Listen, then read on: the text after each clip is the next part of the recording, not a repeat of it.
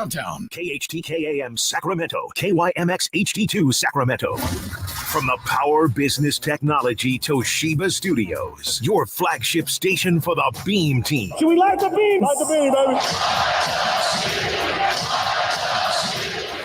Sactown Sports. It's time. It is that time. Time for Stiles and Watkins. You can join the show by texting 916-339-1140. Find us on YouTube at Sactown Sports 1140. It's time for Alan Stiles and Chris Watkins. Yes. On a Tuesday, a.k.a. NBA Draft Eve, as we take you up to 2 p.m. Sactown Sports 1140. Nate behind the glass for us today as we break down all things NBA, NFL, Sacramento Kings specifically.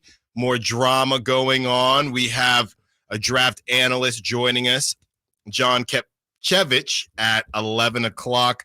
If you have any questions, he's been in the building. He has been at the combine. He has been everywhere that you want to be. If you got your Zach Edey questions, get him in now. Yeah. If you got your Khalil Ware questions, get him in now. And you know I will ask him about Teja Salon. Also, 1 p.m., more chances to win that family 4-pack of 3-day passes. Okay, that is at 1 p.m., 916-339-1140. They going like hotcakes, even when Nate chose number 8 and it still went incredibly fast. Chris Watkins, how you doing?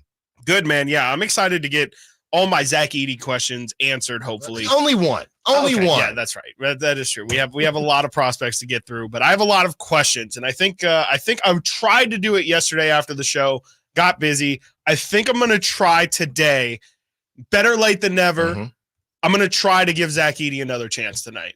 I'm going to watch as much Zach Edey as I possibly can tonight, Alan, because I'm tired of people telling us about Zach Edey and how we're missing out on something. I know. And I feel like I've watched a good bit, and I just feel like I must be missing something. So for everyone out there who's part of the Zach Edey hive, I could potentially be joining you tonight, but I'm a little bit hesitant. But I'm going to go in with an open mind. I'm going to try and be positive, and we'll see. We'll see what tomorrow brings because, I mean, honestly, Alan, you told me you brought it up yesterday after the show, but we're kind of in dangerous territory here where literally any minute, any second, we can go to a break and then come back and the Kings could make a massive move. Right. We are just over 24 hours away from the draft. And, you know, if the Kings are going to move on from this 13th pick, we're probably going to hear about it sometime in this span of time. So definitely being on high alert. And,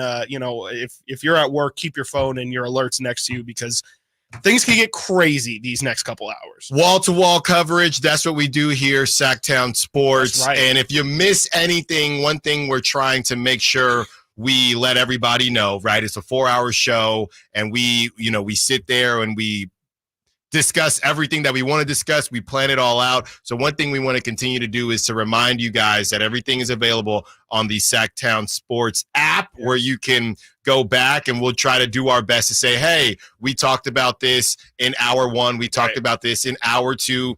You can rewind on the YouTube, but be careful if you want those tickets to California Classic Summer League, July 6th, 7th, and 9th. So we will continue to work with you there, but we know a lot is moving and grooving. Yeah, more breakdowns from Sam Amick and Anthony Slater's article. It dropped essentially during the show, and we reacted to it. But we have some more thoughts after letting it marinate. There's also for some stuff a little in there bit that we just missed. Honestly. Yeah, exactly. Yeah, I mean, exactly. When things break during the show, man, we can't get it all. Yeah, so we will be discussing that. We will recap the Giants and their tribute to Willie Mays. Thank goodness they actually won on a walk-off, no less. We will discuss what type of walk-off that is. Obviously, we got the usual suspects with Zach LaVine and a list of teams and organizations who knows what they're doing the least. Because now the Chicago Bulls are saying, well, Josh Giddey might be perfect for Kobe White and Zach LaVine. Maybe we'll hold on to him. I don't know if they're trying to drive back up the price or what, Chris, but we will discuss all of that. NFL teams preparing the new kickoff rules. Of course, we'll have our mock draft at 12 p.m. as well. More Brandon Ayuk, I guess, I don't know about drama, but information coming out if we're being nice. So we will continue that conversation. And we're still taking your thoughts on how the Kings can get better at free throw shooting. All we got yesterday, take more. All we got was practice. We need more. Yeah. Let's get unique with this, all right? Let's get creative with this. But Chris, I wanted to start here. 2 championships got wrapped up. Oh, that's right. Last night with the College World Series. You know I'm big on college baseball. Tennessee. I know you were telling me Tennessee can't get it done, man. Well, they haven't gotten it done. They haven't got it done. Yes, that's not fair. There was a curse. I can't remember how long the curse had gone on. There was a curse of the 1 seed. So the 1 seed kept losing. Oh, just in the tournament. Wow. So Tennessee got rid of that. And Peyton Manning, every year they go to the College World Series. Peyton Manning's there because it's in Omaha, and they do the Omaha thing. And I was so tired of it, but they finally win. They get it done. Shout out Blake Burke, their first baseman, who will be playing maybe in Sacramento for the A's pretty soon here because he is a stud at first base. Also, Chris, the Stanley Cup. And man, if you are the Edmonton Oilers, let me ask you this. If you're an Edmonton Oilers fan, and I think I know the answer, but I'm going to ask anyway. If you're an Edmonton Oilers fan, you come back from 3-0 to lose 2-1 in the Stanley Cup finals, right? Would you have rather just held the L and, I don't know, 1 or 2 games because of how much it probably stings to lose in that fashion? Or do you think those memories were enough during that comeback for a fan to say, you know what? That comeback was awesome, even if they didn't get it done. We're talking as a fan? As a fan. And you can say as a player, too, both. I think as a player, for sure, going to 7 is ideal. You know, you want to feel like, hey, like, I know we're better than this, and then you end up proving it, and, you know, whatever. You end up falling just short. I think as a fan, you're maybe feeling the same, but the heartbreak, I mean, we talk about hopium all the time. It's like once you get your hopes up and start to really believe, oh man, this could actually happen, that's when you get hurt the most. Like, you were already hurting when you were down 0-3, but then to just fill that cup right back up to the top, only to have it spill all on the floor. And, you know, I mean, it's still exciting. Like you said, you still have the memories and all that stuff, but there is an element to where it's like, if you're going to rip my heart out, just rip the Band-Aid off, right? Right. And from a team perspective, how tough will it be for the Oilers to figure it out? And obviously they have Connor McDavid, who, by the way, and they got the Edmonton Oiler girl. I'm not going to get into all that, but she's doing well for herself now. And I'm sure you've seen, I'm sure you've seen who she is. She's been going all around social media. So this part of it as well had people talking. Connor McDavid wins the Conn Smythe Trophy, which is the most outstanding player for all of the playoffs, right? So obviously they lost, but do you think that is something, you know, LeBron during those years where they lost, but he balled out? Do you think that is something that NBA fans and I guess even NFL fans would, and Major League Baseball fans would enjoy? Obviously, the NBA just implemented the conference MVPs, right? The conference championship MVPs, and then obviously the finals MVP. If there was just one playoff MVP, and it would be on the team that, or on a team that got to the finals, obviously. But hey, here comes he balled out in the semis. Right, if somebody had 7 goals in round 2, he actually wins. That'd be great. But I don't know. I don't have a problem with how the NBA does it so far. I like the Eastern Conference and Western Conference MVPs and then the Finals MVP. I think it's interesting, but I mean, what is Connor? I saw memes from different shows of just destroying trophies and things like that, and just from the one with the Lakers. Winning time, where he's destroying the trophy. Somebody says Connor McDavid with the Conn Smythe Trophy, because I mean, he balled out, but you lost. But so I get it, but it is weird, if I'm not mistaken, that they don't have something for the winning. Winning team MVP. Yeah, I think it's I think it's kind of this is definitely a cop out, but I think it's a case by case basis. I think I like the concept of a playoff MVP, but I think in order for it to be a losing team to for a member of the losing team to win MVP, you have to do something truly historic that's never been done. From when I think when the commissioner announced McDavid had won the MVP, I think he said that he had broken Gretzky's points record or assists record or one of his all-time records. So it makes sense. And I think LeBron, when he almost won the MVP as the losing team, I mean, that series, I believe he led the entire series in points, rebounds, and assists. So that, again, was going to be super justifiable, and then they ended up giving it.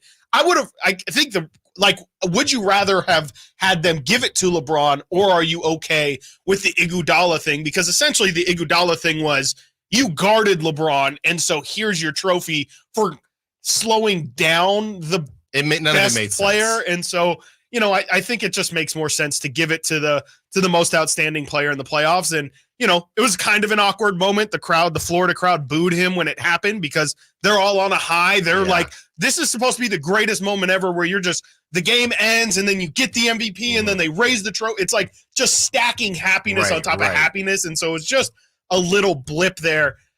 I think it's awkward, but I'm also okay with it, because if that game would have been in Edmonton instead of Florida, that would have been a cool moment to say, okay, we didn't win, but we got our guy who we think could be GOAT status. We got him some acknowledgement and something to take away from this series, because they still did almost come back from 3-0. Right. Well, and the bottom line is it doesn't happen often. It's not as if this situation happens all the time. Well, that's one thing that Jason Tatum, obviously, we've seen the story a million times. As soon as the Panthers won, they had that graphic ready. The picture we've seen 8,000 times with Jason Tatum and Matthew Tkachuk, who went to grade school together. They known each other. They've been friends. They're on the bus. And then there's a video. So we knew that ESPN and all the outlets were ready and rearing to post that for probably the last week, because they almost blew a 3-0 lead. And they have something else in common, because neither of them got a finals MVP. So they have that in common as well. Coming up next, we get into this Anthony Slater, Sam Amick article as far as the Kuzma and Levine dimensions of it. And we open up the phone lines, 916-339-1140. Who do you want? Okay, we have, what is it, Chris? A little bit over 24 hours. A little bit, yeah. Until the NBA draft. Who do you want? We're taking calls all day long. Give you or Monty McNair for the next 28 hours. I think it's whatever 31. It is. 31 hours. Math is correct. Okay, you are Monty McNair. You call in, you say, Stiles and Watkins, with the 13th pick in the draft, the Kings are selecting, and you give us a name, all right? We'll give you a grade on it, okay? Or you say, we're trading him for Kuzma. We're trading him for Ingram. 916-339-1140. 31 hours. You are the GM. Stiles and Watkins, Sactown Sports. The NFL's leading rusher plays here. The handoff to McCaffrey, walks in the end zone. Handoff to McCaffrey, takes it right down to the goal line. He does his thing again. McCaffrey goes in motion right. Backwards pass led by Juszczyk. A block there. Hurdles a man. 10-5. Touchdown. CMC. You can hear all of Christian McCaffrey's touchdowns on your home for 49ers football. Sactown Sports. Let's face it, nothing makes you look older than you really are than thinning hair. But what if you could not only increase your hair count, but promote new hair growth without surgery, without drugs with potential side effects, and without a prescription from your doctor? Well, now you can, thanks to a breakthrough new supplement called Hair Grow, provided by New Nordic, the #1 supplier of dietary supplements in Europe. Hair Grow is now available in the U.S. Only Hair Grow contains Tocogaya, a powerful antioxidant that has received a U.S. patent. Multiple clinical studies show Hair Grow is safe and effective in promoting new hair growth. In one study, 95% of the patients using Hair Grow saw increased hair count. Don't lose more time and more hair. Try Hair Grow today to feel and look your best. Available online at Amazon, Walmart.com, and NewNordicUSA.com, or in stores at your local CVS. Look younger and feel more confident with Hair Grow by New Nordic at NewNordicUSA.com, or in stores at your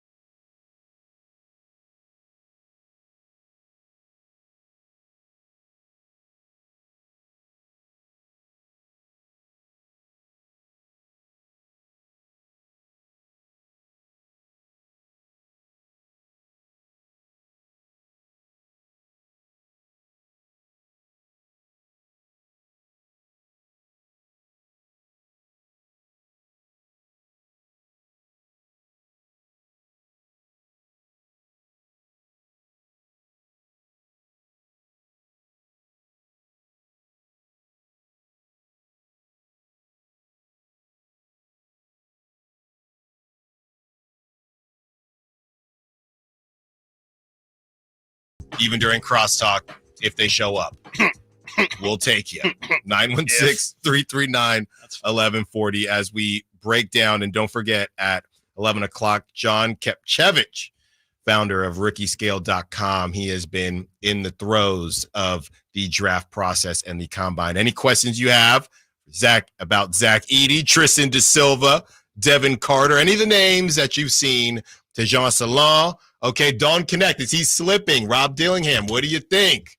Get those questions into us on the text line and the Sac Chat as we get into, really, Chris, I mean, when you break down these articles and the timing of these articles, I don't know, would you call this a bombshell article? Oh, absolutely. Okay. Yeah, I would think so for sure. We learned that the Kings were in on Caruso. We learned De'Aaron Fox isn't signing a long-term extension this offseason. And, you know, the thing that, I wouldn't say we glossed over it. It's just, you know, again, there was so much in that article. We didn't really get to the bottom of the article where they, Anthony Slater and Sam Amick, kind of start to get into Kuzma and what happened in the Siakam deal and potentially their waning interest in Zach LaVine. So I think it was a huge article, especially for this time of season. And we also learned, burying the lead, the Kings are definitely trying to move on from this 13th pick, which Sam had said, I think on this station last week. So I definitely think there was a lot in there that is just, if you're a Kings fan, you're loving it, I would assume. Yeah. So let's get right on into it. And as far as Kuzma and LaVine and how they were mentioned, back in July 2021, still in his first year as general manager, Monty McNair attempted to trade Buddy Hield for Kyle Kuzma in a deal that Kings officials believed at the time was all but done. The Lakers pivoted at the last minute and sent Kuzma as part of a package to the Wizards for Russell Westbrook. Ever since, sometimes I forget Westbrook was on the Wizards. Oh, yeah. Ever since, McNair and the Kings have maintained a varying level of interest in trading for Kuzma, which has picked back up to some degree this summer. Kuzma has an appealing contract. He is under control for the next 3 seasons at an affordable and declining rate, $23.5 million, $21.4 million, $19.4 million, attached to a trade kicker that would add $3 million each season unless Kuzma waives it. So that is the situation on Kuzma. So let's take a break there.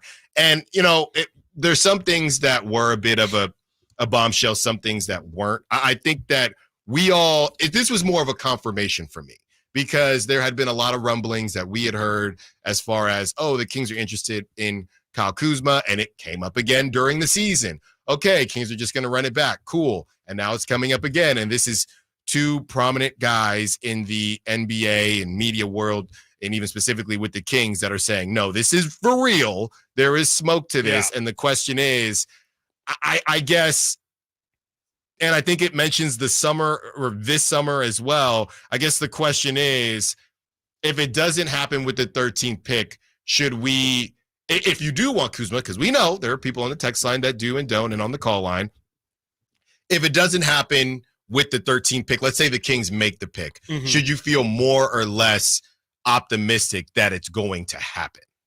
I would guess you should feel less optimistic, but I don't think that means it's not going to happen. I think the 13th pick is the easiest way of getting it done, just because it is the asset, and, you know, Washington gets to make the pick themselves. And there's been reports that Washington is really interested in making multiple first-round picks this year.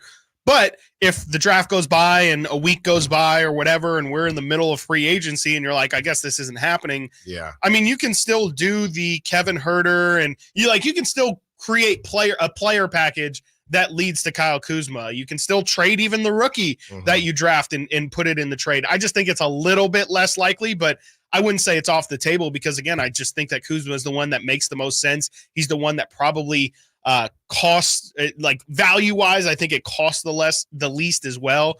I would think that it's still on the table, but it definitely takes a little bit of a hit. But I truly do think that Washington really does want to make the pick of that 13th, of that number 13. So I think it's going to happen. I think we're going to get some news in the next 31 hours. You know what this reminds me of? It reminds me of, and hopefully it does end the same way, because I think the Niners got their guy. Yeah. But this reminds me of the Niners and Kirk Cousins. because for how will long they, won't they? Will they, won't they? And every seat, Kyle Shanahan, there are more stories how much Kyle Shanahan wanted Kirk Cousins. And to this day, I mean, you still hear rumblings, not so much because of how Brock is played, but that never, there was always a lot of smoke there, and it never ended up happening. Yep. And I guess if you're a Kings fan, you don't mind if it ends like the Niners because you ended up finding your guy. Maybe that's Keegan Murray taking that next step in year 3, and you think, well, Kyle Kuzma would have taken shots away from Keegan. So, you know,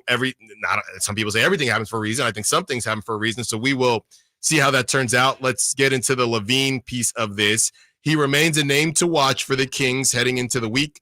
Zach LaVine has been rumored, and league sources confirm Sacramento has some level of interest, but he would arrive with a tricky contract situation, a.k.a. bad. LaVine has 3 years and $137.8 million left on his current deal, a perhaps unpalatable number considering the Kings' growing financial picture. Any deal on this front, league sources said, would likely involve the Kings needing to be incentivized to take on LaVine's massive deal. I did see, Chris, and not to get into the nook and crannies, I did see that the Bulls did offer Patrick Williams a qualifying offer. Mm-hmm. So I don't know if that changes anything. No, not in terms of trades. Yes, even still, that incentivized. We literally went through the Bulls. Yeah. We went through the Bulls roster, I believe, yesterday, and I don't know what would incentivize them at this moment in time. Yeah, I have no idea. I would think, again, future first-round picks definitely get it done, especially from that Chicago situation. I know that they probably don't want to do that, but if they really want to get from under the LaVine contract, that's kind of the easiest route to do it. It's just attaching future first-round picks, and it might just have to be an unprotected one. And maybe if you have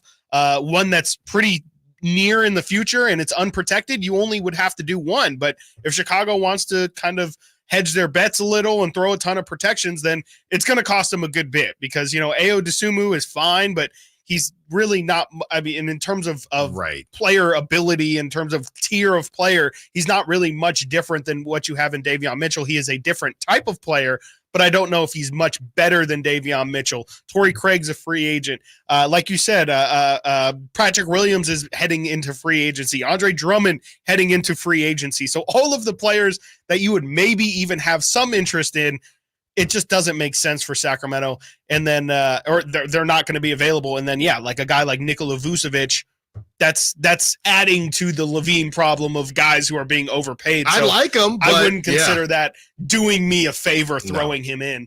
And that is another $20 million that you would have to come up with. So I just don't know what it could be if it's not first round picks. And I don't know why the Kings would be in any rush to get that done. You can get that deal done. I think LaVine's going to be on this team at least until the trade deadline. Like, I don't think right now is the time to trade him because I don't think anybody wants him. I think everybody has seen Zach LaVine is available. Zach LaVine is available.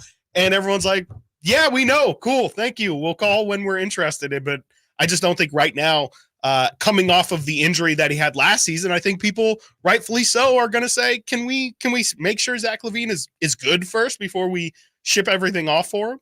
And life is all about spin. And when we come back, we will give you a note on how the Bulls are trying to spin this in case it doesn't work out to trade Zach LaVine. Stiles and Watkins, Sactown Sports. What's the missing piece for the 49ers? Which names will they add during free agency? Whether it's in season or off season, the coverage never stops. Get the latest 49ers news on Sactown Sports at SactownSports.com. The light is fading, your hands are sore, and the last tool has been put away. Now is the time to feel the satisfaction that comes with a job well done. But when you get your tools from Harbor Freight, something about the job feels a little different. Your wallet. Because we believe that everyone deserves hardworking tools at hardworking prices. And that's what we have here. So, whatever you do it for less at Harbor Freight. We're going abroad for the first time in years. To Spain. So we started using Babbel. And started learning Spanish fast. With Babbel, you can start having conversations in another language in just 3 weeks. ¿Cómo te llamas? ¿Cómo te llamas?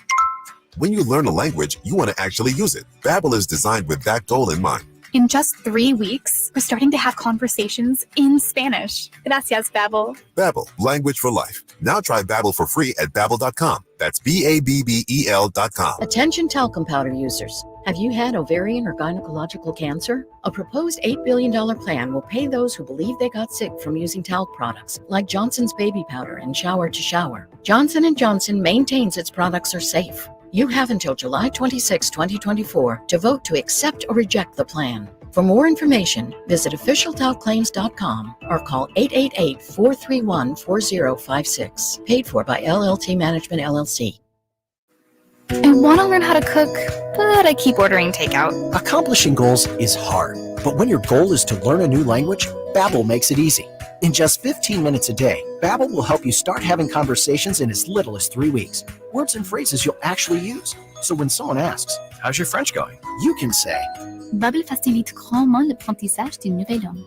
Now try Babbel for free at Babbel.com. That's Babbel.com. Babbel.com. Bonneville International Radio Station contests are open to participants at least 18 years of age and older that are residents of California and who reside in one of the 6 counties that make up the Sacramento metro area, unless otherwise specified. Employees or agents of the station, Bonneville International Corporation, other area radio stations, or any entity associated with the contest are not eligible to win, unless the station otherwise specifies in its own discretion. Persons who have won in the last 30 days from a station contest or event may not be eligible. For a copy of the general contest rules, visit khdk.com. Power Business Technology is proud to be 100% independent, locally owned, and managed Toshiba copier dealer. Local ownership cuts out the red tape, allowing ourselves to never be too busy to personally answer the call when our clients need us. Recognized for excellence in service execution, training, and customer service, we're proud to be named a 2022 Toshiba ProMasters Elite Dealer. Contact us today for all of your business printing needs at 844-POWER-BZ. That's 844-769-3729, or visit us at powercopiers.com.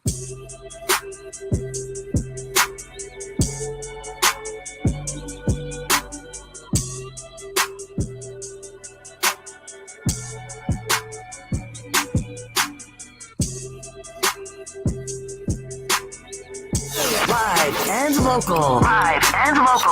This is Sactown Sports. 1 o'clock. 916-339-1140. Family 4-pack of 3-day passes. The California Classic Summer League, July 6th, 7th, and 9th. You will see, maybe you'll see somebody on the poll that is on the YouTube right now. Whether it is Tejan Salam, Zach Edey, nobody, or someone that isn't on that poll. Hop on the poll if you are. I thought about that. If you are on the Sac Chat right now, 916-339-1140, your chance to be Monty McNair. Get a vest on and call in and let us know who you would take. We should wear vests tomorrow. I will. No, can we get vests tomorrow? I don't know if we can get it that quick. Maybe we can go to Kohl's or something. Yeah, I don't know. I'll go to Kohl's after the show. I'm wearing a vest tomorrow. And I'm wearing a vest. I'll see if I can do it. And I'm going to wear it if I find one that's to my liking. Because I can't waste money in these streets. If I find one that's to my liking, I will wear it to Public House. Just 105 out. That would be great. I will wear it to Public House with 105. 105. I'll wear it to Public House with nothing underneath. I think it's going to be like 95. I'll wear it to it's air conditioned in there. It's wonderful. Air conditioned, wings, steak sandwich, a burger. Alan Stiles. What else do you need? Vest on, no shirt underneath. Tejan Salam gets picked, I take the vest. No, I don't. Yeah. I think the vest counts as a shirt, right? Like no shirt, no shoes. I think you're good. 5 p.m. to 7 p.m. Got to be there. It's Public gonna be House. It's going to be a good. Do you think Dave shows up time. for this one? No. Yeah. We got to pressure him tomorrow. We have to. Yeah. We got to put the heat on. Yeah. And this is what I was confused about. So the Kings, there is a media thing that happens tomorrow with the draft. Yeah. So Frankie's telling me that he won't be able to make it. How long is the media? It's the entire draft. Yeah. They just kind of put us in a. You just kick it there? Yeah. They put us in the practice room. They have tables laid out for us, and we just kind of sit around a table and watch the draft as media members. And then Monty McNair probably makes our night long, and he'll step on after the draft instead of going on after the pick, and we'll get out of there at like 9:30, 10. Woe is us. Well, I'm just trying to think how you can still come through. They could pay me. Huh? What? Nate was in my ear. Yeah. No. It's just for the people.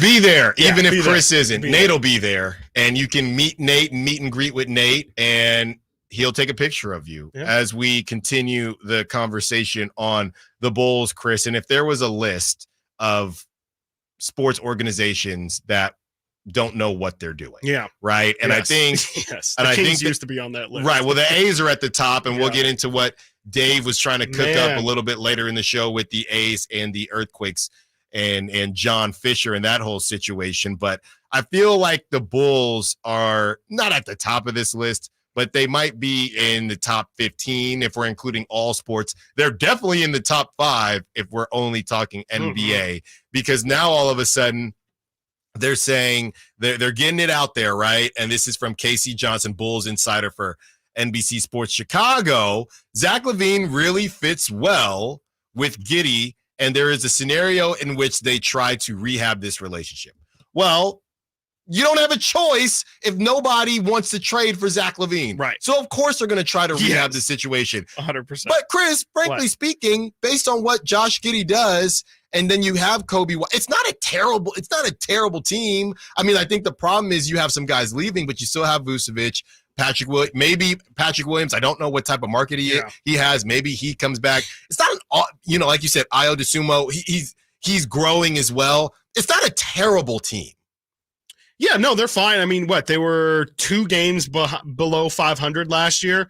That's just their problem, is that they're just in purgatory. Like you said, it's not like they're a bad team. It's just they don't really know which direction to go, and they still, for whatever reason, are trying to hold on to the illusion of oh no, we're climbing, we're getting higher and higher and higher, and I think they're just getting different. I think they're going to trade off Zach LaVine ball hogging for pretty soon. Kobe White's going to be taking 25 shots a game, and it's just going to be a different version. Oh yeah, and I forgot DeRozan. DeRozan, yeah, they have interest in bringing back DeRozan, which I guess DeRozan has interest in taking 20 shots a game because he's not getting that anywhere else. So I just don't know really what direction they're trying to go, because frankly, they should tank it. They should absolutely blow this situation up.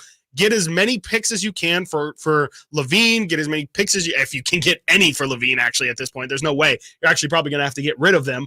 But for Vucevic, maybe you even think about trading Kobe White. I know it's worked out here, but he played fantastic last year, and I know you have to sell your fan base on somebody, but.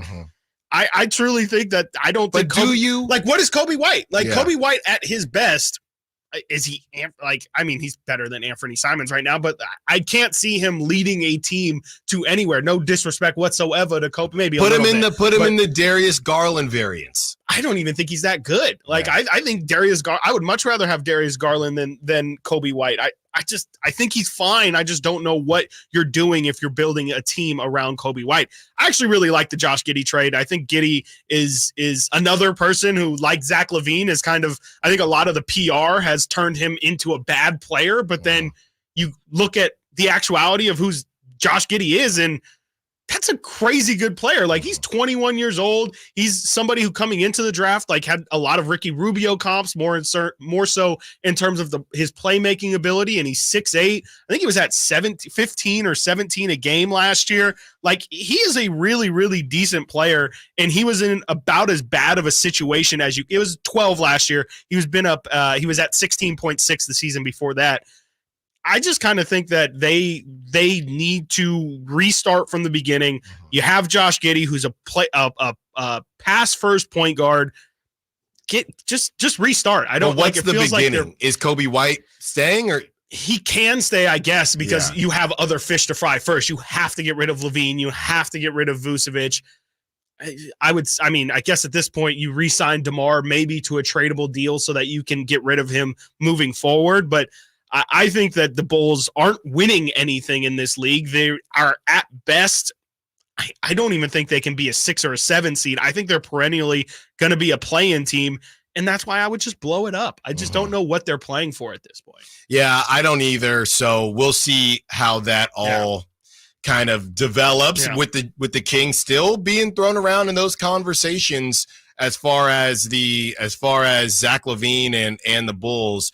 Wanted to get to some sound here. This is from Rich Paul as we are just so close to the NBA draft and get everyone's thoughts on it, because it was a bit confusing to me, Chris. This is what he had to say This was on the Gilbert Arenas, and look, the only time we play Gilbert Arenas audio at this point is when somebody else is talking. Yes. And here is Rich Paul on just Bronny's quote-unquote perspective.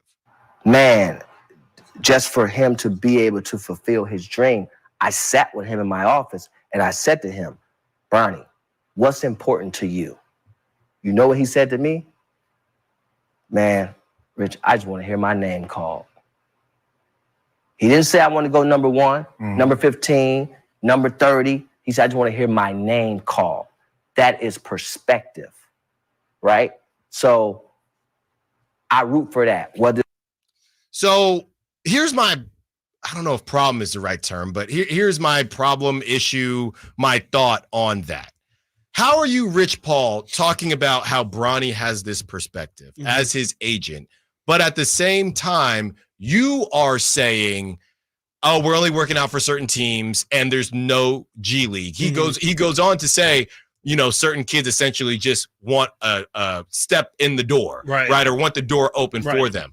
So I don't buy it from you. I buy it from Bronny, but Rich Paul, you can't say that stuff and talk about the perspective that Bronny has when you've literally said we're not doing G League when most second rounders do G League.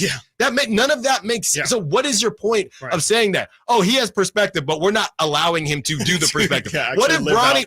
So I have a buddy, when you talk about, guys that get pulled up to varsity and say, man, I would rather be Alan. I'd rather be on JV with you because at least you're getting run for when it is your time for varsity. I'm on varsity, just riding pine. What is Bronny gonna do if he's just okay? You're Bronny, so you have to be on the team. We understood what we signed up for, and he's not getting any burn for a guy who needs to get burned to get better. Does Bronny say, hey, I don't know what he calls him, Uncle Rich or Uncle Paul. I want to go to the G League. Right. And how long is that? Just a tactic to get drafted? I don't understand what the play is, and it's bothering me. Yeah, no, I mean, I think that's great perspective. Like I haven't really even given that part of it much thought, but like everything you said is completely spot on. I mean, because you're right. If he was really serious about, okay, Bronny, you just want to hear your name called, we're gonna spread the pool. We're gonna make the pool as big as possible. You're gonna work out for everybody. You're gonna play ball. You're not even gonna be. I think later in that is like, I don't care if it's LeBron James or Jesse James. And I'm like, brother, well, his last name is still James, so you're still helping a child. You got to change the last name. Should have been LeBron Johnson. But anyways, I was like, you don't tell any of the teams, like you don't even mention LeBron's name in the interviews and the workouts, anything. You are just trying, if your goal is to be treated like any other prospect and you just want to hear your name called, well, then we're going to do that. We're going to play ball because I think your biggest concerns, I mean, you already have on the court concerns, but I think a lot of the off court concerns are this kid, it doesn't matter if I'm OKC and I draft him, he's not going to be happy. He's going to want to always go to the Lakers. He's always going to want to play with his dad. If we can alleviate that as a possible concern, that's going to open up your draft pool immensely. And to your point, they haven't done that. No. They've said, no, only our friend James Jones in Phoenix and only the Lakers are going to get workouts for us. And then Rich Paul's going to mention, oh, Minnesota has interest in him at 27. Oh, Masai is like an uncle to Bronny, so he might be a factor. Honestly, what did he say the other? If we might convince the Lakers to take him at 17 if we could. He said if we wanted him to go like at 17, then essentially we would strong arm the Lakers into make it. So it's like you're talking out, or I guess you're not talking out. You're saying one thing, and then your actions are showing a completely different thing. And I'm totally with you. It's crap. Like it's really, really annoying to watch, especially again, them just continually saying, oh, Bronny's just another kid. Don't treat him anything special. And then they're treating him like he is something incredibly special. I just don't understand it. I don't understand what you're trying to give off with what you've already done. Somebody did reach out to me and say, well, because I put this on social media and they said, well, basically they don't want a bunch of teams working out Bronny just to get to LeBron. Right. So I get that piece of it. Fine. You can be restrictive, but you don't have to be exclusive. But you're not going to convince me that somebody that goes in the second round doesn't need to go to G League. They said, well, look at what happened to Scottie Pippen. I'm like, what? What happened? What? They weren't, what?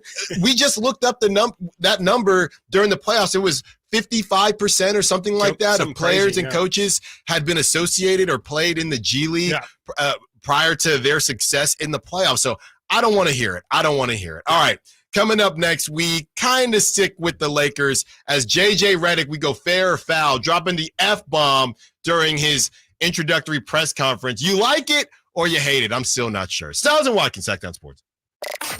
Did you miss any part of our live local shows? Don't worry, you never have to miss them again. Check out SactownSports.com and search our podcast page and play our shows when you want. The Carmichael Dave Show with Jason Ross, Stiles and Watkins, and The Drive Guys. Plus, other podcasts like Return of the Empire, Return of the Roar, The Stingers Up podcast, and Golf to Go with Frank LaRosa. They're all available right now on SactownSports.com. I didn't ask to be thrown in the streets with nowhere to go. I didn't think I'd survive. But I did ask for help, and Covenant House was there for me. 1 in 10 young adults will experience a form of homelessness this year. For these kids who didn't ask to be put in this unthinkable situation, Covenant House is there. Covenant House helped me break the cycle of homelessness in my family. They gave me the love that I needed. Over 2,000 young people will sleep safely in a Covenant House bed tonight. When youth who are experiencing homelessness have a hot meal, a safe place to sleep, medical care, and love, they can overcome heartbreaking challenges and have a brighter future. They just really genuinely just wanted to help me succeed, and I'm succeeding. I'm a speaker, I'm an author. Covenant House really helped me and really helped mold me into the woman I am today. If you or someone you love is asking for help, go to safeplacetosleep.org today. Slash presents Serpent Festival, a celebration of the blues. Friday, July 12th at the venue at Thunder Valley, starring Slash, Warren Haynes Band, Beautifully Broken, Samantha Fish, Y'all guess like a death wish, and Eric Gales. It's gonna be a steep climb. Don't miss an all-star night of blues, Friday, July 12th at the venue at Thunder Valley. For tickets, visit ThunderValleyResort.com. Serpent Festival. Toyota's 4th of July sales event is on. Get in today for deals on the hottest lineup around.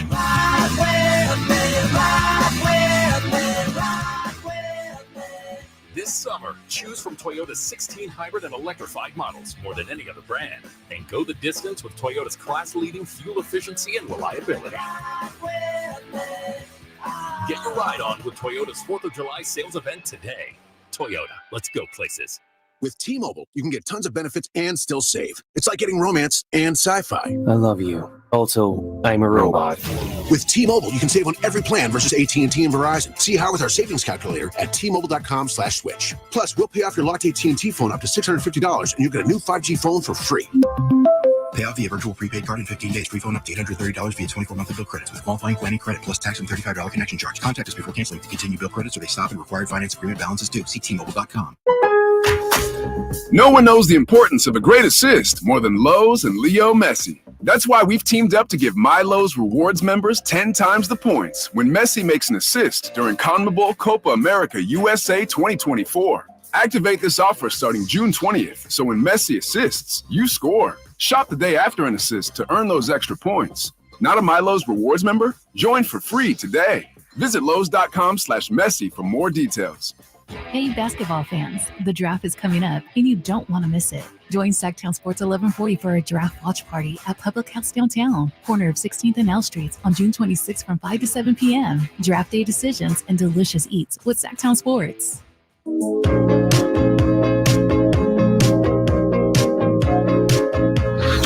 Sactown Sports. Check us out on YouTube. Search Sactown Sports and subscribe.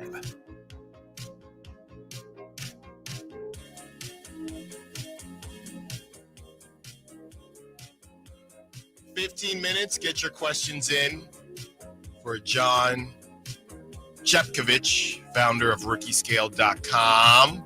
Zach Edey questions. Chris can't wait.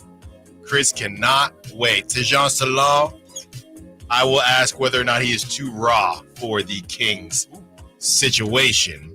And 1 o'clock, Sacramento Kings are hosting the 6th annual California Classic Summer League on July 6th, 7th, and July 9th, an expanded lineup of teams preparing for NBA action. Chris and I are going to get you in the building. Call right at 1 p.m., 916-339-1140, and lock up this family 4-pack of 3-day passes. And Chris will pick the number that is at 1 p.m.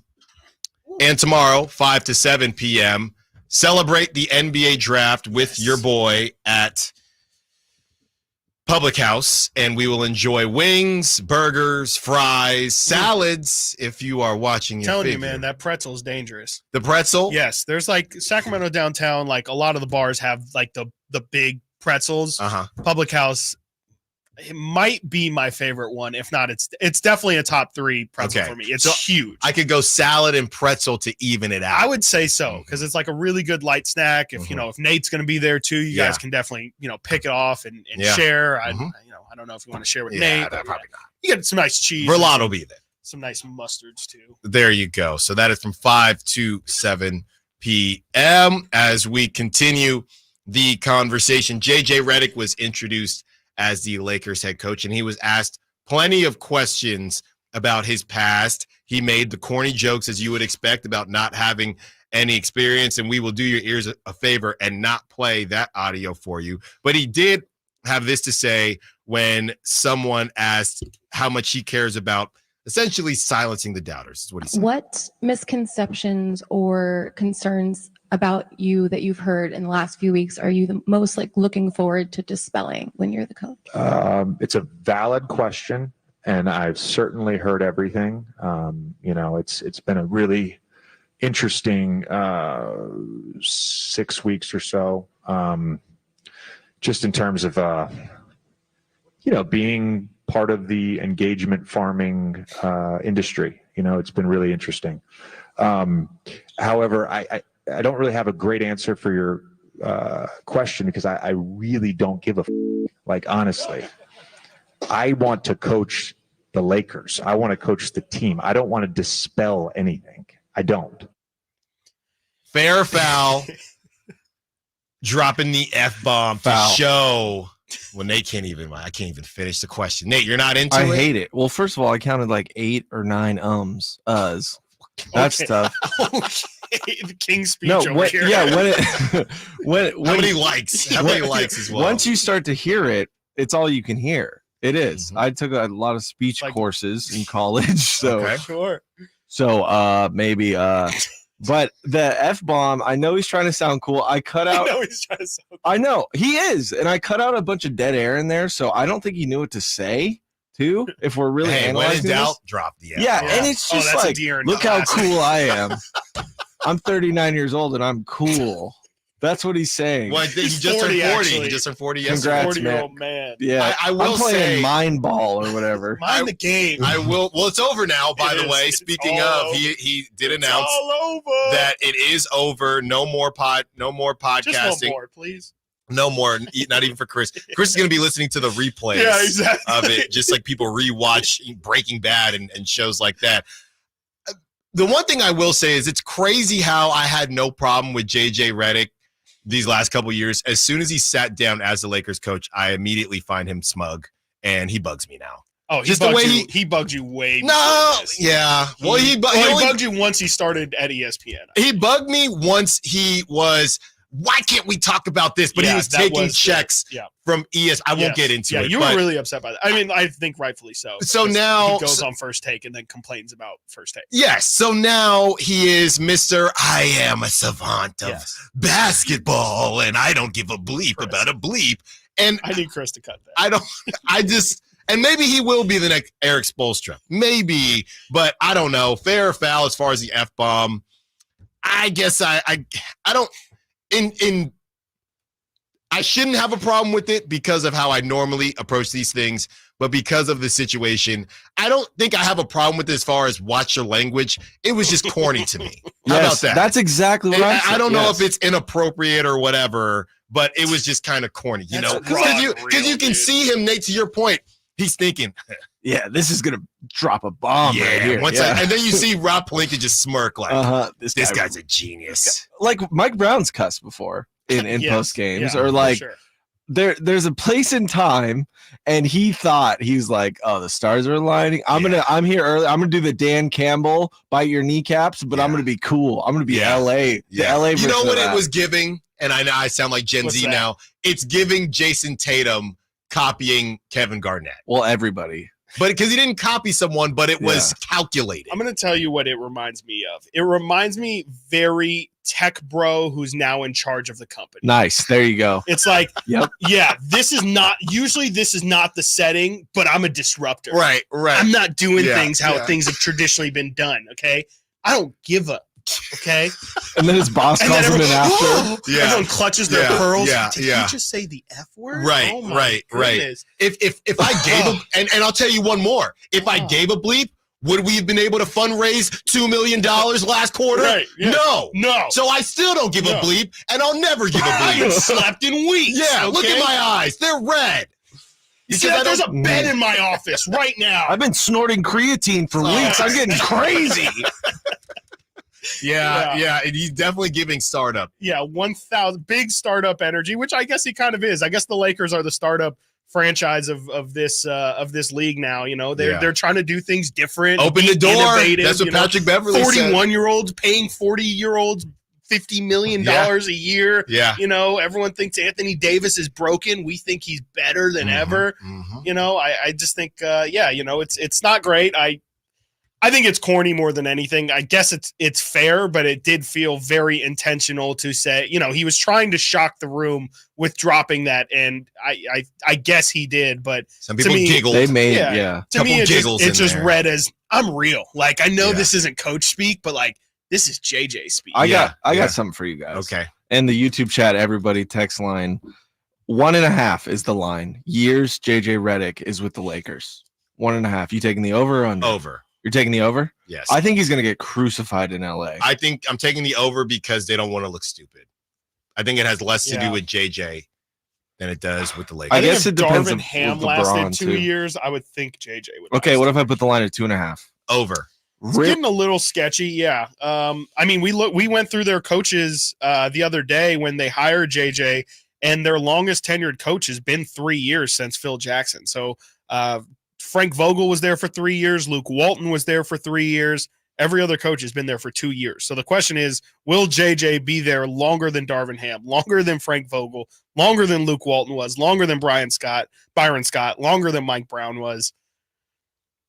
How did Luke make it 3 years? That's what I'm saying. Like, and Luke was 26 and 56, 35 and 47, and 37 and 45. Those were with the baby Lakers. Those were the Clarkson, the Randall, and you know, Brandon Ingram, Lonzo, all those guys. So there was the built-in. But the problem is here, again, Darvin Ham had 2 winning seasons. He went 43 and 39, went to the Western Conference Finals, and then won 4 more games in the regular season the next season. Yeah, they lost in the first round, but they fired him. So I don't know what – I think we asked this day one, what is success? What is success for JJ Redick? Like, realistically, what are they hiring him to do? What is the Steve Kerr leap that they're expecting from Darvin Ham to JJ Redick? Is it a championship? Because if their expectation is for JJ to go to the conference finals next year and then to have a finals appearance in the next 3 seasons, he's going to get fired.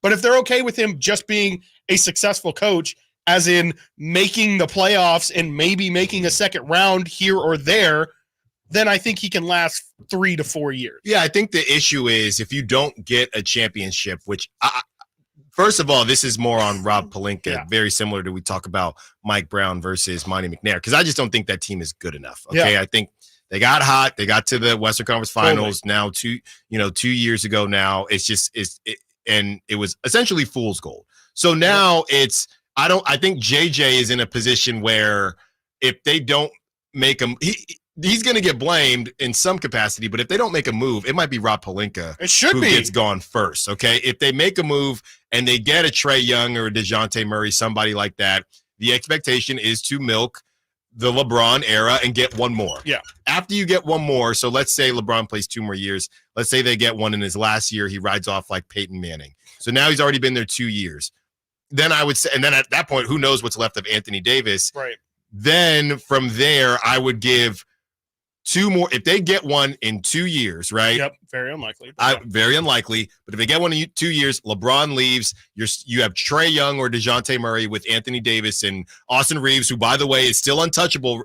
Those are reports that Austin Reeves is still untouchable. I'd say they give JJ 2 more that next season. They float around a 6 seed. The next season after that, they float around a 6 seed again, maybe play it, and then JJ's cooked.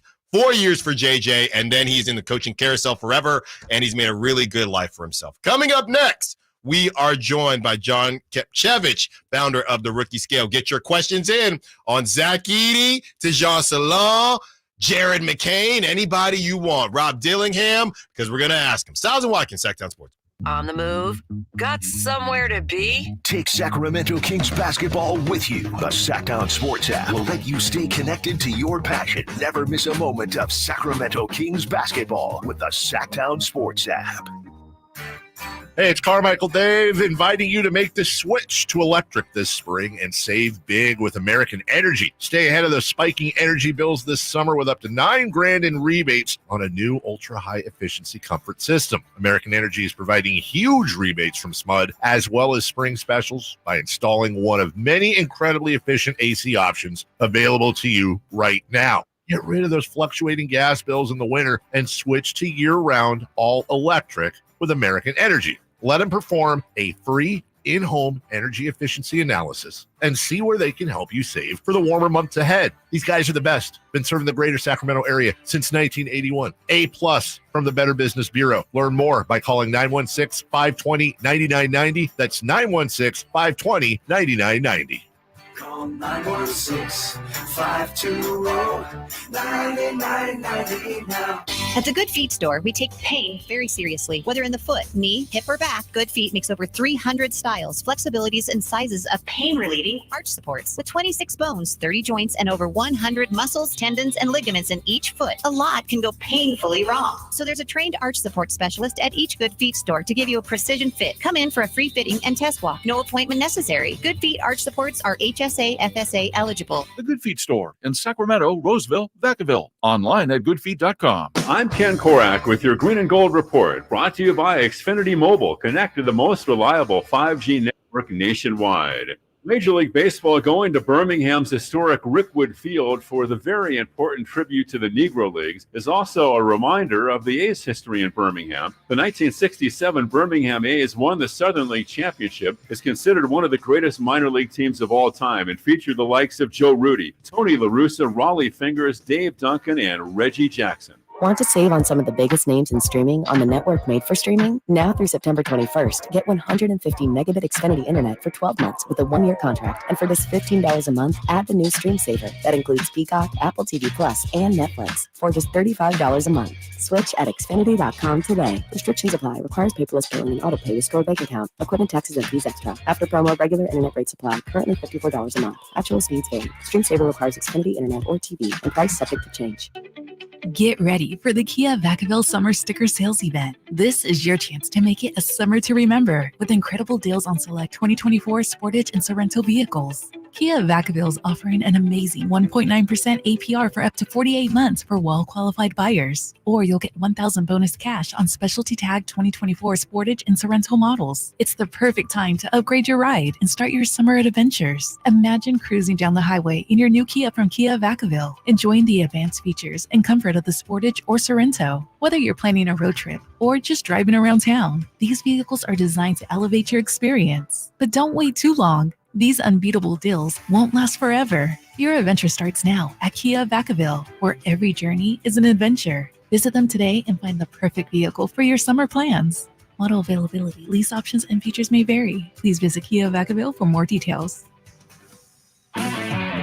If your passion is bass fishing, only one radio show has the action, information, and excitement of your favorite outdoor sport. Ultimate Bass, hosted by Tournament Bass Pro and California Outdoor Hall of Famer Kent Brown, takes you live to where the fish are biting every Saturday morning. Only Ultimate Bass feeds your passion with the latest news, products, tips, and advice from the pros. Ultimate Bass with Kent Brown, Saturday mornings at 5 a.m. on Sactown Sports 1140, part of SEP's Saturday Morning Outdoors. Want the best movie experience in town? Join Sactown Sports IMAX Pass by visiting SactownSports.com. Sign up today. You can win tickets to see this week's films at the Esquire IMAX Theater. From the Power Business Technology Toshiba Studios. KHTKAM Sacramento, KYMX HD2 Sacramento. Sacramento's official home for the San Francisco 49ers. Touchdown! San Francisco! Sactown Sports.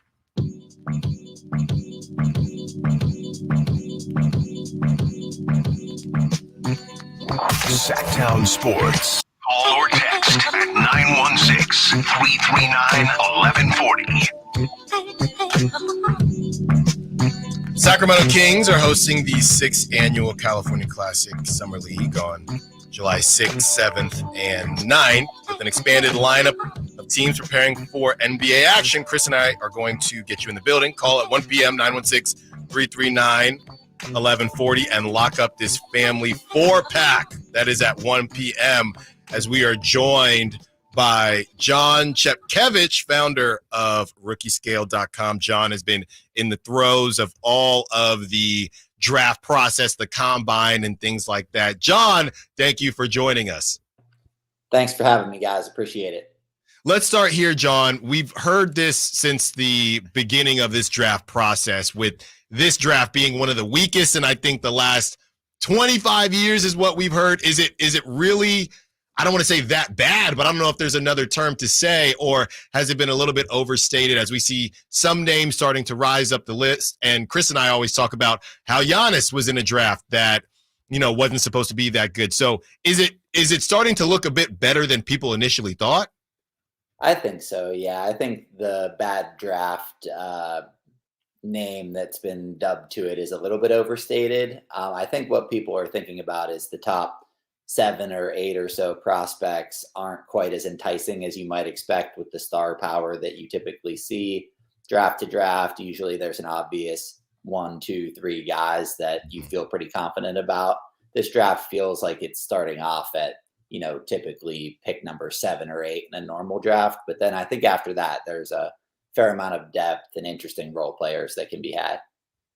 John, I'm curious. I mean, I'm not sure your exact feelings on Zach Edey, but he's definitely been, I would say, the most polarizing figure, especially at least from this draft class. It seems like people are either all in on him and think he can be a potential star or at least a starter, an impact player in this league. And then I think there's some people who just say he's too big in today's league. Yeah, I just can't see it happening. First off, where do you fall on Zach Edey? And second off, I mean, I hear a lot of people say these days, don't tell me about what they can't do. Tell me about what they can do. What is it that you see, regardless of how you feel on him? What do you see Zach Edey contributing at an NBA level? I would say I fall more on the optimistic side of the equation, especially in this draft. He's one of the better college basketball players of the past 25 years ever. He's been so productive, so good. I understand the worries about his style of game translating, big guys like that in the modern NBA and everything. But we've seen a little bit of a resurgence of bigs of late. So I think, having a guy like him, I think my boss, Jonathan Gavoni, recently had some comments saying, imagine Jonas Valanciunas, but make him, 5 or 6 inches taller, right? I think there's a spot for a guy like that to come in off the bench, crush some second units, be a total mismatch in those circumstances. Maybe he only plays 18 to 20 minutes per game, but I think he can be pretty valuable in those minutes. Talking to John Chepkevich, founder of RookieScale.com, also does some work with Draft Express. And like we said, John has been in the throes of all this. John, on the show, I've been very, very high on Tijan Salon, okay? And I need to know, for the Kings situation, as they're trying to get back into the playoffs, does Tijan Salon feel too raw for what the Kings are trying to accomplish, or is there something there? I know he's a bit younger, but is there something there, or do you think he's a bit too raw for the Kings situation? I think there's something there. This is a guy I've been pretty intrigued by dating back to the preseason as just did I think he was going to be a lottery pick or a top 10 pick in this draft? Maybe not, but I thought he had some upside to potentially achieve that with him being 6'10" in shoes, almost 220 pounds, almost a 7'2" wingspan, a 9'2" standing reach. Like, these are great measurements, and the raw tools are definitely there. It's a little bit more of a swing, but I think that if he makes it to 13, which I'm not quite sure that he will at this point, I think that's a worthwhile one for Sacramento to take a look at.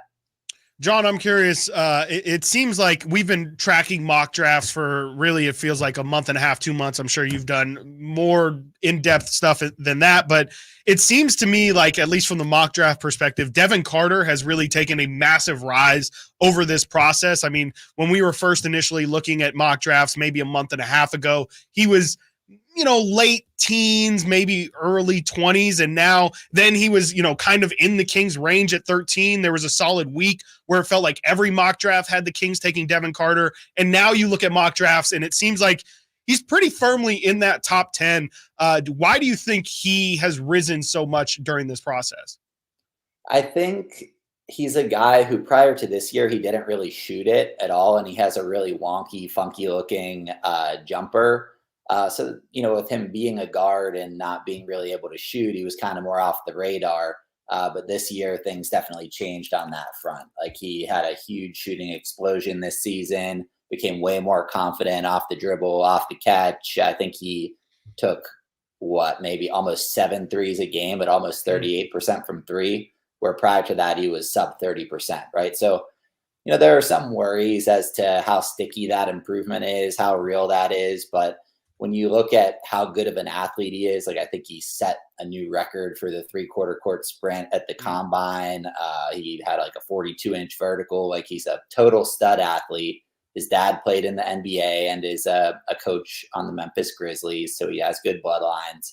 There's just a lot to like. I remember watching a game, Oklahoma against Providence this year, is when he really jumped out to me and I was sold. He just did a few things defensively that nobody else in this class can do. I remember him running through a stagger screen, flying through 2 guys and blocking a 3-pointer. Like, he's just really locked in, really cares, really about the right stuff. And I think he's a pretty safe bet to add some value defensively. And if the shooting sticks, he could be one of the better players in this class.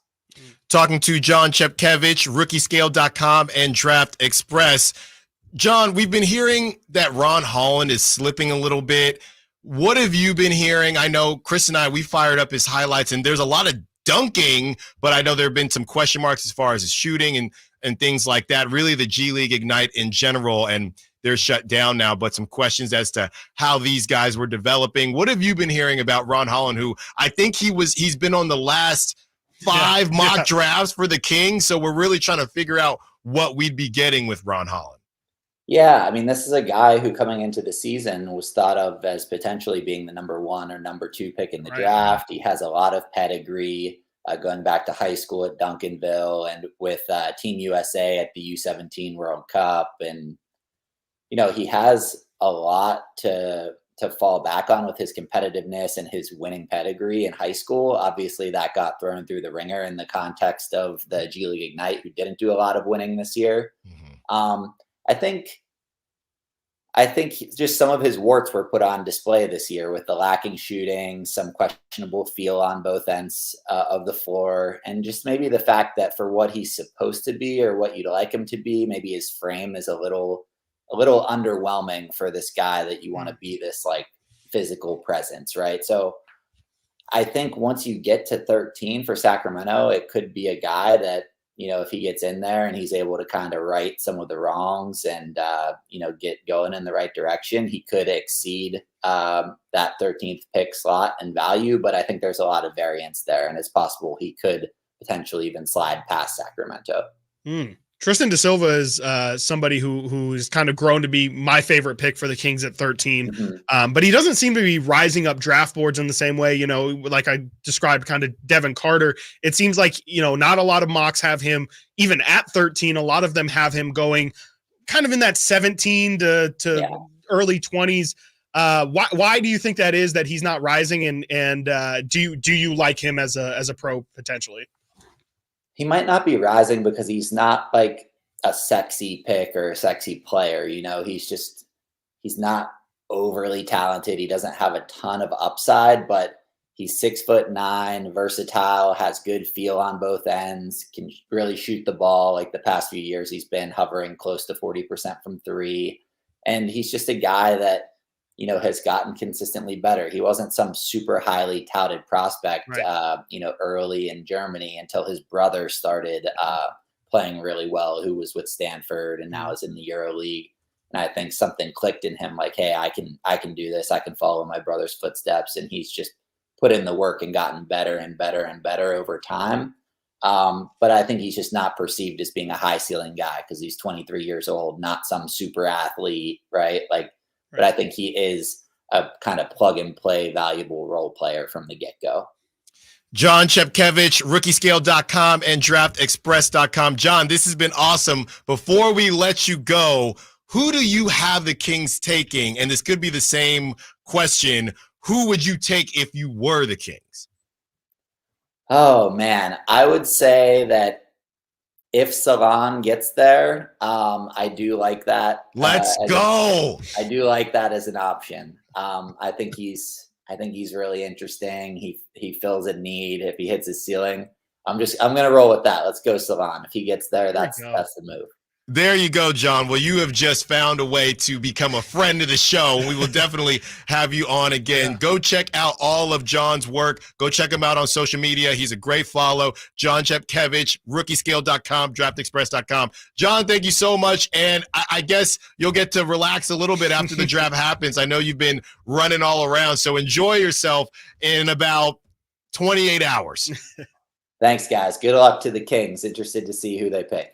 Thank you so much. That was John Chepkevich, founder of rookiescale.com, also does work for draftexpress.com. Coming up next, we break down everything John had to say, and we play a little big deal, little deal, and no deal. Stiles and Watkins, Sactown Sports. On the move?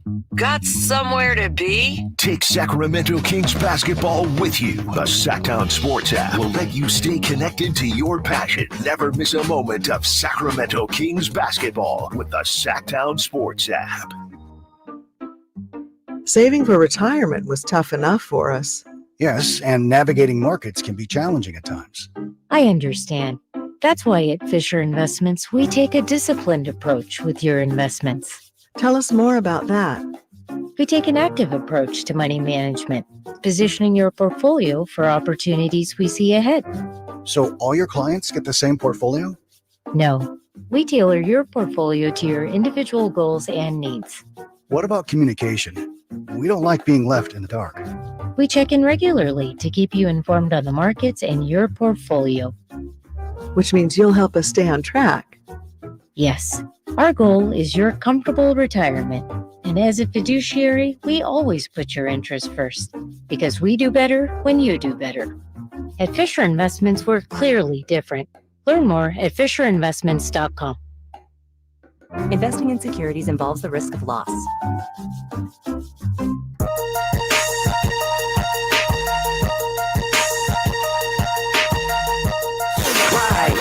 Live and local. This is Sactown Sports. Yeah. John Chepkevich, rookiescale.com, draftexpress.com. Are we sure his name isn't John Stiles?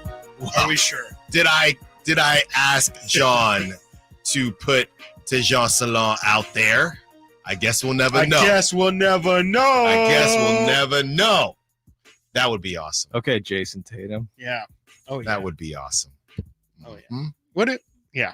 It would. It would be pretty great. Well, I do think it's interesting what you said. I mean, Tristan da Silva makes more sense for the Kings, more established, a little bit older. A little more of a Monty guy. No tattoos. No, right. You got to pay attention to that. So, yeah, I mean, I do think initially it feels like Tejan will be too raw, or that's what I was thinking. Yeah. But now the question is whether he's going to real. He's not even going to be there. I ain't going to be there. Yeah. So if he is there and they take him, that would be great. As I've continued to say, we were running out of time. I wanted to ask about the Khalil Ware motor questions. Yeah. That was the one thing, but maybe I will hit him up on social media and see what he has to say about that, because I do think that he is in play as well. For sure. As we get into a little bit of big deal, little deal, and no deal. And Nate is going to kind of run through these as we give our thoughts on some of the, I guess, most recent Kings headlines. Yes, guys. Welcome to the show. Big Thank deal, you. little deal, or Glad no to be deal. on. Number one, I got two for you here, but De'Aaron Fox decided not to sign a contract extension with the Kings this year, partly because the NBA All-Star wants to see how the roster takes shape for the long haul. Is that a big deal, little deal, or no deal? I do think it's a little deal. I appreciate everybody on socials for trying to quell the storm before it even starts. I saw a lot of people yesterday saying, let's not freak out because De'Aaron Fox doesn't want to sign an extension. I love that. That is the right logic. It's the right line of thinking. But I will say the specific part about wanting to see how the roster takes shape for the long haul is definitely a little deal. Like, I think it is leaving the door open for the possibility. Now, I don't think it's probable that it's going to happen. I do think it's a bit of posturing. I think Rich Paul kind of has to say that because, we've talked about LeBron in the past. Like, LeBron likes to sign these one-year deals to keep pressure on these teams to keep building and not just say, we have LeBron James. We're going to collect a ton of money. We don't need to actually go win. So this is possibly Rich Paul's way of saying, like, hey, De'Aaron Fox is not just going to be handed to you. You have to continue to try and build this thing out. You can't keep running it back and expecting that De'Aaron's just going to play ball and be happy because he doesn't want to get viewed in a different light.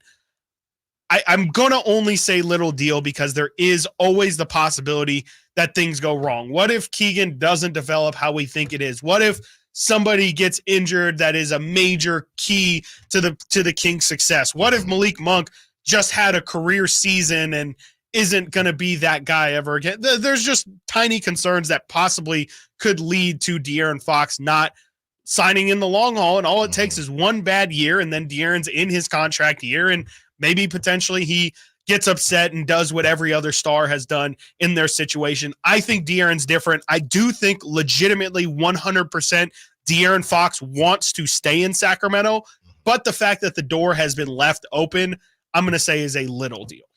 Yeah, and I got to be careful here because, look, I'll put it to you like this.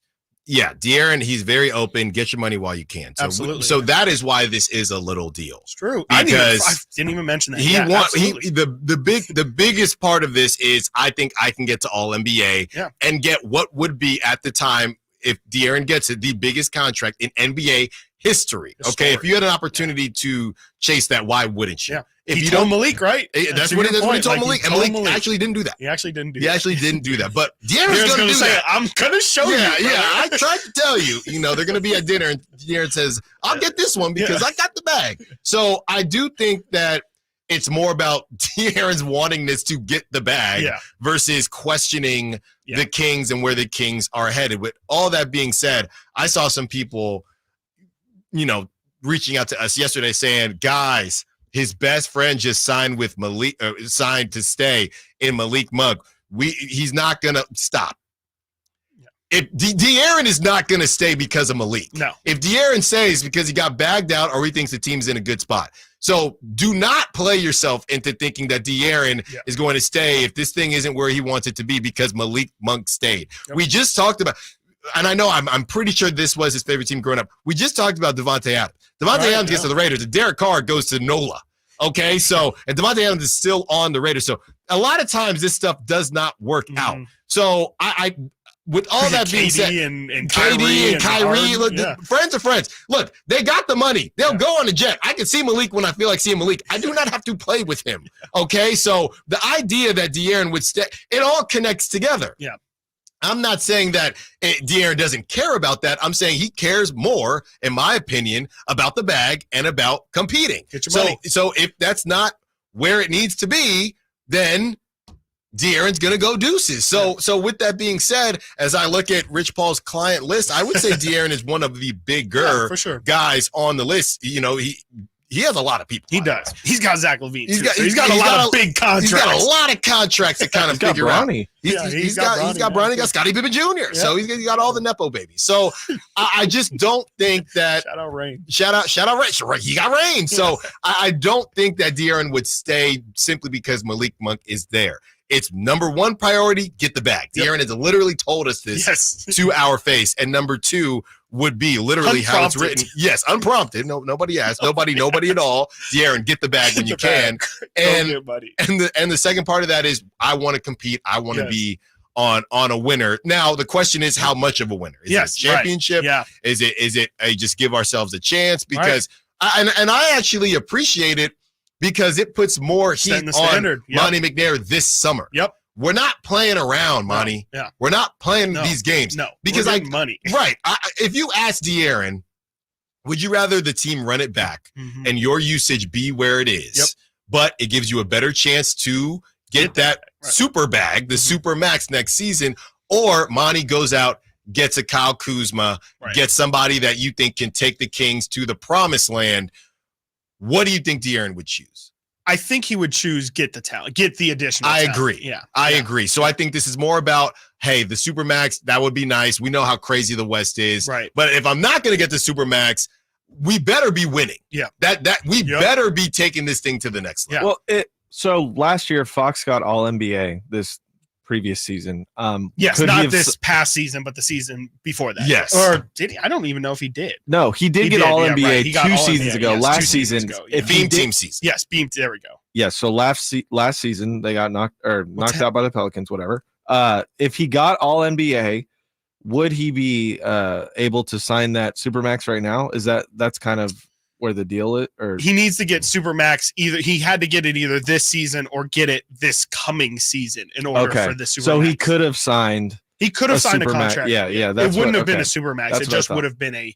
This is where things get confusing. He could have just signed a max contract, but it's not a Supermax. And guys, wait, real quick, that's the difference between like $5 million a year. It's like 50 versus 55. I'm not. If he gets a Supermax, sure, but it is significant. Put it to you like this, yes.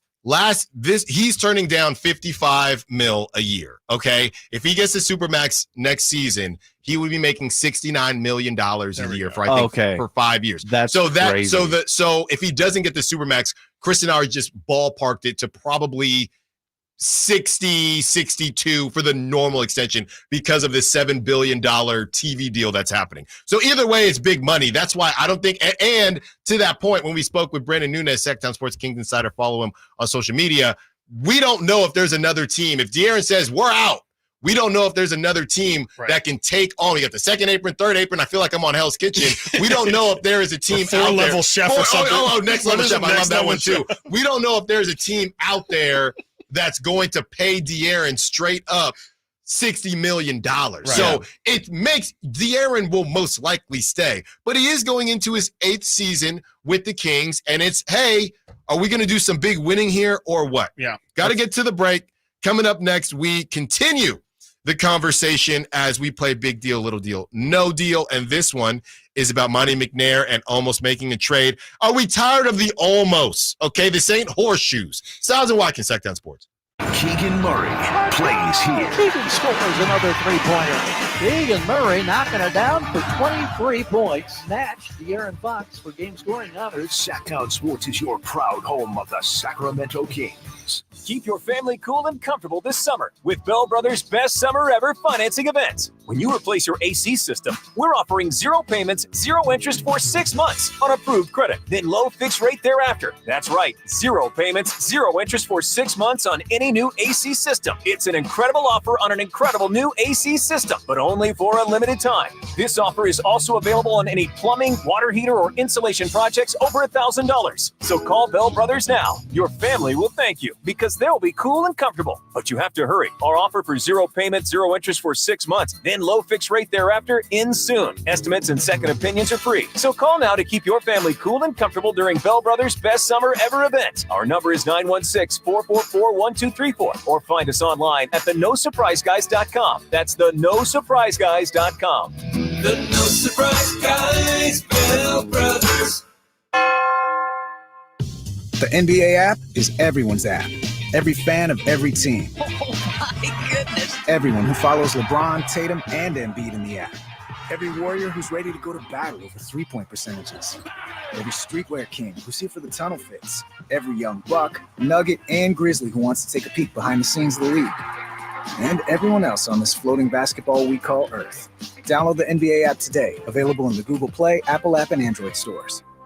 Hey, what's up? Kyle Draper from Mercedes-Benz of Stockton. I've had my new Mercedes-Benz EQS SUV for about 6 months now, and it's still the best car driving experience that I've ever had. And I got some news for you. Mercedes-Benz of Stockton doesn't just have cars or SUVs. They also have Sprinter vans, and they have special rates starting at 4.9% APR and an $8,000 discount on over 30 vans in stock. So head on down there right now to Mercedes-Benz of Stockton and check out their new Sprinter vans. Just a short drive right off the 5 in Stockton. A-Team number one. Countless ACM and CMA awards.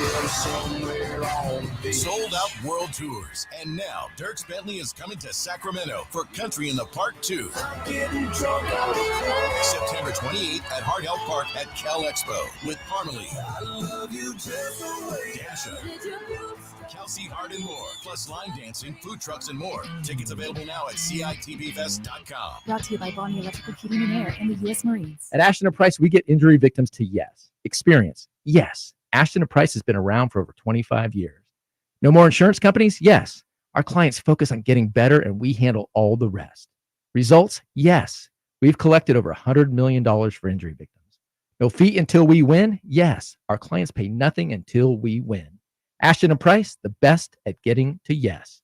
Remember, for the best advice, don't think twice. Call Ashton & Price. Stuck in a downtown meeting marathon? Need a post-work pick-me-up? Head over to Public House Downtown, the corner of 16th and L Streets. That's right, Public House Downtown, your one-stop shop for good times. With 60 beers on tap, come catch the game on 25 HD TVs. Public House Downtown serves up creative American food all day long. Lunch, happy hour, dinner, and even weekend brunch. Public House Downtown. Food, beer, sports. Want to see the menu or plan your visit? Check out their website at phdowntown.com. Find your crew and find your fun at Public House Downtown. Sactown Sports.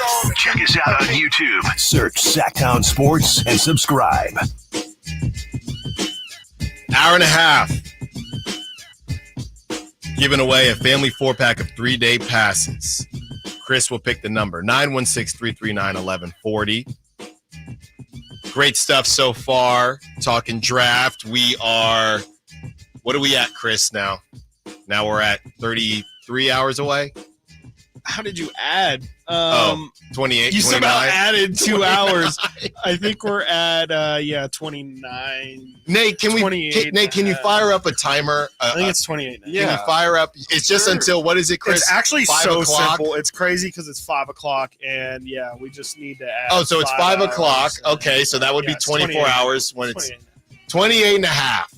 We are 28 and a half. See how many media members does it take? No, 29 and a half. 29 and a half. There you go. We got there. We're taking applications. I've learned this for- lesson so quick in radio. Don't ever do math. I know, live you've on told air. me that. It And I is continue to do it. impossible. Because there is always somebody saying, come on, guys. Yeah, every time. And someone's typing that Every right time. now. Come on. Every single time. Come on, guys. It's just math is tough, man. I will die on that hill. Math Draft is not starts easy. at 5 tomorrow. 5 Yes. Okay, I'm getting a nice little countdown going. There we go. Great. There we go. Outstanding. From the 916, replying, this is very funny because it's as if it's an email. Almost trades. Just stop. Oh. If my, and I can't finish the rest of that statement, but basically they're saying, okay. Ifs don't matter. Yes. Can't read. Oh. Yes. Okay. From the 916. Basically, they're saying ifs don't matter if it didn't happen. And I don't know. I mean, don't you want to know that your team is trying, right? If Yes, nothing came absolutely. out, then you wouldn't know whether they're trying or not. 100%. So, Nate, as we continue this big deal, little deal, no deal, what was the second one that we had here? Well, it has to do with Mr. Vest himself. Ooh. Monty McNair has almost made trades for Kyle Kuzma and Montrezl Harrell in 2021. Dante DiVincenzo in 2020, who did end up on the Kings eventually. Sure did. Pascal Siakam earlier this season, and now Alex Caruso. How big a deal is Monty McNair almost being able to get the deal done? Big deal, little deal, no deal. This is a tough one. It is tougher than the first one. It's pretty nuanced. I'm actually gonna say it's a big deal. I think that it's more of a big deal in terms of talking about the Kings' assets. I don't think it's a big deal in saying, I'm not going to take the route of Monty McNair. Oh, he's not a closer. He can't get deals done. All that stuff and more. You don't have to. Other people will. Yeah, other people can make that argument. And 916-339-1140 if you want to make that point. Please do. Please do.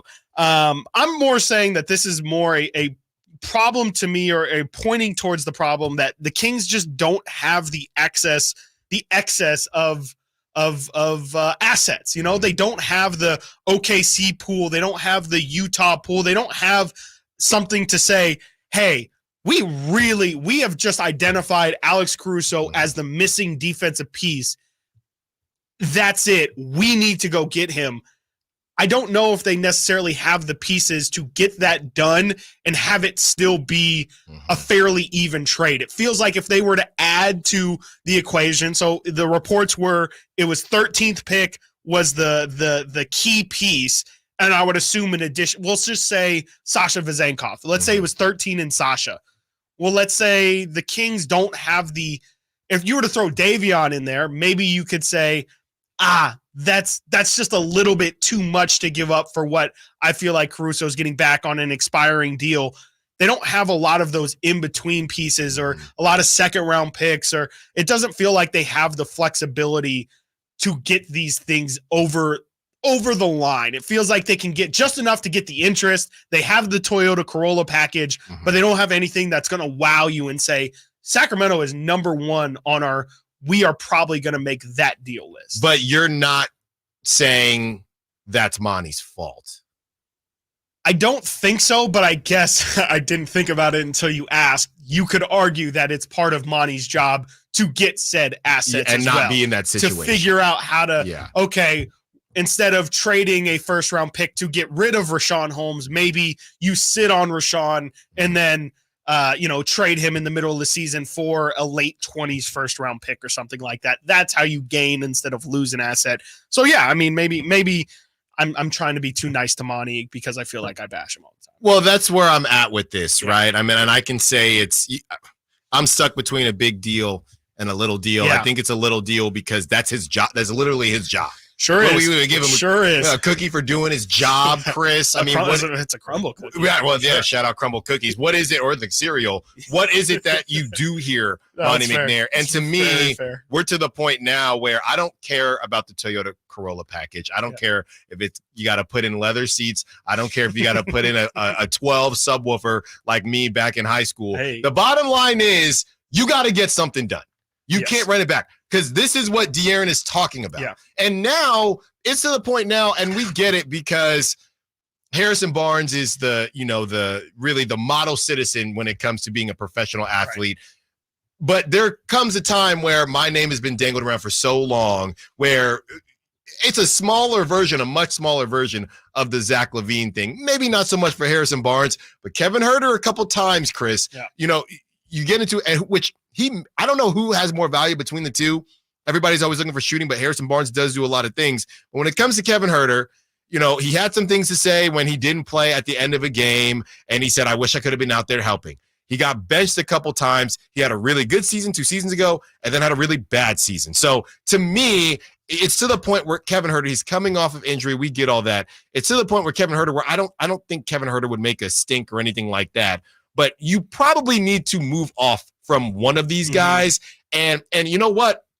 Back in the day when we had that conversation and we had Matt George on, he said he would be more surprised if Kevin Huerter was still on the team than Harrison Barnes, because of it's a wing-driven league and things like that. So with all that being said, Kevin Huerter and this situation, I do think is the piece where Monty, I know we don't want to get played and you don't want to not get back that value. But at some point now, it's just we talked about this before, Chris. And I know we're both taking, so and Nate is too. But the single guys or single ladies out there, when you walk into the club or when you walk into the bar, you're new. You're exciting, and you have a certain amount of time. I think what is on Hall Pass. You have a certain amount of time where you can make some moves before you're stale, and now they've gone on to the next thing. They might already be there, but you can't go through another off season with Kevin Huerter been at the club and Harrison Barnes been at the club. So you either need to go home or you need to go. You got to make a move. Right now, they're the dudes that are always there. Yes. It's like, I walk into this club. Oh, there's that dude again. I don't really even know his name. Maybe but I you just can go and get a new outfit or something like that. But they've been in the club. You gotta find a way to have them talk to someone and get up out of there. Get out of there. Come on, That's perfectly Chris. said. No, I have nothing to add to that. I really do think that was perfectly said. And I think everything in there, I 100% agree with, man. Like Monty is definitely, kind of at fault for this. I think you have to, like you said, you have to try and find something for Kevin Huerter this offseason. If he's not going to be in a Kuzma trade or in a Levine trade or in that to get a better person, I think you have to do, and we saw a little bit of it last season. Like I think the Duarte move is the right process. Like, hey, here's just a random flyer on a guy. We're not paying any. I think there was a second round pick for him. Let's just see what this guy has. And there was moments where you could see, okay, if Duarte does some of this more often, this could be helpful. It just never ended up panning out. More of those things. And that's, I think, something that we talked about when we talked about this team running it back. It didn't have to be that way. They could have just tried different ways of without making the big splash. And I think, Monty's needs to get better at that. And, I still am going to say, I'm pretty sure this offseason is going to be Monty McNair answering a lot of those questions. 916-339-1140. What's up, Nate? What I you just got? have a quick question. How many other teams, like in defense of Monty here, how many other teams do leaks happen where, this guy was about to come here, it fell through, he went to Phoenix or whatever? I feel like we always hear with the Lakers, right? The Knicks, those are two of the most prominent media franchises, whatever, in sports, but I just think it happens to a lot of teams. We just are hyper focused on it, obviously, because we're Kings fans and we're diehard. So I'm not saying it's all Monty's fault. I just think he deserves a little bit of slack his way, in my opinion. Why? Because it happens to everybody. Like deals falling through and not getting the guys you want. But I don't have a problem with these leaks, or I don't have a problem with it not getting it done. I'm just saying at some point you need to get it done.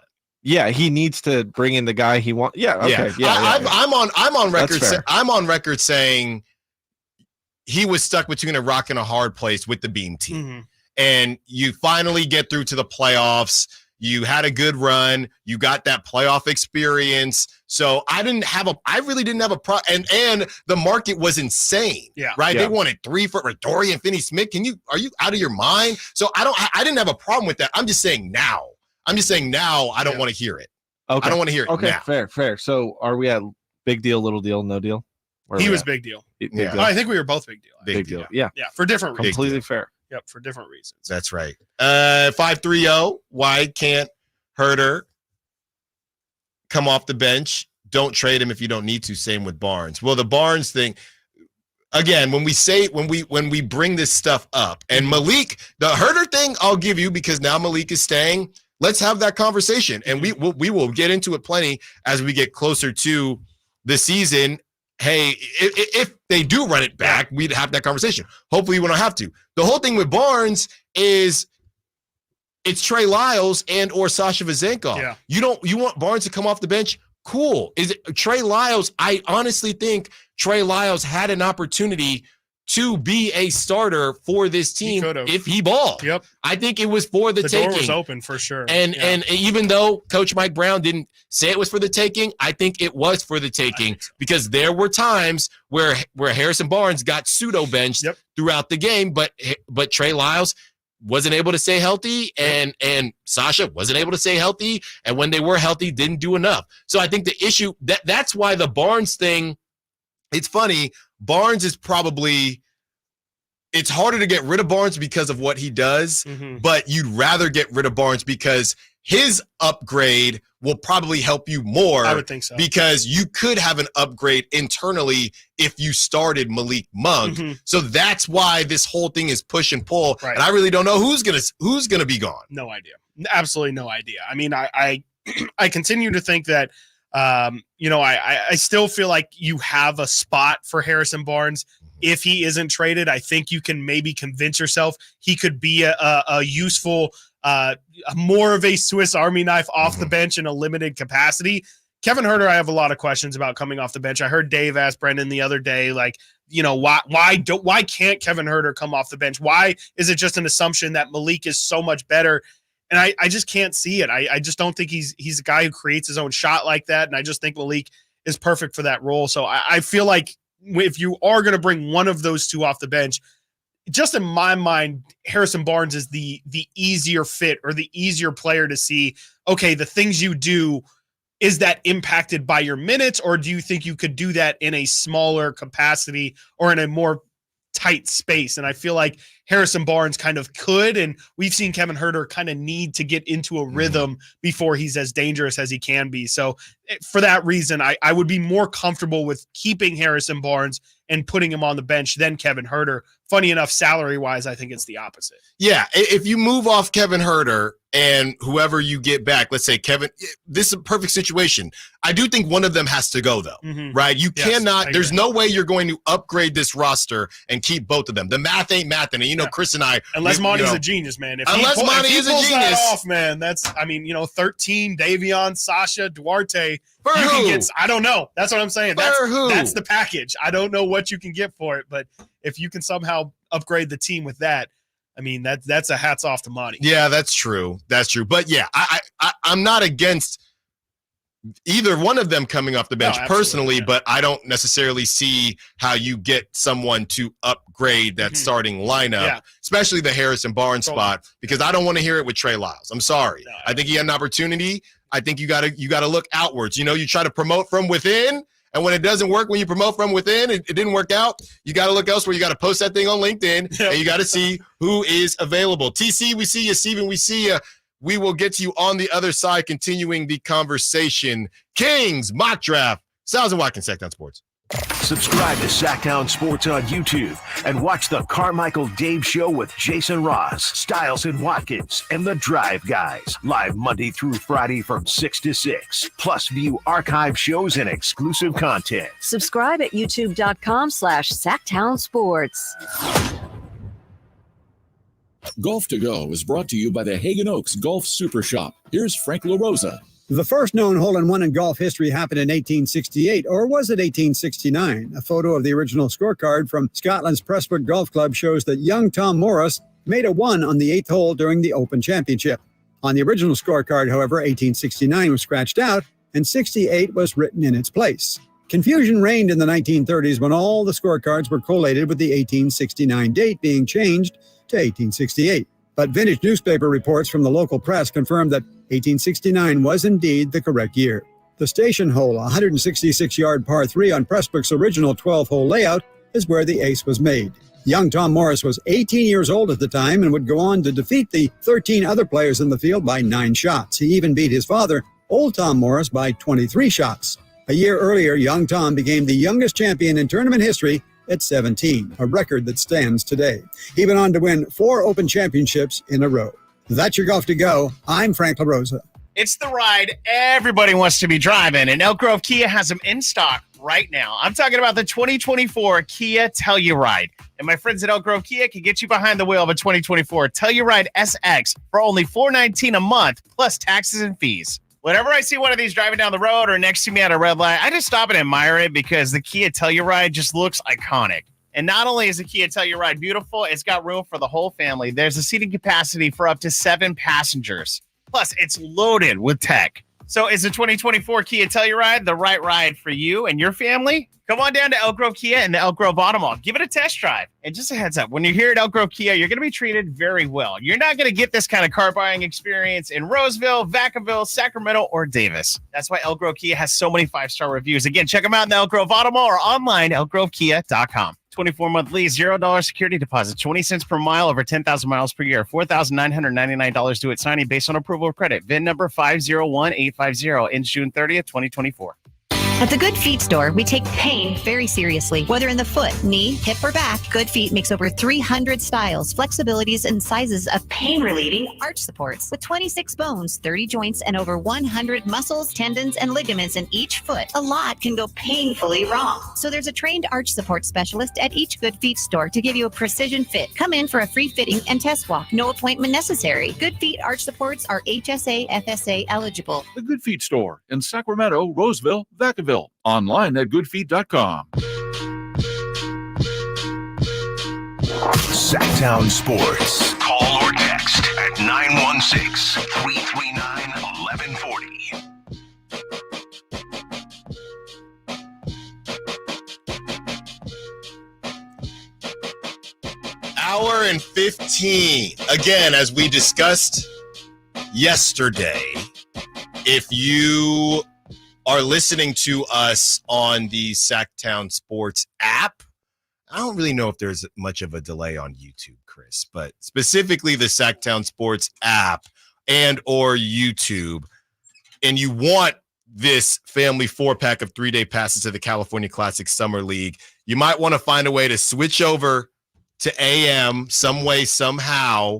If I would say if you're on the app to get to YouTube, if you can't get to AM, but AM would be the straightest shot if you want the best opportunity to win this family 4-pack of 3-day passes for the California Classic League Summer League, July 6th, 7th, and 9th, with an expanded lineup of teams, which may or may not include who the Kings take tomorrow night in the NBA draft. So that is another note for you if you want to be a part of that. 916-339-1140. Speaking of the phone lines, we have two favorites of the show, TC and Steven. Let's first get to TC. Wants to be a part of the conversation. What's up, TC? What you got for us? Alan, Chris, what's up? Man, you know how it is. Get ready for this draft. Wow. Jinx. Right. Hey, look, check it out. It's going to go down, man. But listen, we're going to keep it simple. I believe Cruz going to be the move I always call with that big dog, right? Yes, sir. Cruz move. But listen, Monty, you got to make a move, bro. There's no more almost making moves. Like, I see the Caruso deal, and I think that was put out by the Kings to say, like, hey, we were trying to make a move, and we had a better deal with Davion at 13. And don't take a rocket science to see that was the better deal. But I guess they wanted to go with Giddey. So, I mean, it is what it is. He's trying to make moves. I'm all in. As far as Fox, I think Fox is just saying, hey, bro, I want to see what the roster shake out. Why would I have y'all extending me $50 million right now and take up all the money, and then we be in the same predicament we in right now, not trying to get enough talent around to go with me? You get me? Why am I going to take the money? We extend you already extended me. You extending Domas. Why are we taking all the cap up? It's already hard for money to make moves now. Imagine if Fox would accept. So say if Fox accept that extension, right? We're capped out, bro. What moves are we making? You get me? So that's what I take from it. And then on the flip side, okay, well, Fox, if you want to wait, then we wait on you too, bro. We got to see if you want to be the leader and the real guy of this game, not the super laid back guy. You get me? Yeah. If you want to flip it on that, note, if you want to say, I want to wait, I don't know if I want to be here. Well, okay, bro, we don't know if we want you to be here moving forward then, bro. If you want to be the super laid-back guy, you're not really caring about losing and winning and all that, well, then you might not be the guy, bro. You might just need to be a laid-back guy then somewhere. But I really, truly think that this guy is not taking the money, bro, so we can make other moves. That's how I look at that situation. Simple, cut and dry. Thanks for the call, TC.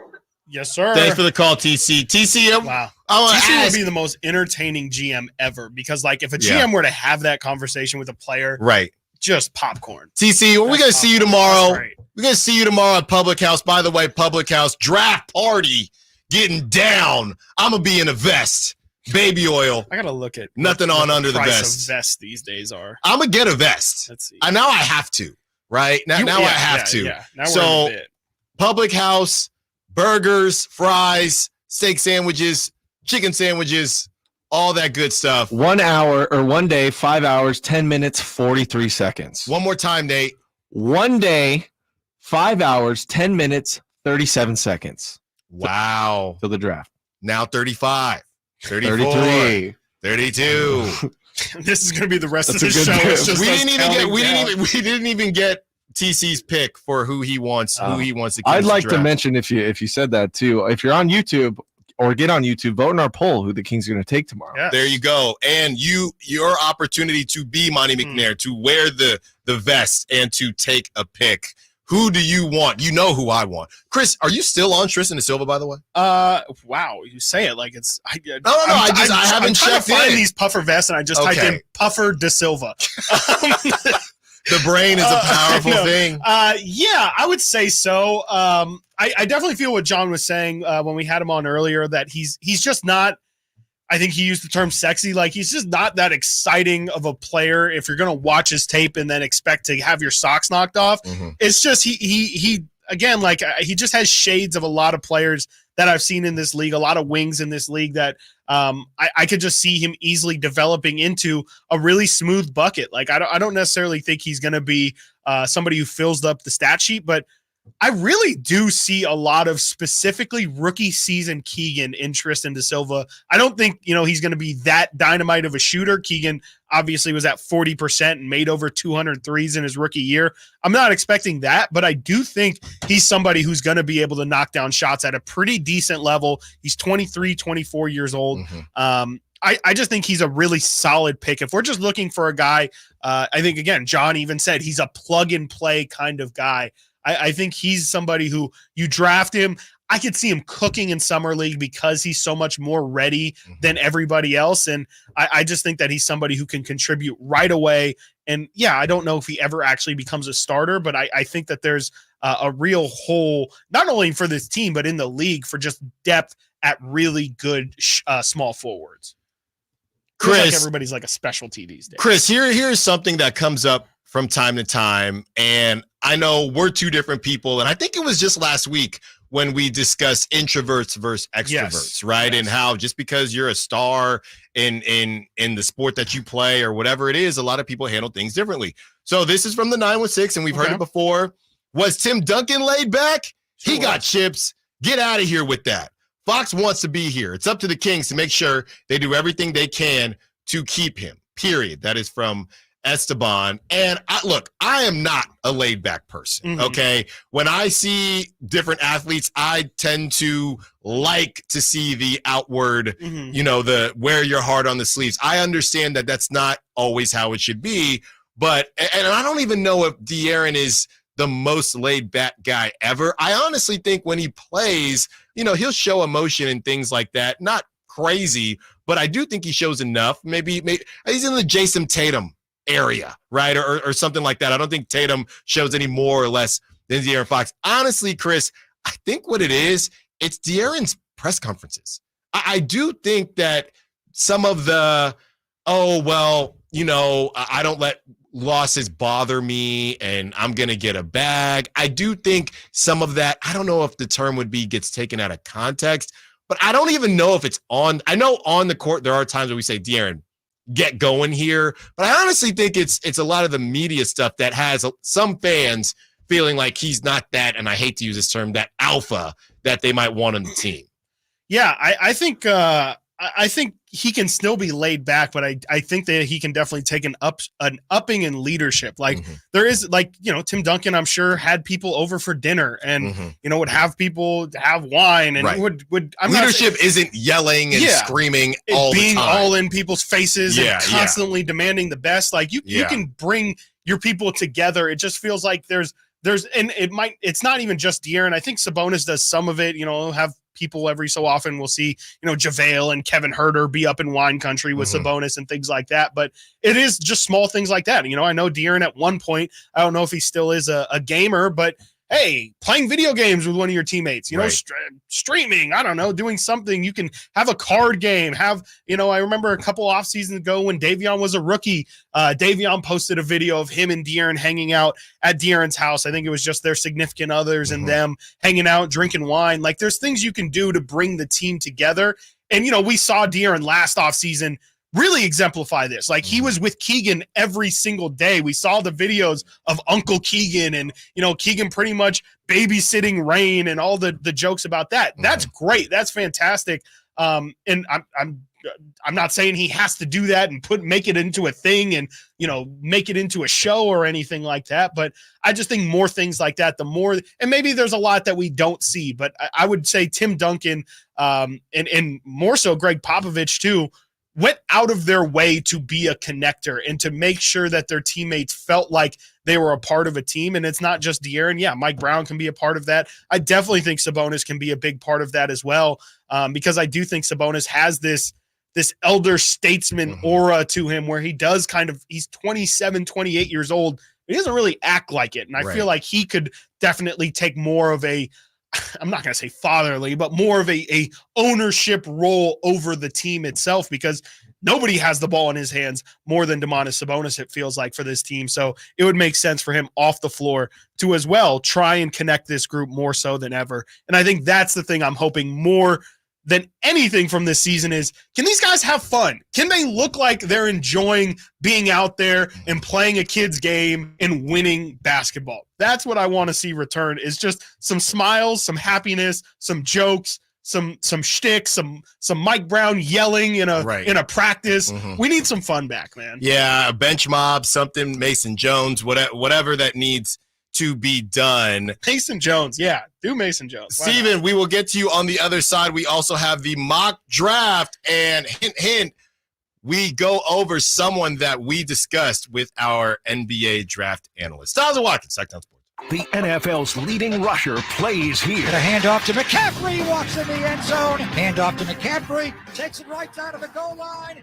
He does his thing again. McCaffrey goes in motion right. Backwards pass led by Juszczyk. A block there. Hurdles a man. 10, 5, touchdown! CMC! You can hear all of Christian McCaffrey's touchdowns on your home for 49ers football. Sactown Sports. I didn't ask to be thrown in the streets with nowhere to go. I didn't think I'd survive. But I did ask for help, and Covenant House was there for me. 1 in 10 young adults will experience a form of homelessness this year. For these kids who didn't ask to be put in this unthinkable situation, Covenant House is there. Covenant House helped me break the cycle of homelessness in my family. They gave me the love that I needed. Over 2,000 young people will sleep safely in a Covenant House bed tonight. When youth who are experiencing homelessness have a hot meal, a safe place to sleep, medical care, and love, they can overcome heartbreaking challenges and have a brighter future. They just really genuinely just wanted to help me succeed, and I'm succeeding. I'm a speaker, I'm an author. Covenant House really helped me and really helped mold me into the woman I am today. If you or someone you love is asking for help, go to safeplacetosleep.org today. It's the Make This the Summer event, and it's going on now at Lodi Chrysler Dodge Jeep Ram. Hi everyone, Leonard Harrington here, and I want to tell you how we make your buying experience at Lodi CDJR as easy as possible. You can come in for a visit, or you can do everything online at LodiCDJR.com. Just pick out the make and model you want and scroll through our large in-stock inventory. Next, schedule a test drive at the click of a button. If you want to finance your vehicle, you can start your paperwork online too, saving you plenty of time before you get here. And if you're looking to sell your vehicle or looking to buy, we'll give you an instant cash offer online too. At Lodi Chrysler Dodge Jeep Ram, we make it easier than ever to put you into a new vehicle. It's what we do. Online at LodiCDJR.com or in person. We're right off 99 in Kettleman, where we're open till 9 every night and Sundays after church. Prices are better at the Low Price Center. Lodi Chrysler Dodge Jeep Ram. Visit us at LodiCDJR.com. Yeah! Slash presents Serpent Festival, a celebration of the blues. Friday, July 12th at the venue at Thunder Valley, starring Slash, Warren Haynes Band, Samantha Fish, and Eric Gales. It's gonna be a steep climb. Don't miss an all-star night of blues, Friday, July 12th at the venue at Thunder Valley. For tickets, visit ThunderValleyResort.com. Serpent Festival. Since 1776, July 4th has been celebrated as the birth of American independence, but it's been a federal holiday only since 1941. Hi, this is Frank LaRosa with a word about Naturewood Home Furnishings. It was a mere 7 years later when the Keys family opened their first Naturewood store in Sacramento, and I guess Northern Californians have been celebrating ever since. We celebrate an incredible selection of furniture brands made right here in America. We celebrate the kind of generous hometown hospitality that was important to Walter Keyes in 1948 and continues with the Keyes family and the Naturewood Home Furnishing staff today. And we celebrate the kind of quality that's been synonymous with Naturewood for all these 76 years. Look for Made in America brands like Stanton, Sam Moore, Stickley, Hilltop Hickory, Simply Amish, and more during the Naturewood 4th of July sale event. Find the furniture that you will celebrate for years to come. Naturewood Home Furnishings, off Highway 50 at Hazel. Look for the water wheel. Want the best movie experience in town? Join Sactown Sports IMAX Pass by visiting SactownSports.com. Sign up today. You can win tickets to see this week's films at the Esquire IMAX Theater. From the Power Business Technology Toshiba Studios, KHTK-AM Sacramento, KYMX HD2 Sacramento, the only station in Sacramento giving you local sports coverage from 6 a.m. to 6 p.m. Monday through Friday. Sactown Sports.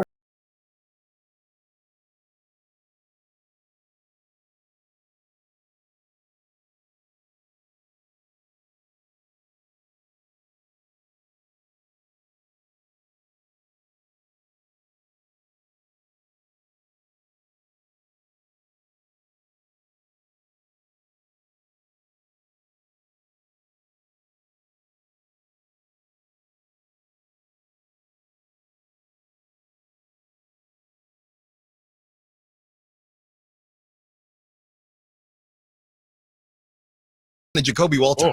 That's a great question. Yeah, that would have been a good one to ask John, because he's kind of the invert. As Devin Carter has risen, Jacoby Walter seems to have only fell out, because I haven't really seen him in a lot of even the range necessarily of where the Kings are taking. I've heard some talk about him, especially recently. I from what I understand, he's a bit of a Cam Thomas a little bit. He's got a little Cam Thomas to his game, to where he likes to shoot. He definitely likes to shoot. And I think that's kind of the concern, is just, where can he reel it in? And, not a lot of teams are necessarily hungry for a heavily high usage guard like that. If you're, what is, it's great that he was able to do that at Baylor, but who in the NBA is going to give him that wide open of an opportunity, especially at the top of the draft, which I think is why he's seemingly falling further and further back. 916-339-1140, about to get into this mock draft. But first, let's hear from Steven, who's been waiting patiently. Steven, what you got for us? Not much, man. Am I still on timeout for calling you 5'9"? Okay. It's only when you mention it. I don't think so, Steven. It's all love, baby. Ever. I'm here for the family environment. Oh yeah, I know. Okay, I know. Steven, we got the draft. We don't have time for these jokes. You're so done with me already, dude. Yeah, I get it, dude. I totally get it. I'd be done with me too. So as far as this draft eve is concerned, Commissioner Steven has entered the building. Okay. Right? And I'm just letting you know that the pick is in. Okay. Did you and Nate work on this? What's going on? And with the 13th pick in the 2024 NBA draft, the Sacramento Kings select Tejon Salon. Wow. With the 13th pick. Wow. So Alan's on the table. He's celebrating. Steven, streamers fall Steven, from the you're ceiling. just trying to get back on my good side, Steven. What does Tejon Salon do well, Steven? Give me his comp right now. Give me his comp right now. Let's see. Tejon Salon. What would I compare Tejon Salon to? He seems like a really nice French guy. Thanks, Steven. Thanks, Steven. Maybe Wemby, because they're both French. Steven. I really hope Steven's there tomorrow. Steven, Nate rung you, by the way. That wasn't me. Nate rung you. Did you guys plan that? He asked, and I was like, yeah, oh my goodness. Like, I want to ring you, Nate. We had to get a please. That was some great production there. I almost rang myself this morning. That's also true. Yeah, all right, really Chris, the athletic. Another mock draft. Who is it? Yeah, today is a familiar name in which we need to start getting accustomed with for the next Nate. What's the timeline that we're looking at here? A day and 5 hours. 1 day, 4 hours, 55 minutes, 43 seconds. Boom. Wow. Better get comfortable with this name because I think it's the name you're going to see until the Kings make a trade, if they make a trade. And that's Ron Holland. He's been at a lot of Kings spots at number 13 in a lot of different mock drafts now.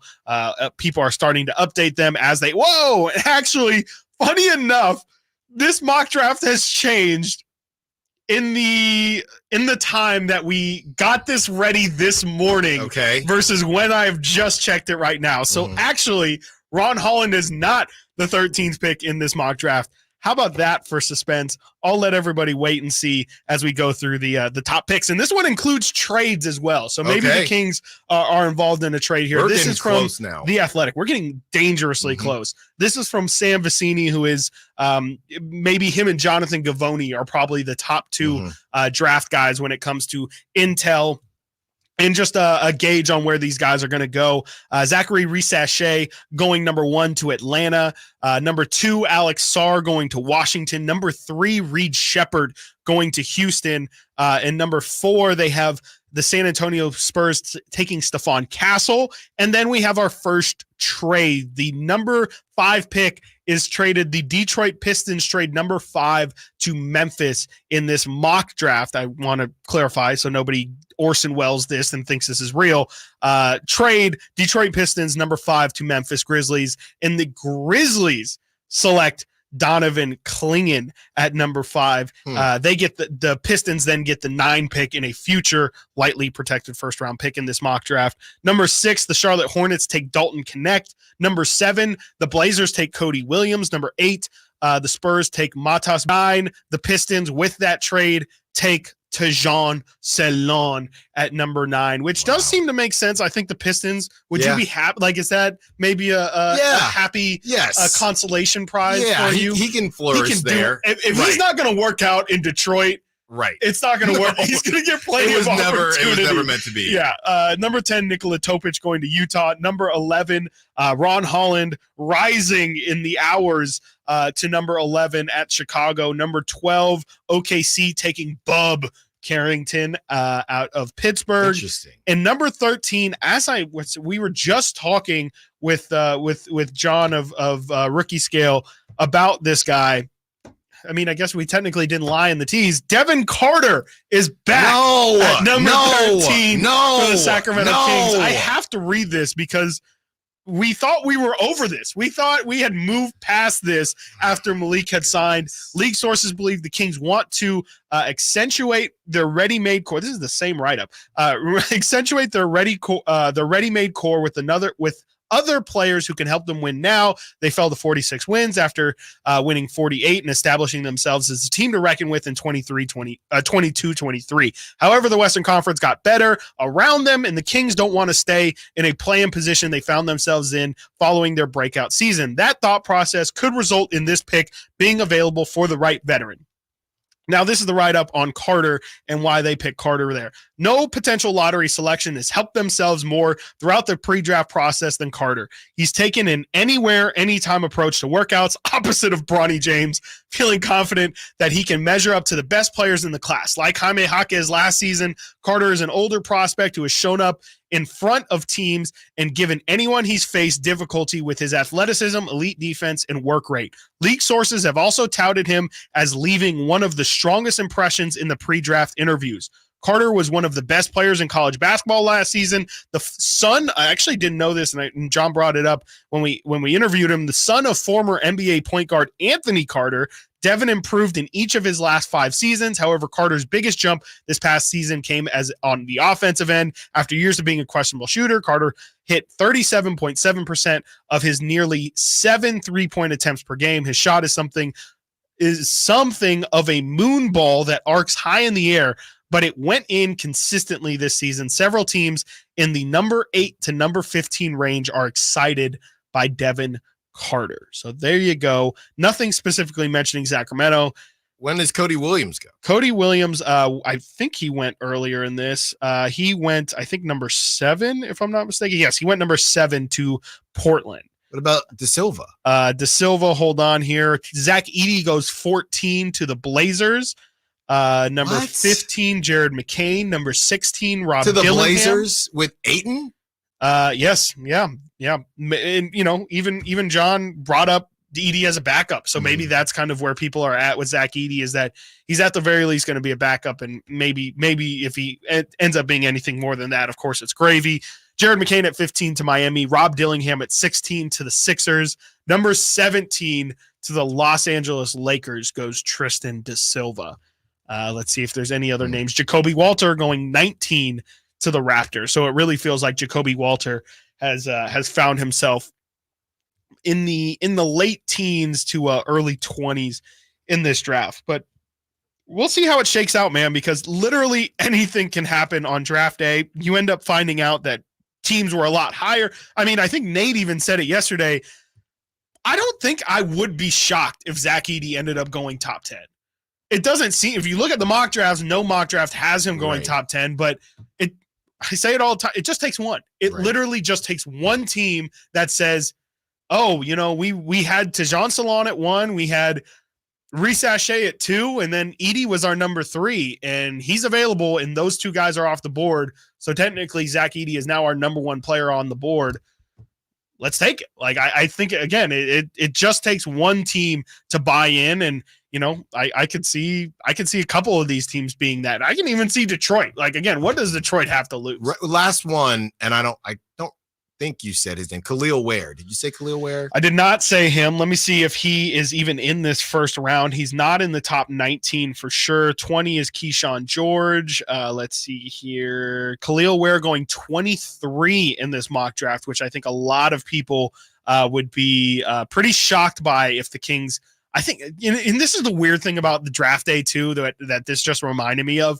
It gets to a point where people are falling, and then it's, well, why isn't Monty going up and trading into this pick and going? And so then people find a new thing to get upset. But how did Monty McNair let him slip to that? He was just falling. He was going for anybody to take him, and we just let him fall all the way to the Lakers at 25 or whatever, and now he's going to haunt us, and then he ends up being nothing. My personal favorite is when good teams, I think a lot of times it's the Warriors. Oh, when my God. Whoever they take. Whoever they get. And all they do is fire up the highlights. How do they keep doing this? And then that guy doesn't even play. Patrick Baldwin. Patrick Baldwin's oh, my goodness. Patrick, that is a name drop and a half. Incredible. I forgot about. Oh, how do we let the Warriors continue? Yeah. Oh, the rich stay rich, I guess. They can't keep getting away with this. Come on. Coming up next, we have a draft convo about Sacramento native, the Duke Blue Devil, Jared McCain. Do you want him? He's a guard, but he's also a sharpshooter. Stiles and Watkins, Sactown Sports. Trying to find out where to catch your favorite team's games? Are you a fan of the Kings, Niners, and the NFL? Well, Sactown Sports has you covered. Touchdown! San Francisco! It's all on his shoulders. Cox rocks. He fires for the win. He's got the triple. Catch all your Kings, Niners, and NFL games all year long on Sactown Sports and SactownSports.com. Power Business Technology is proud to be 100% independent, locally owned, and managed Toshiba copier dealer. Local ownership cuts out the red tape, allowing ourselves to never be too busy to personally answer the call when our clients need us. Recognized for excellence in service execution, training, and customer service, we're proud to be named a 2022 Toshiba ProMasters Elite Dealer. Contact us today for all of your business printing needs at 844-POWER-BZ. That's 844-769-3729, or visit us at powercopiers.com. I'm Craig Ashton of the injury law firm of Ashton & Price. Whether you've been injured on a bicycle, as a pedestrian in a slip and fall, auto, Uber, Lyft, or big rig accident, you need Ashton & Price in your corner. When you call Ashton & Price, there's no chatbot telling you to hit 3 for accounting. You're greeted by a real-life person who will immediately transfer you to an experienced attorney. The consultation's free, and there's never a fee until you win. Remember, for the best advice, Don't think twice. Call Ashton and Price.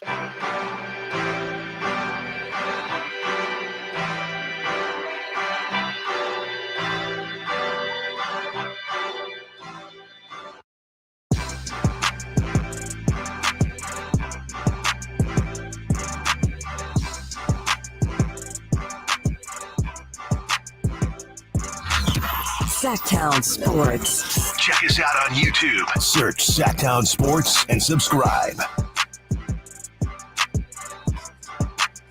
916 Carter could be Caruso with a jumper. They wanted Caruso, so that makes sense. Whoa. That is high praise. I mean, I'm not saying you're wrong. I just think those are some big shoes to fill there. I hope so. If he is going to be that kind of guy, of course, sign me up 100%.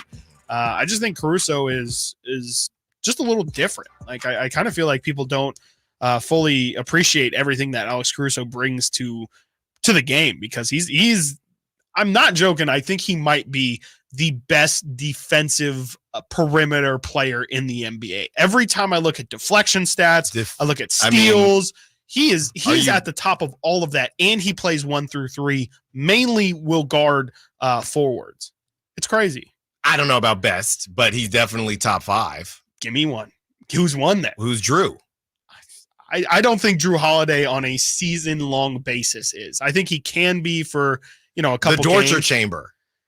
I think he's smaller than Caruso is. Caruso's got a crazy wingspan. It's everybody's got their preference. Yeah. Well, if they end up taking Carter, that's certainly what we hope, but that adds another guard to the mix as we discuss guards. And will you see one of these guards at the California Classic Summer League, July 6th, 7th, and 9th? We're giving away a family 4-pack of 3-day passes in 45 minutes, 1 p.m. For more information, visit SactownSports.com. If you are listening on the app, you might want to switch over to AM as we get closer to 1 o'clock to avoid that delay.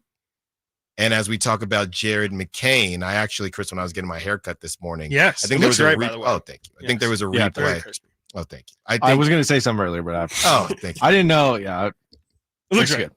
Okay, thank you. As I was watching this morning, they were basically replaying the combine, and they were interviewing Jared McCain. So I was watching some of it. They talked about it's so funny now how fingernails. No, they were painted, but they did not talk about it. No, I'm just giving you the visual. That's very big of them to not talk about it. Well, actually, they didn't talk about it from what I saw. Yeah, because it was towards the end of my haircut. It was when I was getting the lineup right, and they brought up the TikTok followers and things like that. Again, and TikTok's the most concerning part to me. Are we getting to the point where I was going to say the opposite? Are we getting to the point where you have to overlook that because that's part of your brand? It is what it is. That's where we're at in society. You make money off of it.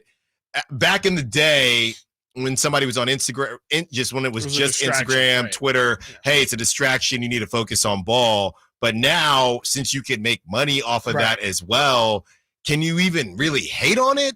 I think it's the concerning thing is that it might be intrusive into like the locker. I think and I'm sure he clears it, but who knows? You really don't know, especially, I hate to sound like a grandpa, but with kids these days, I don't know if they 100% always know what is like camera appropriate and what isn't in terms of, hey man, like we're all just trying to get shots up in the gym. Like, do you really need to be filming or, whatever? I just think that fingernails.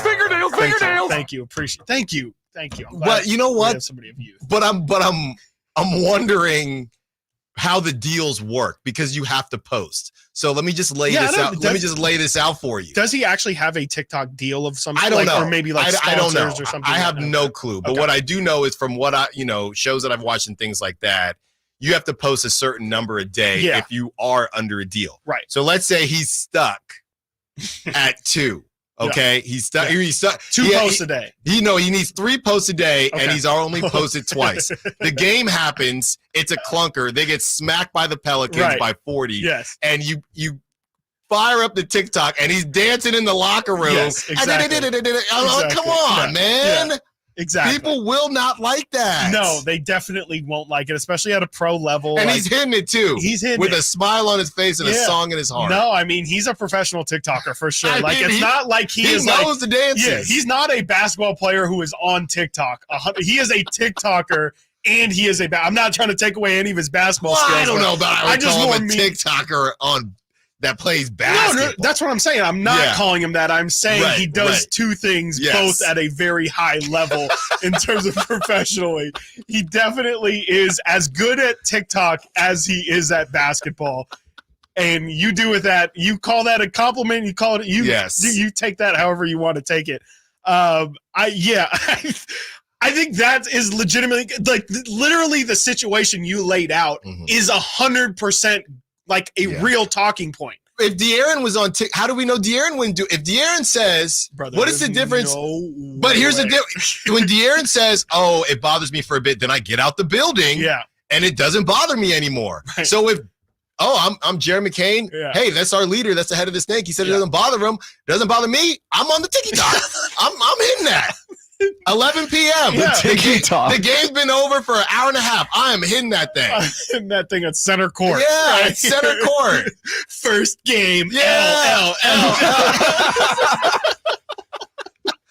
Come on, man. Like I think it's fine. Like, I'm not gonna not draft him because of it, but I do think it's something to where I seriously think you have to at least like have a conversation of like, even if it's not directly with him, but like maybe his agent, just in terms of like, all right, what are we like? What is the extent of this TikTok liking? Like, is it really something where he loves to TikTok and like we again need to set boundaries on it? Or is it just like he's having fun, whatever it is? Like, and this is probably the oldest man conversation we probably. But they should have. But the Kings avoided it and I don't know if this is a Monty McNair guy or not, if that falls in or out of the category. But they avoided that when I know that there are guys. Keegan's it's not as if this is a new thing, right?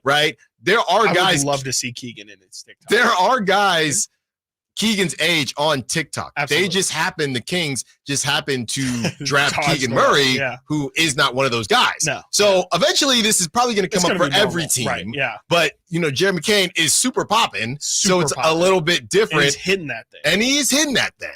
And that's lost. what matters. That's the difference is like he's good. Like you're taking a talent away from TikTok. Like if he were garbage at TikTok, it would be like, look, dude, we're honestly kind of doing you a favor. Where's Juju Smith-Schuster? Probably shouldn't be doing this anyway. Yeah. And instead, it's like, no, dude, like you're really good at this, and you might have to pick between your two true loves. Yeah. Can you guys educate me a bit? Like, what does he do on TikTok? I'm not on TikTok. Dancing mostly, whatever the trends are. Yeah, he's literally doing. He is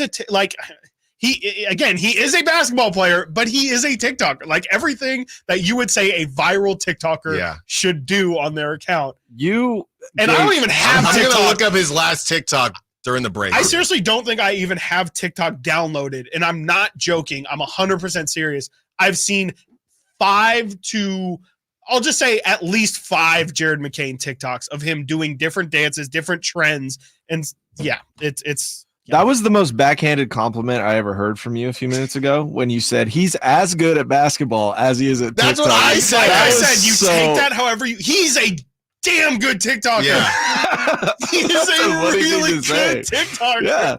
No, it sounds like it. Him or Jackson Mahomes, who are you taking? Oh, not even a question. It's not even a question. Okay. We're not doing the Jackson. Yeah. I'm looking here. He has 2.8 million followers on TikTok. He has 137.8 million likes. And yeah, man. And he's hitting it. Shout out. Hitting it, yeah. He's hitting it. His last TikTok was 5 days ago. What does his content even look like these days? Oh, no, he's still, another day, another hotel. He is hitting that thing, man. That's crazy. Yeah. Someone is. You got to get better collabs. 5 days ago, he I don't know what song it is because I have it on mute, but I guess he's lip singing a hood classic, and the first comment is, "This should raise your pick in the trap." Dude, this is crazy. That's good. By the way, as we got on a kind of a TikTok tangent, the Sacramento native turned Duke Blue Devil star Jerry McCain worked out in Sacramento on Saturday. And that was from the Sacramento Bee. They told Jason Anderson that, or Jason Anderson reports. A McDonald's All-American and California Mr. Basketball in 2023. McCain was a 5-star recruit out of Centennial High School in Corona, California. And he proved to be one of the country's best shooters, shooting a blistering 41.4% from 3 on 5.8 attempts per game, while shooting 88.5% from the free throw line and 46.2% from the field. With incredible shooting ability like that, he will surely be a great addition to any team that drafts him. I'm just watching his TikToks, man. And let me say, he's got the locker room involved. So yeah, you know what? I can't be a hypocrite. I can't, and literally as we're closing the last segment, I can't say, I just want some fun, man. I just want some good feelings. That's true. I just want vibes. And then this kid is walking in bringing nothing but 100% pure vibes. And here I am trying to knock him down. No, I want to see Keegan in a TikTok. Yes. I want to see him just stand there Right. and say, is this thing on?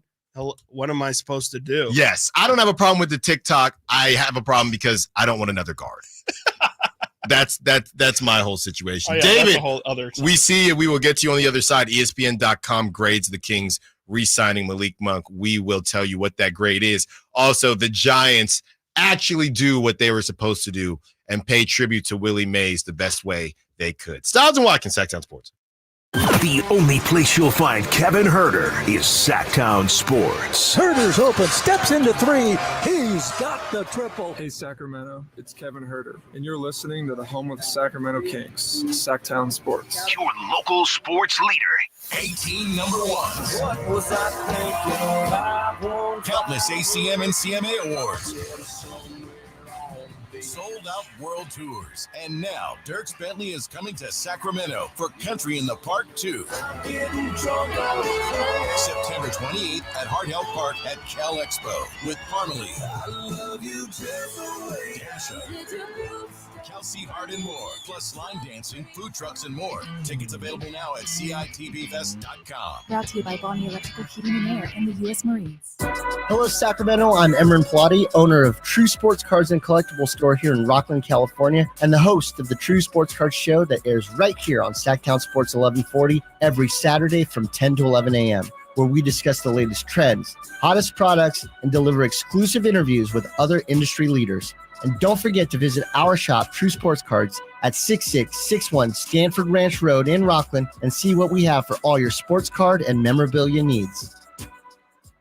Coach Doug Christie here to remind you, if you're in the market for a new car, shop Folsom Lake Kia. Low interest rates, low payments, and zero down deals with approval of credit. Folsom Lake Kia, over 25 years, right here in Folsom. Your water heater, old, rusty, forgotten. We hardly ever even think about them until there's no hot water. Right now, get incredible rebates up to $3,000 off and financing available for as little as $40 a month. Leave it to Bonnie to crank up the heat. The PGA club fitters at the Hagen Oaks Player Performance Studio know that golf should be fun. They also know that players of all abilities will hit the ball farther and straighter, play better golf, shoot lower scores, and have more fun if they get fitted before they purchase golf clubs. Hagen Oaks delivers the same technology and major brands used to fit PGA and LPGA professionals. See how the game can be even more fun.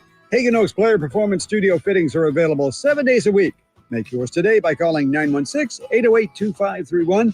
That's 808-2531. Stuck in a downtown meeting marathon? Need a post-work pick-me-up? Head over to Public House Downtown, the corner of 16th and L Streets. That's right, Public House Downtown, your one-stop shop for good times. With 60 beers on tap, come catch the game on 25 HD TVs. Public House Downtown serves up creative American food all day long. Lunch, happy hour, dinner, and even weekend brunch. Public House Downtown. Food, beer, sports. Want to see the menu or plan your visit? Check out their website at phdowntown.com. Find your crew and find your fun at Public House Downtown.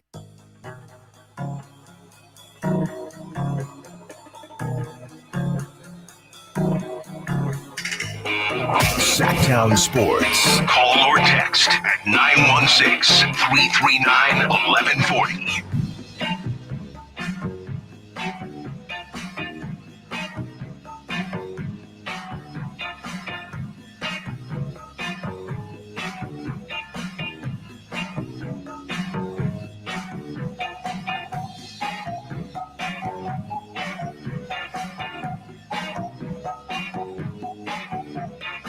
30 minutes until your chance to win tickets. Family 4-pack of 3-day passes to the California Classic Summer League, July 6th, 7th, and July 9th. Will you see Jared McCain? Maybe you'll get in a TikTok with Jared McCain. Ooh. By the way, stick around, 12:45. That last TikTok that I told you about with Jared McCain. Now, Chris and I are in a complete black hole. And TikTok's funny because it just keeps replaying on my computer. So and stick around 12:45. We have some audio. We'll play our favorites. Jared McCain, he was actually singing during that TikTok. So we will play that audio and grade his singing at 12:45. We also will get into some Giants audio as the Giants walk off on a day they celebrate. Willie Mays, they are now, that is that first win, Chris. They were 0-5 since Willie Mays passed away. They finally got a W there. 916-339-1140. Let's get to David, who wants to be a part of the conversation. What's up, David? What you got for us? What's up, brother? How you guys doing? We're good. We're good. Good. Chris, once again, Skol, baby. Yes, sir. Skol it up. Mm-hmm. Yeah. So, hey, as far as the Kings go, I called a couple weeks ago, but, there's one guy I think that will lift the Kings, and I think it's the best option. I don't think they'll land him because I think that they won't want to ship him to another Western team, but that's Brandon Ingram. He fills the spot that we need. That guy would be the exact kind of player that we need. He created his own shot. He's deadly from three when he can hit threes pretty much go on a run like he did at least against us. He's got size, not very buff, but he's tall. Mm-hmm. And I would love to see the Kings somehow.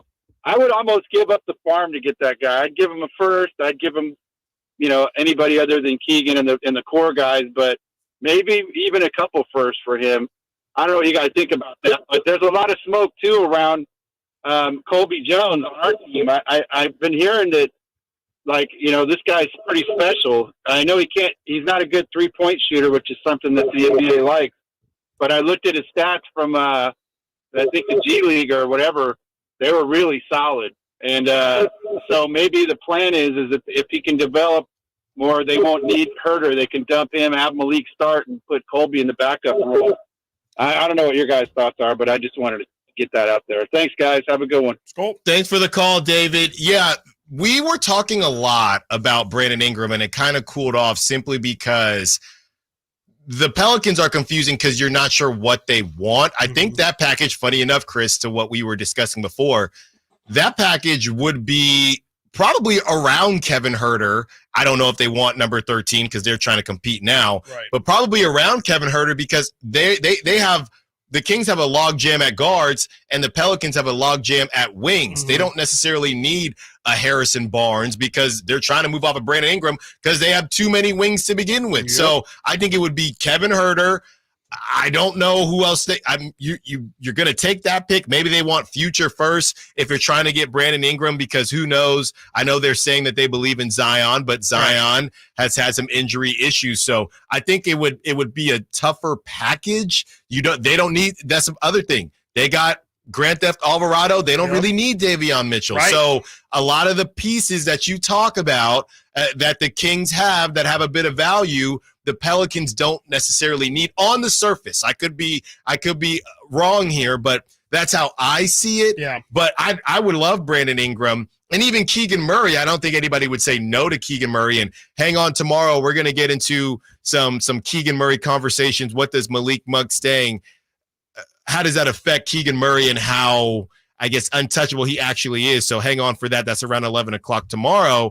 But even Keegan Murray, I don't think anybody would say no to Keegan. But do the Pelicans need Keegan? I don't know. No, I wouldn't think so. Kind of for what you listed out with HB, I kind of feel like you said, the reason they're trading Brandon Ingram is because they have so many forwards. I wouldn't think that they would want another one. He is definitely available. I'm seeing a report here from Mark Stein as early as today saying a prominent former All-Star considered more likely to be dealt this week. With the draft and free agency converging, New Orleans, Brandon Ingram, it was a rough it was roughly 6 weeks ago, back on May 12th, that I wrote about a growing belief league-wide that New Orleans would seriously explore the trade market for Ingram before next season. Anticipation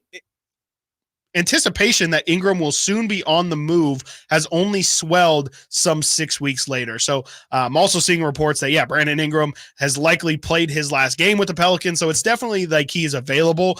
I just the more I think about it, I'm not 100% sold on the fit here. I think he's been best when he's been like a 1 or 2 option on a team. And if he's going to be the third option for this team, or have the ball in his hands the third most behind Sabonis and behind Fox, I kind of feel like that's the reason why New Orleans is moving on from him, is because he struggled to fit next to Zion, to fit next to CJ McCollum when they were cooking. So I kind of would be afraid of signing up for Ingram long-term. I think as a 1-year rental, definitely I would be interested in, but you would also have to give up an absolute ton in order to make that happen. Yeah, and I don't know, Chris. I'm looking here, and this is from Justin on the text line. Herder issue is a personal problem. If he can fix, he should stay because he's a weapon with that shot, and he would be worth something to trade after this year. But then if he has another good season, Justin, then the Kings would want to hold on to him. Chris, it's interesting. And with all the GMs talking and having conversations, the Mike Dunleavy Jr. spoke for the Warriors yesterday, and he made some waves, and he said, essentially, we're not, and we talked about Bob Fitzgerald, who is play-by-play for the Warriors, and he's going to do play-by-play for the Olympics. And the thought process internally for some, obviously, we think Klay is going to walk, but the idea that we don't have to do too much. If Draymond plays all the games he missed, we're looking at that 5th, 6th seed, and the 5 seed went to the NBA Finals. So we get all that. Again, I don't think Klay is going to stay, and now they're trying to cook up a Paul George trade. Yeah. But with that being said, bringing it back to the Kings, is there any world in the universe, in any dimension, where the Kings and Monty McNair say, you know what? We didn't get our guy, Zach LaVine. It's just too expensive. Brandon Ingram didn't work out. The Pelicans didn't want what we had.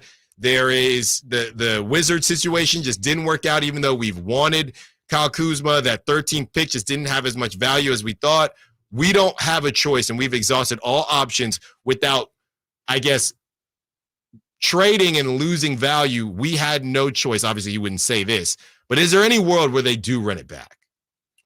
I don't think so. No, I think they know they have to do something, and running it back would I think it would not only upset the fan base, but I feel like it would upset the team too. I feel like they would say, what are we doing here? Like, what is our goal if we're just going to run this thing back again, and say that, we'll make a move at some point during the season? Because at that point, if you're making a trade in the middle of the season for a big piece, odds are it's not going to be able to kind of come together throughout the season. You need an off season. You need training camp to understand the offense and all the things that you're trying to do. I just kind of feel like if they are going to make a move, it's going to be during the off season. And I just think there's way too much pressure, and there's been too much waiting. We've already had to wait for a deal to be done. I think that now is the time to be aggressive. And it feels like with them talking about bringing in Kuzma, with them maybe being in on Caruso and talking about Zach LaVine, it just feels like they're in too many of these conversations to not get something done, though I do feel like I probably said that same exact sentence at the deadline. You know what, Chris? And the more I do think about it, it is interesting now that this came out, and we know it. I wouldn't say we know, but we're pretty sure it wasn't Harrison Barnes in the 13, or it wasn't Herter in the 13th for Alex Caruso. And I know that fell through, but we'll never know. We'll talk about these dimensions. But if that trade, let's say it was Davion or Sasha, whoever, a bench player in the 13th pick for Caruso, I do wonder if Monty McNair would have thought that was enough. Yeah, I feel like you're saying just bringing in Caruso. If that trade goes through and they're like, we're not going to just give away Harrison Barnes if it doesn't make sense. We're not going to give away Kevin Huerter, who is coming off surgery. Maybe that's affecting Kevin Huerter's value. We got Alex Caruso. We're moving into this wave of defense on top of the 3 shooting. I think we're solid. I could see it. I think it would help if they kept 13 in that sense. So it's like Caruso and here's a young player or something like that. Mm-hmm. I still think they would move on from one of them or Sasha. Like, I think that I think it might have just been maybe you're eating a Carolina Reaper, but there was 2 or 3 smaller level bench players brought in, kind of just shuffling the deck a little bit.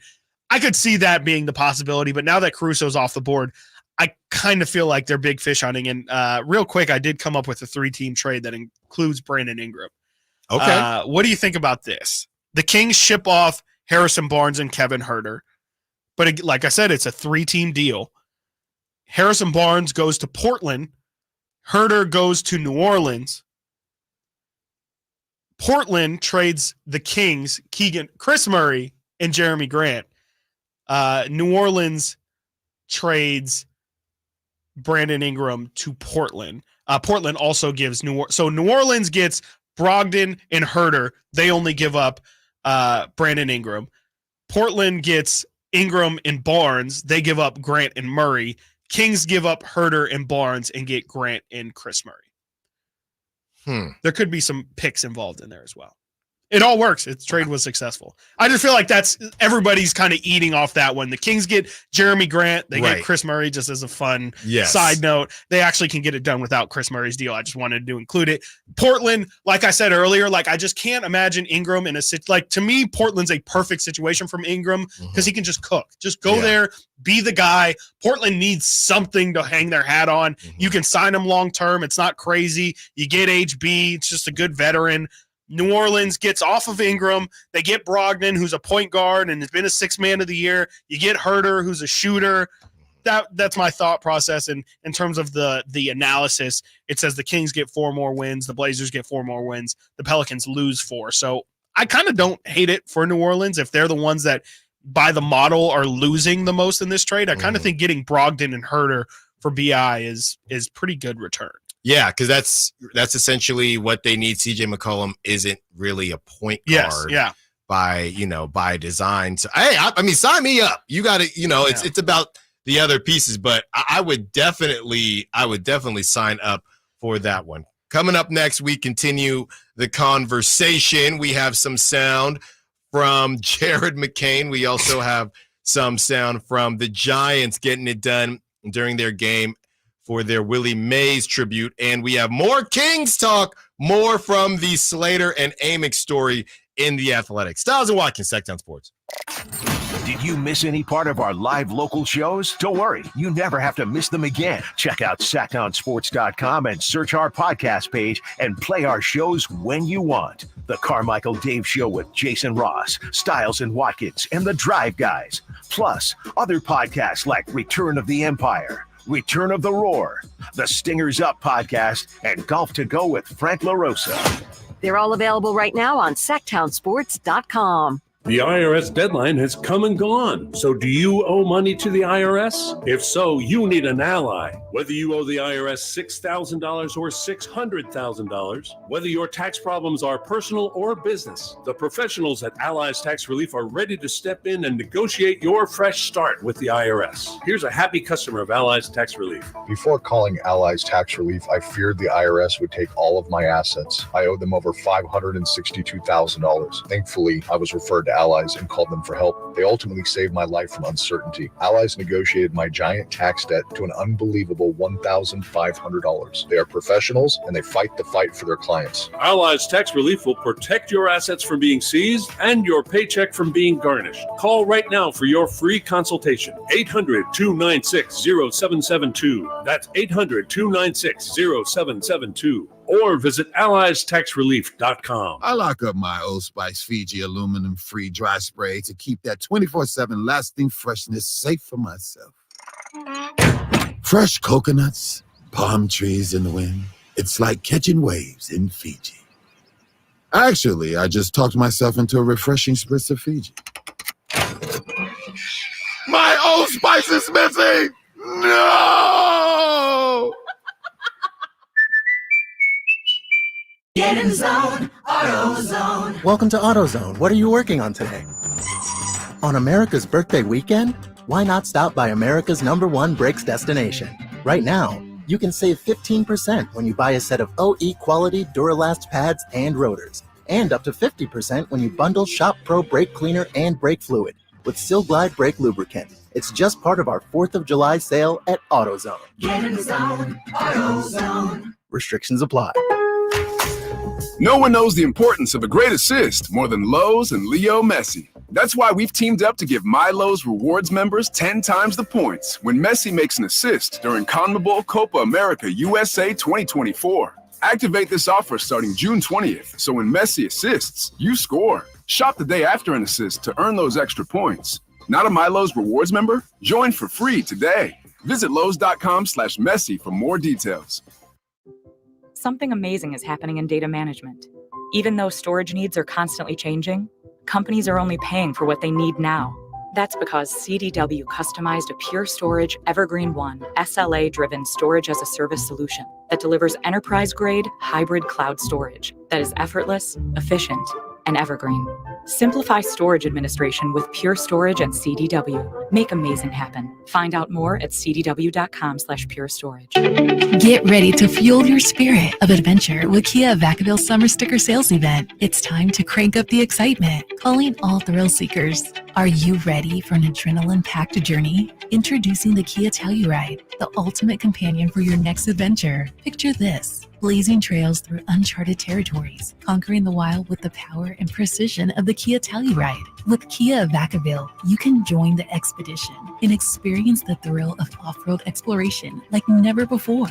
With its rugged design and cutting-edge features, the Kia Telluride is your passport to unforgettable adventures. Don't let this opportunity pass you by. Head to Kia Vacaville today and gear up for the adventure of a lifetime during their Summer Sticker Sales Event. Your adventure starts now. Kia Vacaville, where every journey is an adventure. Visit Kia Vacaville today. Model availability, lease options, and features may vary. Please visit Kia Vacaville for more details. Only one radio program captures the excitement of hunting and fishing as it happens. The award-winning California Sportsman with Sep Hendrickson. Only California Sportsman takes you where the action is. Live on the water, live in the blind, and live with the top pros and experts in outdoor sports. California Sportsman with Fishing Hall of Famer Sep Hendrickson is your premier destination for all things outdoors. Sep's Saturday Morning Outdoors. Ultimate Bass and California Sportsman, 5 a.m. to 8 a.m. Saturdays on Sactown Sports 1140. Lead generation is one of the most important aspects of any marketing campaign. Let us help you identify your target audience and market your products or services to them. Go to aimyourdigital.com today. aimyourdigital.com. Live and local. Live and local. This is Sactown Sports.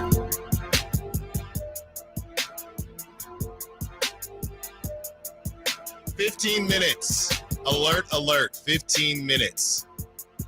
If you are listening on the app, it might be pretty close to time to switch on over. Okay? Might be time to switch on over to AM if you can, or to YouTube to make sure you don't get hit with that delay if you are trying to win this family 4-pack of 3-day passes for the California Classic Summer League, July 6th, 7th, and 9th. Will it be Jared McCain? Will it be Rob Dillingham? Who will it be? All right, Nate really doesn't want to play this. Well, check the poll. Check the poll, too, and vote on YouTube if, who you think, who you want. Wow, I'm just now checking the poll. It's a good one. I don't know if we want to wrap it up now or if we want to. No, we can keep it going, but okay. Tejan Salon, 8%? Yeah. Really? And then everyone. And I voted 3 times. 54% say trade the pick. And we had some, quality amount of voters today. Pretty, but Edie and somebody else are about the same as well, about around 20. So. We have a blockbuster trade idea on the text line that we're going to tell you. This is from the 831. But first, I give you Jared McCain. My mama don't like you and she likes everyone. And I never like to admit that I was wrong. And I've been so caught up in my job, didn't see what's going on, but now I know I'm better sleeping on my own. Cause if you like the way you look that much, oh baby, you should go and love yourself. Draft him. Draft him. Draft this man. Draft this man. He can serenade the team. Wow. He can write a Light the Beam song, maybe. Yes. Like a sonnet. And baby, you should go and light the beam. Wow. Yeah. Jared. Trade Mason Jones for him. Okay. That's who I want. Leave Mason alone. A little pitchy, dog. We need some auto-tune. We need some auto-tune. Pitchy, dog. Yeah. That's a new rapper, by the way. Dog. Yeah. It's definitely a no for me, dog. Yeah, I'm sorry, Jerry. Yeah. Stick to the dance. It's a lot of effort given in that. Because the thing is, if you're watching the video, he's rough. trying So hard. He's trying. The comments too. I'll say it. Girls love him. Yeah. Oh, I'll yeah. say No, that. The absolutely. I was there looking at the comments. It's one comment full. that's like, I felt your aura 10 swipes away. Yes, I see that. Chill out. Yeah. Look. Am I jealous? No. No, you're what? No. Will you What? see Jared McCain? There is an opportunity. Will he make a TikTok as he crosses the stage? He should. Yes. He should. He'll I'm be all walking in. out with his phone Look, out. let me put it to you right now. We're having fun with the TikToks. I only don't want Jared McCain because I don't want a guard. Okay, I would love if Tejan Salon had this TikTok aura, as the kids say, I'd be even more all in. If his vibes were right, dude. If his vibes were as outstanding as Jared McCain's, I'd be all in. Here you go, guys. I've never seen anything like this before, Chris. I don't see Bomber doing it. Okay. But everybody is talking about Paul George. Yes. With the Clippers and moving on for Paul George. This is a blockbuster from the 831. Shout out to the 831. What are your thoughts on potentially going all in? The Clippers are in the midst of shaking things up and are in need of youth. What if we just package Keegan, Herter, and a few picks? It would be more than a few, but for the Claw. For Kawhi Leonard. Now, I'll tell you, 831, it ain't going to be a few picks. It's going to be picks until it will be Rain Fox. I can tell you that much. The rights. It would be Keegan Murray, Kevin Herter, Harrison Barnes, and I don't know, 4, Chris? 4? I feel like this is not the right player. Like Kawhi, more than anybody, doesn't play basketball games, and the Kings need people who play basketball games. They cannot afford. I mean, if you're trading off Keegan, Kevin, and HB, what happens on the 25 games where Kawhi Leonard isn't going to play? Yeah. Then it's Domantas Sabonis, Fox, Malik, and we're going to hope then you really better hope Sasha works out. You better hope Trey Lyles turns into a starter level player because you're screwed. Yeah, you got Jared McCain. That's what you need. You got Jared McCain bringing vibes. I think it's just Kawhi's just cannot be a king because he doesn't play enough games. And if you're going to bring in somebody who is going to be that star level player, you need to make sure that they are committed to a certain amount of games and to committing themselves to the Kings to a certain extent. And I just can't see Kawhi Leonard being that guy. Of course, the talent is almost impossible to say no to, but I just kind of feel like that's almost the worst player that the Kings could bring in. Yeah, it's in the same vein to me as Jimmy Butler, right? Yes, absolutely. It's in the same area. I know he's a little bit younger than Jimmy, but same area of what you're going to have to give up for what you don't actually know as far as what you're getting back. And that's the opposite of a dog. I mean, he would fit, right? There just nobody would talk in the locker room between Keegan and It'd be a lot Kawhi. of pointing. No, go out. Yeah, just go. So I don't hate the aggressiveness, 831, but you just can't trust Kawhi. Kawhi Leonard, $49 million. He didn't even play this past playoff run, or he didn't play all the games in the last playoff run. Yeah, HB, Kevin, and Keegan bring you to $43 million.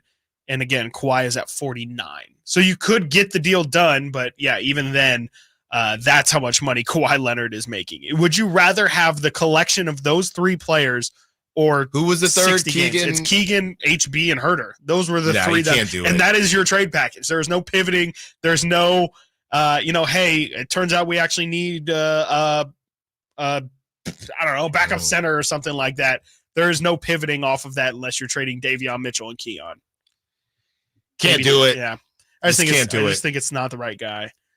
Yeah. I appreciate the aggressiveness. But yes, no, absolutely. You can't do it just because you can't trust him. If this is Kawhi, and I'll be honest, I'm not the biggest Kawhi fan, but just as far as him on the basketball court, because Because he don't play. Say the same thing about OG too, right? Yeah. Like OG Anunoby, makes sense. The fit is definitely there. It's just homeboy's not going to be playing games when the Kings desperate. I mean, the Kings had, again, 82 games of Sabonis, 82 games of HB, 75 plus of De'Aaron Fox. They snuck into a 9 seed or ended up barely making the 9 seed. You know, if those guys are hurt more and then you add on a third star and you take away their depth and that third star isn't playing, it's just way too risky in this situation. The Kings still also aren't in the, all right, we got to throw all our chips in right now. They haven't really hit their heads on the ceiling enough times to say, all right, we have to give one last final ditch before we just completely blow this thing up. I think it's a little bit early in the process to kind of go all in right now. Yeah, and speaking of OG Anunoby, the New York Knicks is turning into a New York nightmare. An anonymous NBA exec says he would offer OG Anunoby an average of $46.4 million annually, totaling $232 million over 5 years. That is per Fred Katz. If I were negotiating from the Knicks perspective, I'd start him at $40 million and go 5 years, so $232 million. He has opted out and he wants to test out the marketplace, and you're about to cash out somebody like that, and he don't play either. No. I mean, that's a problem. Yeah, absolutely. Especially in a city like New York, too, or if they bag him out and he continues to not play. Go hang out with Ben Simmons. He's going to end up getting flambéed. Yeah, you're going to kill him out there. Yeah. You'd be looking like me on the especially yesterday. Doing all this. Like, if you're going to make a whole big thing and, the Knicks already stuck their neck out for you by bringing you in, and then you're going to drag them along like this, Knick fans are not going to forget. No. You're going to say, oh, boy, you thought you was Kobe? Okay. Yeah. Okay. No. Well, coming up next, the California Classic Summer League, July 6th, 7th, and 9th. We give away tickets. Your opportunity. Chris is picking the number. That is in about 5 minutes. You do not want to miss that. We also get back in to the bombshell story from Anthony Slater and Sam Amick regarding all things Sacramento Kings. Stiles and Watkins, Sactown Sports. Domantas Sabonis plays here. He finds Sabonis, put the frosting on the cake, put the cherry on the sundae. Sabonis with a two-hand clutch makes it 114-106. Sactown Sports is your proud home of the Sacramento Kings. I didn't ask to be thrown in the streets with nowhere to go. I didn't think I'd survive. But I did ask for help, and Covenant House was there for me. 1 in 10 young adults will experience a form of homelessness this year. For these kids who didn't ask to be put in this unthinkable situation, Covenant House is there. Covenant House helped me break the cycle of homelessness in my family. They gave me the love that I needed. Over 2,000 young people will sleep safely in a Covenant House bed tonight. When youth who are experiencing homelessness have a hot meal, a safe place to sleep, medical care, and love, they can overcome heartbreaking challenges and have a brighter future. They just really genuinely just wanted to help me succeed, and I'm succeeding. I'm a speaker, I'm an author. Covenant House really helped me and really helped mold me into the woman I am today. If you or someone you love is asking for help, go to safeplacetosleep.org today. I'm Ken Korak with your Green and Gold Report, brought to you by Xfinity Mobile, connected the most reliable 5G network nationwide. Well, Major League Baseball going to Birmingham's historic Rickwood Field for the very important tribute to the Negro Leagues is also a reminder of the A's history in Birmingham. The 1967 Birmingham A's won the Southern League Championship, is considered one of the greatest minor league teams of all time, and featured the likes of Joe Rudy, Tony La Russa, Raleigh Fingers, Dave Duncan, and Reggie Jackson. Want to save on some of the biggest names in streaming on the network made for streaming? Now through September 21st, get 150 megabit Xfinity internet for 12 months with a 1-year contract. And for just $15 a month, add the new Stream Saver. That includes Peacock, Apple TV Plus, and Netflix for just $35 a month. Switch at Xfinity.com today. Restrictions apply. Requires paperless billing and auto pay with stored bank account. Equipment, taxes, and fees extra. After promo, regular internet rates apply. Currently $54 a month. Actual speeds vary. Stream Saver requires Xfinity internet or TV and price subject to change. Michael Dave here for Capital Casino. Sacramento's summertime heat is back. And of course, Cap Casino, Sacramento's #1 poker room, wants to invite everyone to soak up some air conditioning, still with the most variety of table games in the region. And as always, the best food, best service, and the best action, conveniently located in downtown Sacramento. Capital Casino, of course, reminding everyone to please make sure you gamble responsibly.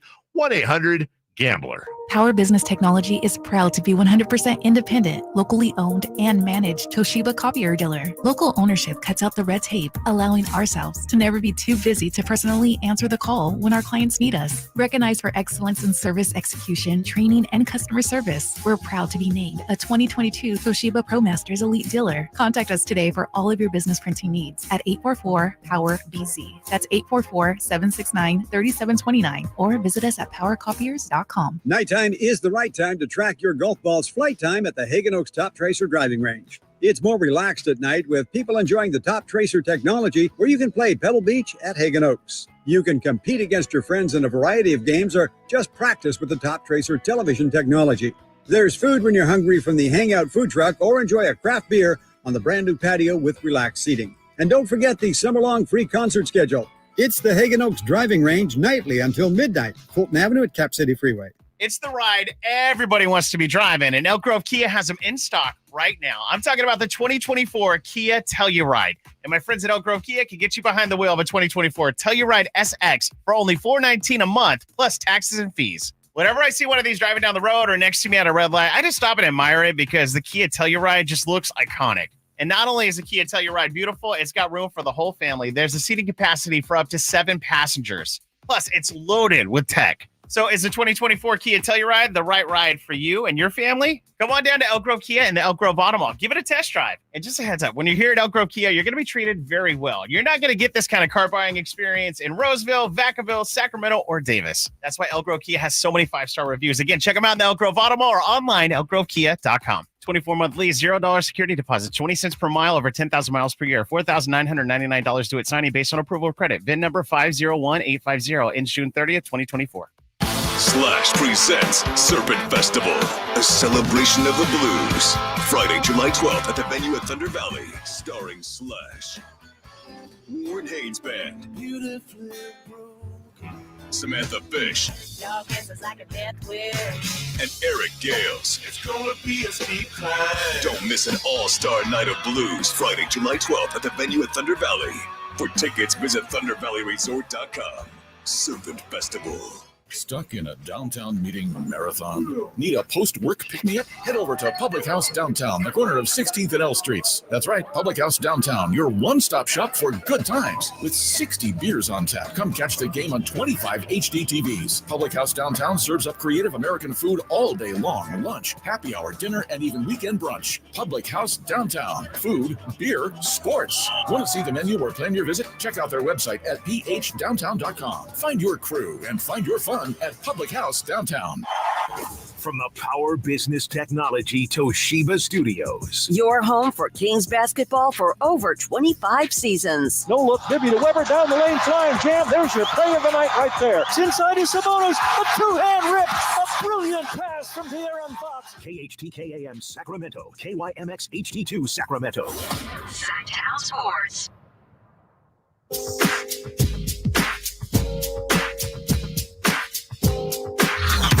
Sactown Sports. Check us out on YouTube. Search Sactown Sports and subscribe. All right. It's time. I'm going to say your market set go. All right, Chris, this one's up to you. Yep. I know people are sitting there. Let me think of a theme. Ready to go. Yeah. Somebody trying to call in right now. Probably. Before we I haven't said even it. thought of the number yet. That's crazy. I'll never pick you if you do that, by the way. Wow. Don't say that. Never. Hang up and wait 2 seconds. Yep. Here we go.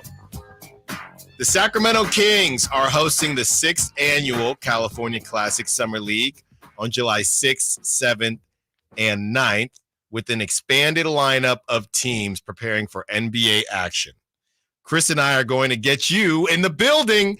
Call right now at 916-339-1140 and lock up this family 4-pack of 3-day passes. Looking for caller number 3. Caller number 3. Go, go, go. Be quick, but not too quick. 916-339-1140. 916-339-1140. 916-339-1140 to lock up this family 4-pack of 3-day passes. Looking for caller number 3. And here they Sactown.com.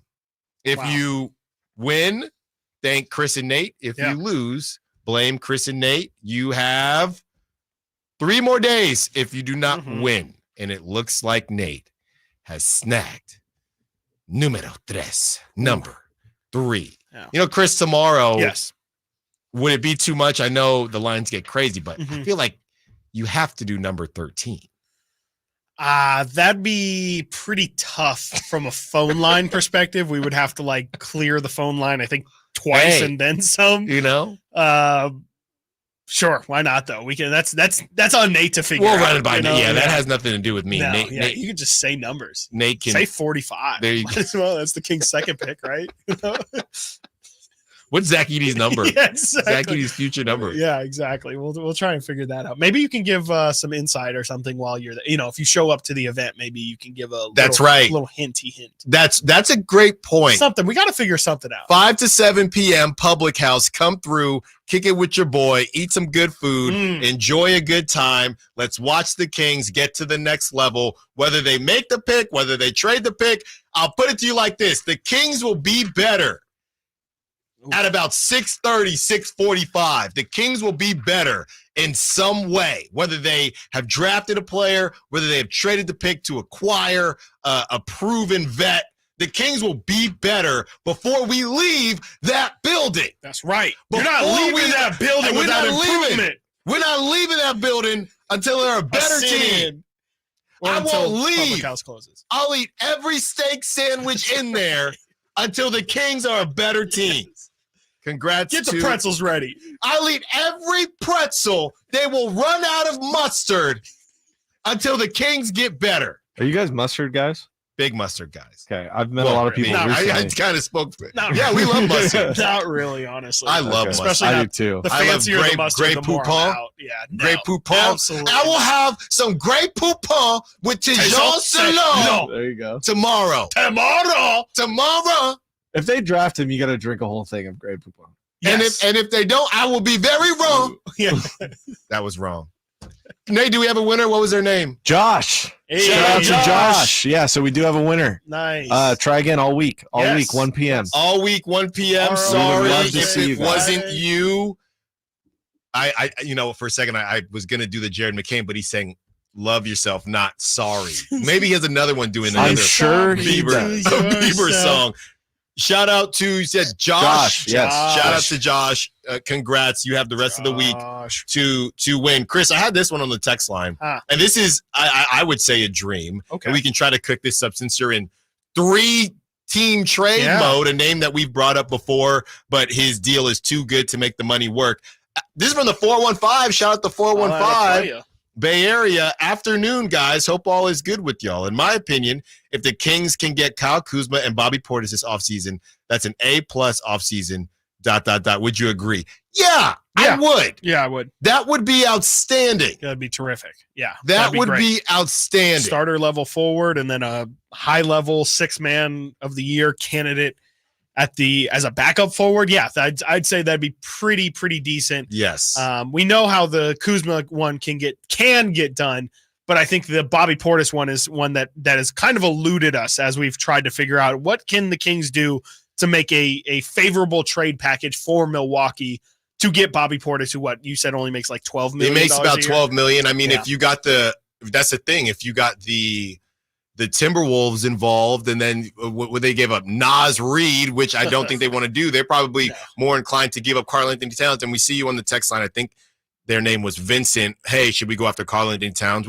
We've discussed it before, and we'll definitely discuss it again before the offseason is over or until the Kings make that big move. But yeah, it's a player like that where you're getting really good value, and the Bucks have been open. The Bucks, they brought up, who was it, Pat Connaughton, as far as or Brook Lopez, about getting a more versatile player, which I think they definitely need to do. But again, if you look at that roster, they do not have a lot of wiggle room to get up. It literally would be one player. Yeah. I don't know that they can even get two. So that's the issue with Bobby Portis. I don't know that they necessarily want to move on from Bobby, but it's basically okay. And I know the money doesn't have to be perfect, but $12 million to what is it, like to $14 million, something like that. We need to find a $14 million player that the Bucks would definitely say is a plus.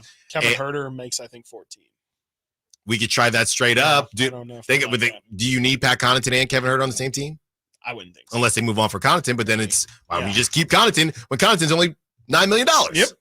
Yeah, that's the issue. Yeah, it doesn't make a ton of sense. Yeah, it just becomes really tough when you're in.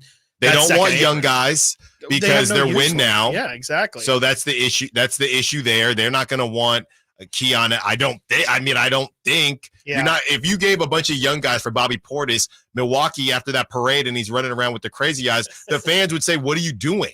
Yeah. So they're stuck, and everyone who wants Bobby Portis is also stuck. Yeah, I mean, because Milwaukee's not just trying to dump him; they just think, "Oh no, we can get something good for him." And I think everyone's going to say, "Well, we don't want to give up something good for Bobby Portis. Mm-hmm. Bobby Portis is meant. We're trying to trade our bench players for your bench players, and if you think Bobby Portis is starter level quality, well, we're not going to give you a starter for Bobby Portis." So I just kind of don't think that's the right situation. Maybe if they look for a bad team or something like that, maybe you can find, hey, we think Bobby Portis can be a starter for us. So here is some piece that just isn't working for us or something. Yeah, Michael on the Sack chat, I believe he might have fired it up in the trade generator. He says Herder straight up doesn't even work. There you go. Yeah. So I don't know. I honestly feel like Nicolas Cage trying to find a way to get Bobby Look at the Portis. back of the Declaration of Independence. Exactly. Put some lemon on it. Go on the trade generator and do it inverse. Yes, so exactly.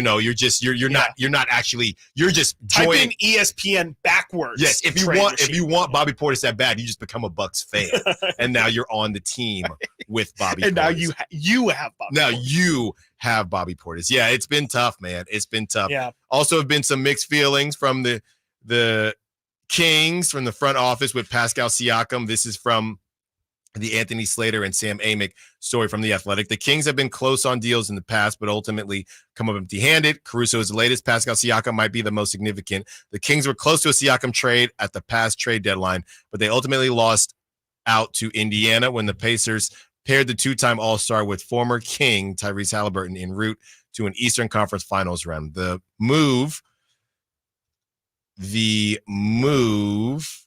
here you go, would have been a calculated risk for the Kings, as there were strong signs at the time that Siakam would not re-sign with Sacramento if he had come. Still, league sources say there is some lingering regret internally about the what might have been move and the question of whether the Kings could have convinced Siakam to stay. Do you think Siakam could have changed his mind, Chris? I don't know. I mean, to me, when I read that, I hear lingering regret means maybe we should have dealt Keegan. And maybe I'm coming out of nowhere with that, but it felt like it was a pretty solid trade package. So to get it over the top, I would say no, I'm not giving up Keegan for a dude who didn't really seem like he wanted to be out here. Yeah, I'm not thinking about the specifics of who they were going to ship off. I'm thinking more of just like in general, in terms of, we should have just gotten the deal over the line no matter who it was. Like, and I think that's the thing that is definitely interesting. I don't think it's concerning. I don't know if it's a big deal, little deal, or no deal at all. I just kind of think that it's interesting that internally, and I would assume that that it's either Monty or Wes or somebody else who is a high level decision maker. There's not many when it comes to the Kings. It's just interesting to hear that they are kind of not regret. It doesn't say that there's regretting, but just even the thought of, man, maybe that was the move. Maybe that's the guy that we should have said, forget everything else. Like, let's just go all in and try and make the move now. And maybe it's also a shoot. Like, we kind of don't love Kuzma. We like Kuzma. We don't love everything he brings. We don't love Levine. We don't love the other options out there. Maybe they're saying, actually, I think Siakam was the best player available. And if you were going to trade the farm for somebody, maybe this would have been the guy to do it. Yeah. But I mean, that really is, we can't do it. What are we supposed to do with that information? Nothing. That's like, you're just making yourself sad. And then you have the whole thing with the drama, right? Yeah. And Siakam didn't want to come here. Right, so exactly. This is the he would have had to season. change his mind and all that. Right. Tis the season. Tis the off season, I should say. And At the end of the day, there are plenty of guys out there. Tim Legler has some sound on Brandon Ingram, and it really looks like Brandon Ingram is going to be available if we could cook up a package that we think that the Pelicans might want. I just think there are other guys out there, and there were some questions about redundancy with two guys that don't really space the floor with Sabonis and Siakam. So I'm okay with it as long as you do something else. If you do something else, just take swings. Like we talked about with Brad Stevens. Mm-hmm. Sometimes things don't work, but you have to keep making moves and you have to keep moving the pieces around until something works. Coming up next, we continue the conversation. We also have some audio on our Carmichael Dave, who is starting a movement as far as the San Jose Earthquakes and the Oakland A's. And we still have that sound from the Giants and walking off during their tribute in a Willie Mays game. Stiles and Watkins, Sactown Sports. You never know what you might hear when listening to a Sacramento Kings game. Out of Keegan, going for another triple. Man, is he feeling it. Can he do it? Yes, there's number 11, Keegan Murray. Keegan steps back. He just knocked down his 12th three-pointer, a Kings franchise record. He's got 45 points. Never miss a moment of Sacramento Kings basketball with Sactown Sports and the Sactown Sports app. Hey, it's Carmichael Dave for my good friends at American Energy. Now, I've told you this before, but this is what we call extending a good deal. Right now, American Energy Heat and Air is offering an HVAC diagnostic for $99. Oh, wait, I'm sorry. Never mind. They're offering it free. It's a $99 value, but you get it for $0. Let the American Energy team test your system connections and all the moving parts of that system to ensure that it's functioning properly. Now, this is a limited time offer. Call today to schedule your appointment at 916-520-9990. Speak to the company that has an A+ rating with the Better Business Bureau that's been making the greater Sacramento area proud since 1981. 916-520-9990 or AmericanEnergyAir.com. Tell them Carmichael Dave sent you. Call 916-520-9990 now. Sactown Sports. Call or text at 916-339-1140.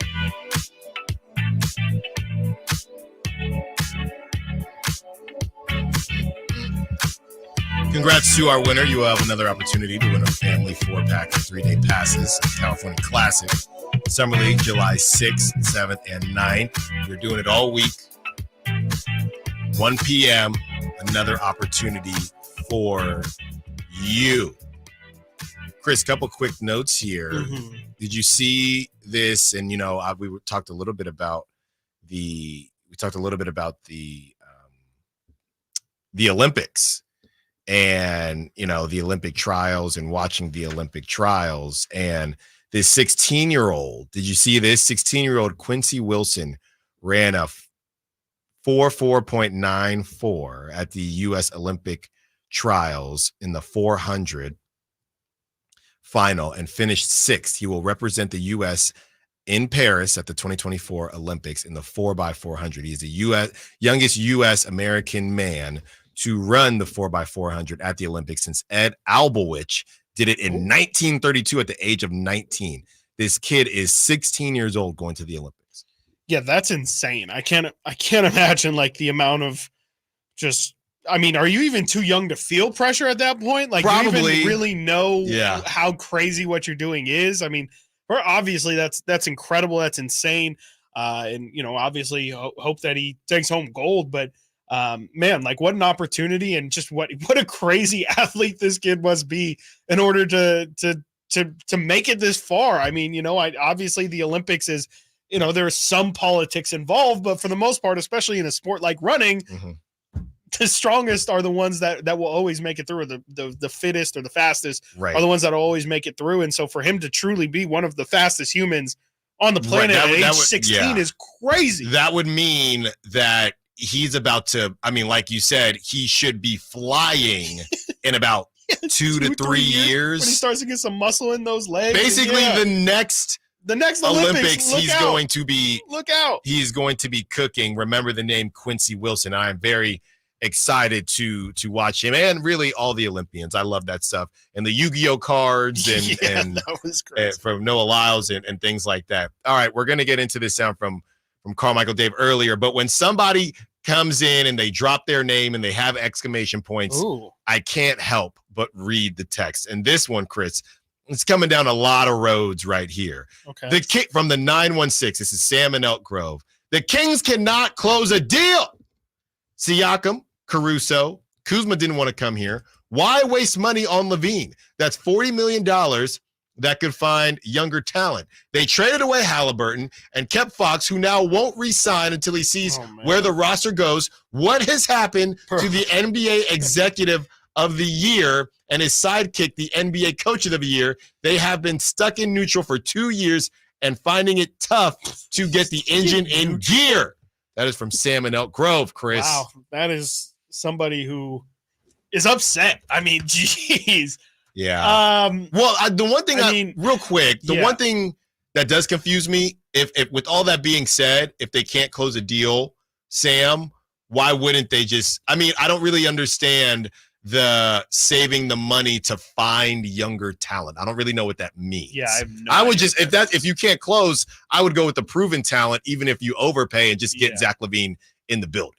Yeah, I mean, I'm not really sure where Sam wants us to go with that. I mean, I think, I got to kind of read it to parcel because there's just so much in there. I just think that's a lot of reading too much into it. And we talked about it earlier. It's not that De'Aaron Fox won't re-sign or that he doesn't want to stay here in Sacramento. Mm-hmm. It's just he's trying to get his best financial situation. And there's not really any questions, especially right now, as to De'Aaron's commitment to Sacramento. So if you're reading that anywhere else or hearing that anywhere else, that's just not true or not accurate. This is just simply about De'Aaron Fox saying, hey, I tell Malik, go get the bag, go get your money. Mm-hmm. I'm trying to do the same for myself. And he's just trying to get an all-NBA and get the Supermax. Of course, from the Kings perspective, they would love it. Lock in De'Aaron now. You have the safety of it. You have the fact that he's on probably a lower number than what he could. But at the same time, he's your star player. And at the end of the day, if this is what's going to make him most happy and make him willing to stay here for longer, I think it's a fine consolation because you were always going to pay De'Aaron Fox a ton of money. And, 13 mil is probably a player, but I still think that at the point where the Kings will be at that point, they're probably going to be in the luxury tax, maybe in the aprons as well. They won't be able to use that extra money that they're possibly losing on De'Aaron getting all NBA. Yeah, I would just say, Sam, just hold on. Just hold on. Just hold on, Sam. Wait. Also, they've been fine. These past 2 years, they've been better than they have for the entire time. So I don't know, how you can say they're rudderless and they're not going anywhere these past 2 years when quite literally these last 2 years have been the most successful that they've had in X amount of years. Huge upcoming season, though. And look, this is what Monty McNair wanted. He said, we're happy. Right. We're happy that beating or beating the Warriors in the play-in isn't good enough anymore. Now, okay, Monty, it's all fine and good to say that. Now, let's do something here. Let's do something here. All right, coming up next, we will get to that sound from Carmichael Dave on the A's and Earthquakes. Also, we have that sound from the Giants as they walk off during their Willie Mays tribute game. Stiles and Watkins, Sactown Sports. Can Mike Brown build on last season's Coach of the Year award? Can the Kings exceed 48 wins? We will be better prepared to make the run that we expect to run come next playoff. Tune into every Kings game this season on Sactown Sports at SactownSports.com. Sacramento weather is brought to you by Folsom Lake Kia. I'm Tamara Berg in the KCRA 3 Weather Center. For your Tuesday, things are a bit unsettled outside.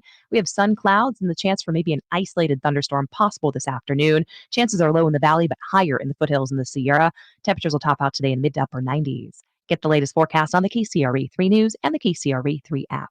Coach Doug Christie here to remind you, if you're in the market for a new car, shop Folsom Lake Kia. Low interest rates, low payments, and zero down deals with approval of credit. Folsom Lake Kia, over 25 years, right here in Folsom. At Ashton & Price, over the last 25 years, we've won just about every injury case you can think of. Slip and fall, falling merchandise, fell through rotted decking, we won those. Dangerous stairs, falls into holes, dog bites, won them. Injured while pedestrian or on a bicycle, auto, motorcycle, big rig, company vehicle, Uber, or Lyft accident, we've won them all. And the best news is there's no fee until you win.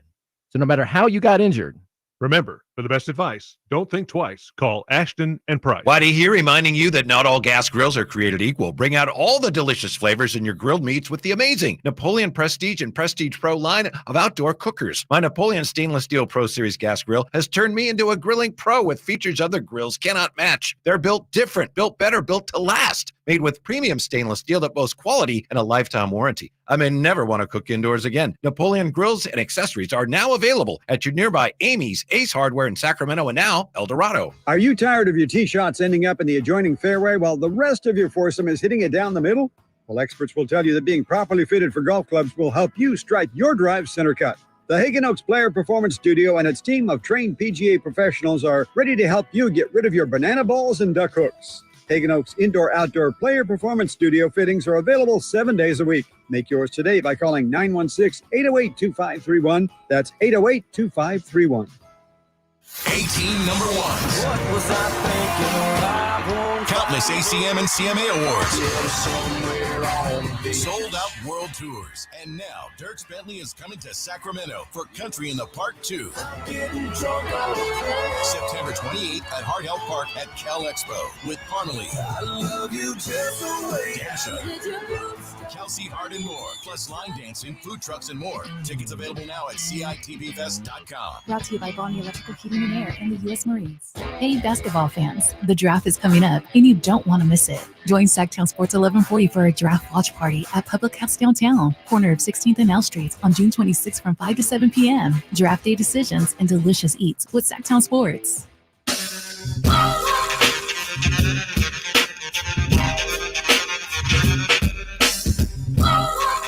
Live and local. Live and local.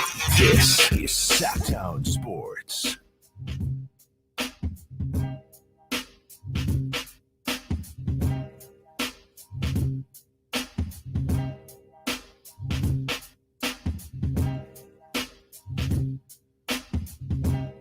(916) What's your take on the Kings' ability to find late first round, second round talent? Seems like the league has been doing a pretty good job compared to the Kings. What's your feelings on that? Yeah, we'll break that down a little bit more tomorrow, but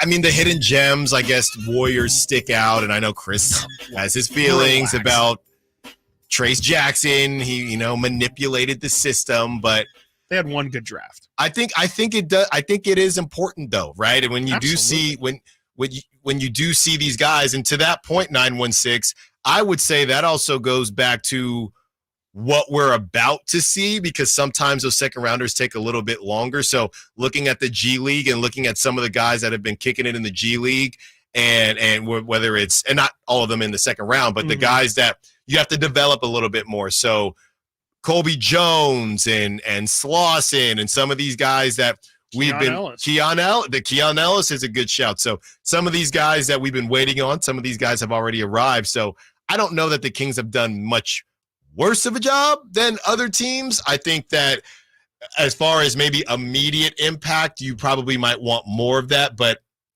I think it remains to be seen. And it's a big season for the Colby Joneses of the world and some of these guys that have kind of floated around that the Kings pretty close to took flyers on. But yeah, we hear you on that. And yeah, finding gems is always nice. Yeah, they just have a bad history with their second round picks. They make the right pick, but then they trade them off. That's been the biggest problem in Monty's tenure.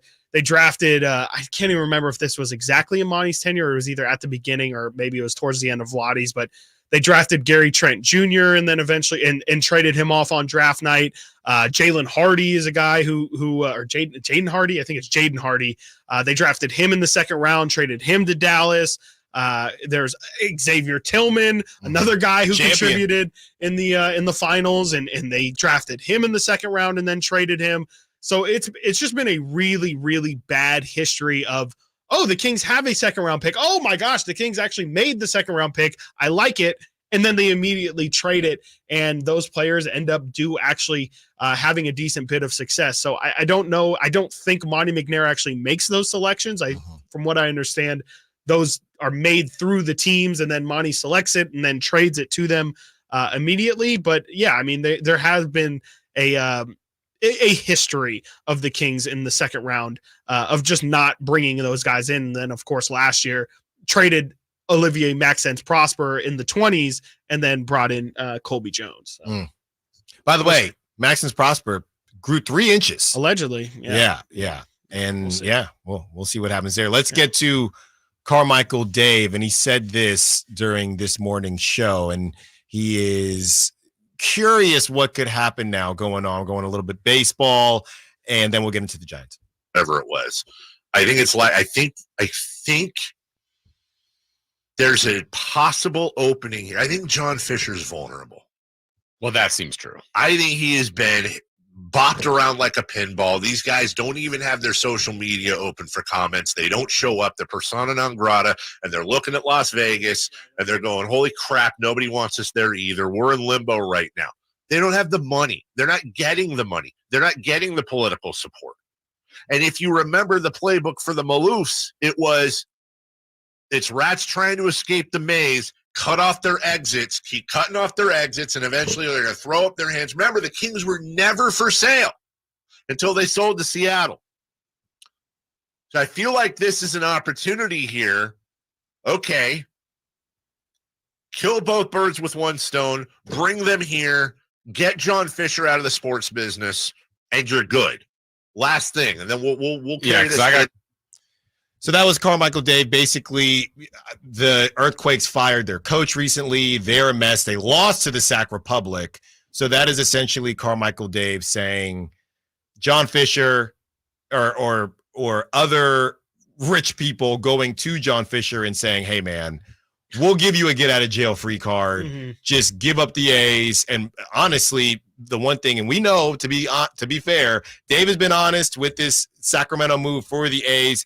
If John Fisher, and I've been reading this too, Chris, if John Fisher did give up the A's, based on what I've read, that would mean that the A's could stay in Oakland. That could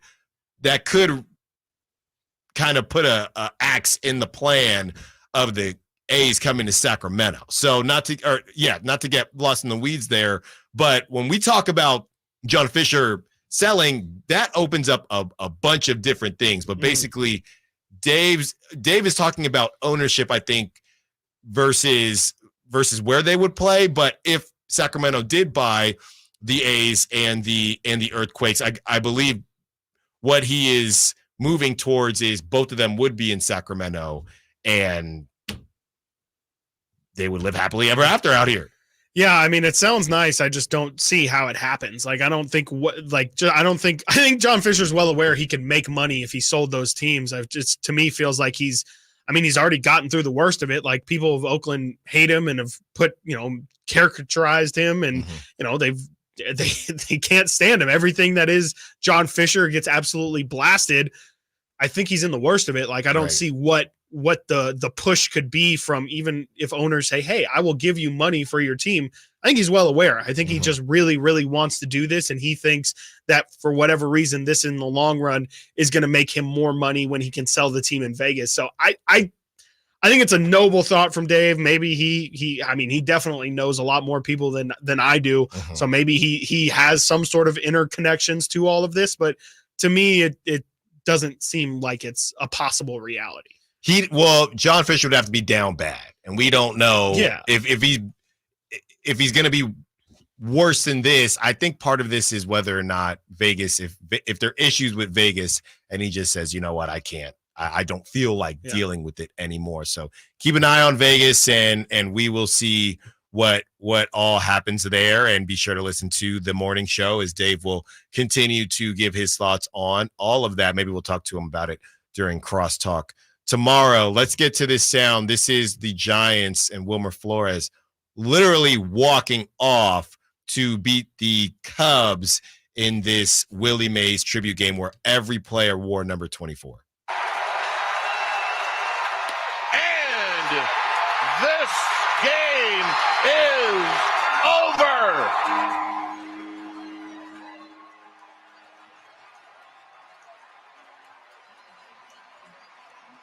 appropriate. Yeah. Thank you, Willie.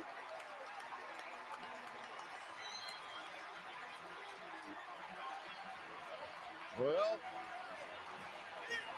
number 24 scored and number 24 walked him in. How about that?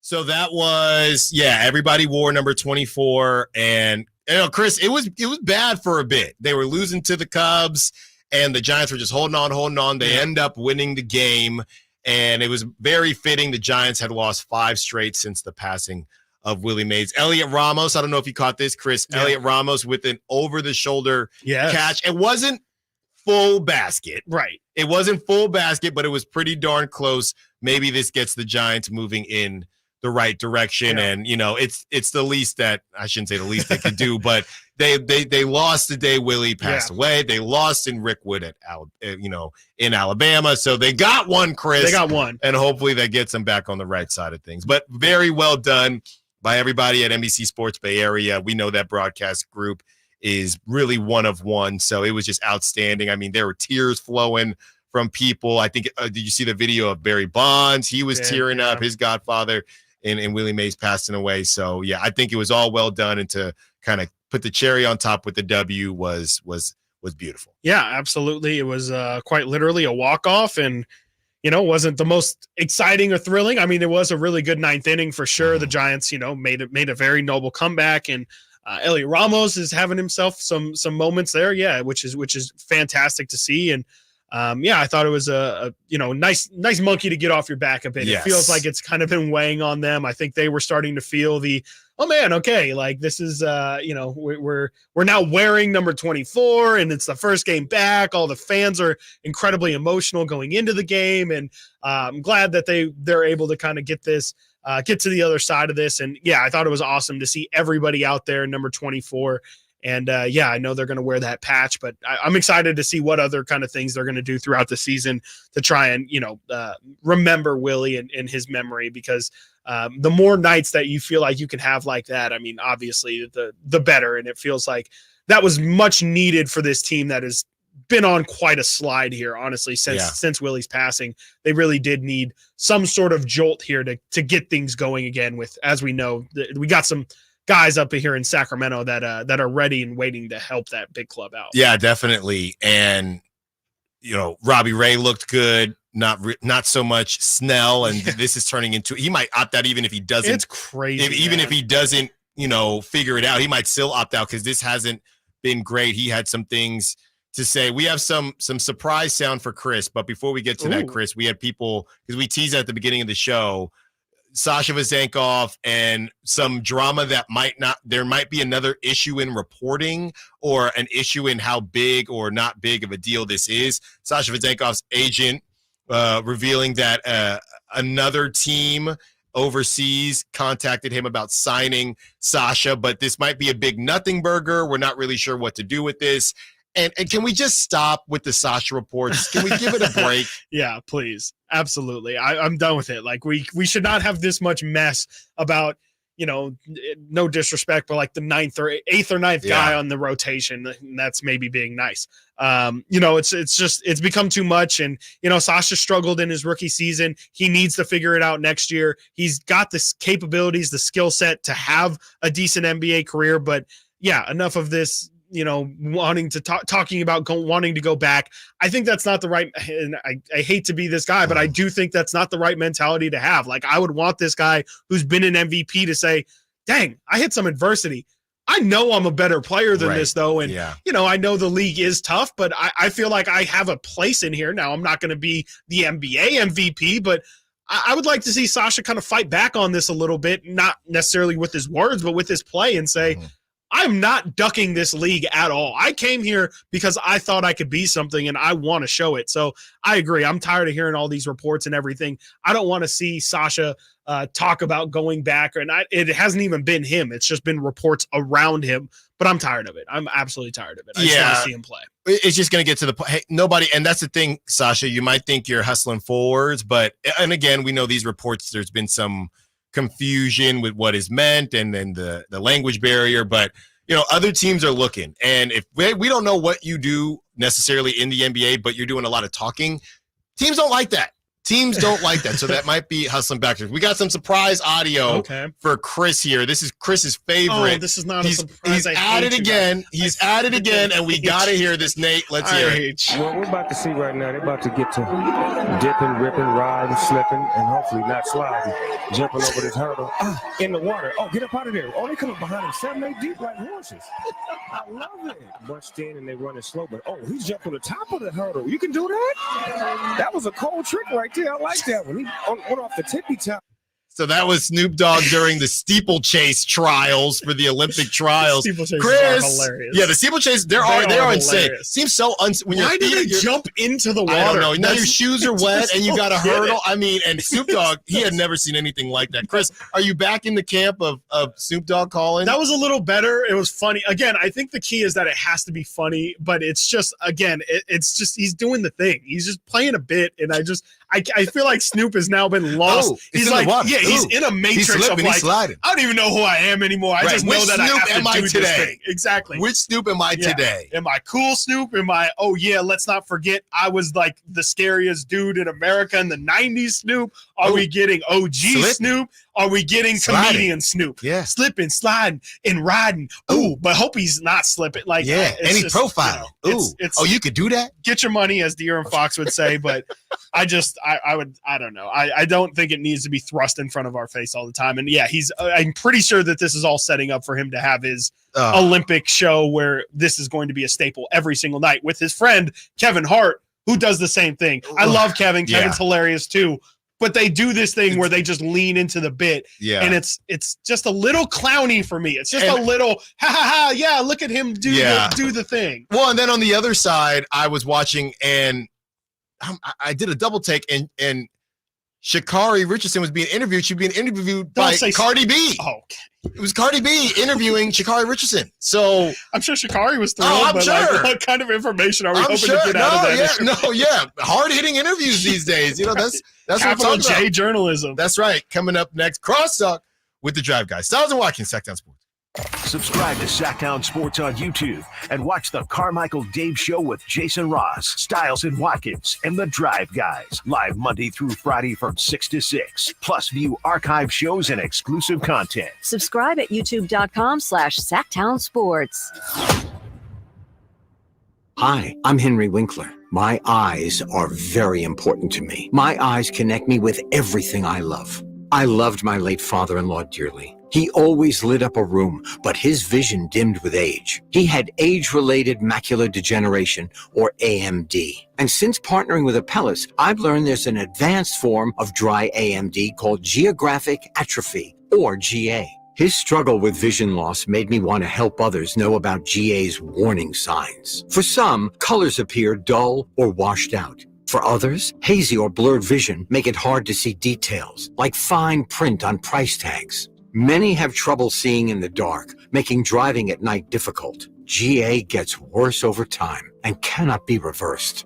If you think you have GA, don't wait. Treatments are available. Ask a retina specialist about FDA-approved treatments for GA and go to GAWon'tWait.com. Saving for retirement was tough enough for us. Yes, and navigating markets can be challenging at times. I understand. That's why at Fisher Investments, we take a disciplined approach with your investments. Tell us more about that. We take an active approach to money management, positioning your portfolio for opportunities we see ahead. So all your clients get the same portfolio?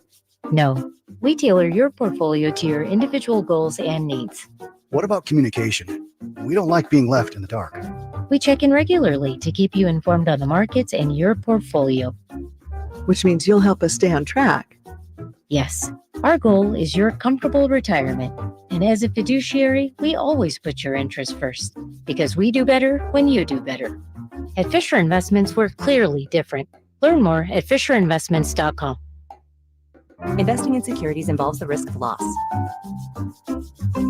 Power Business Technology is proud to be 100% independent, locally owned, and managed Toshiba copier dealer. Local ownership cuts out the red tape, allowing ourselves to never be too busy to personally answer the call when our clients need us. Recognized for excellence in service execution, training, and customer service, we're proud to be named a 2022 Toshiba ProMasters Elite Dealer. Contact us today for all of your business printing needs at 844-POWER-BZ. That's 844-769-3729, or visit us at powercopiers.com. Michael Dave here for Capital Casino. Sacramento's summertime heat is back. And of course, Cap Casino, Sacramento's #1 poker room, wants to invite everyone to soak up some air conditioning, still with the most variety of table games in the region. And as always, the best food, best service, and the best action, conveniently located in downtown Sacramento. Capital Casino, of course, reminding everyone to please make sure you gamble responsibly.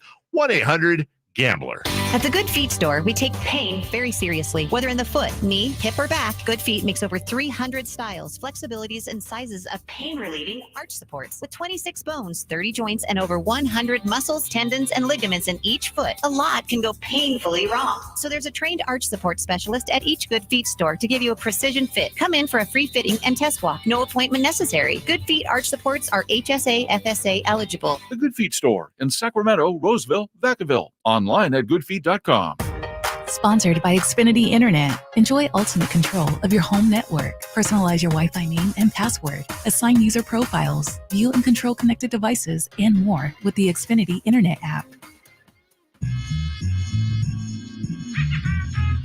Live and local. Live and local.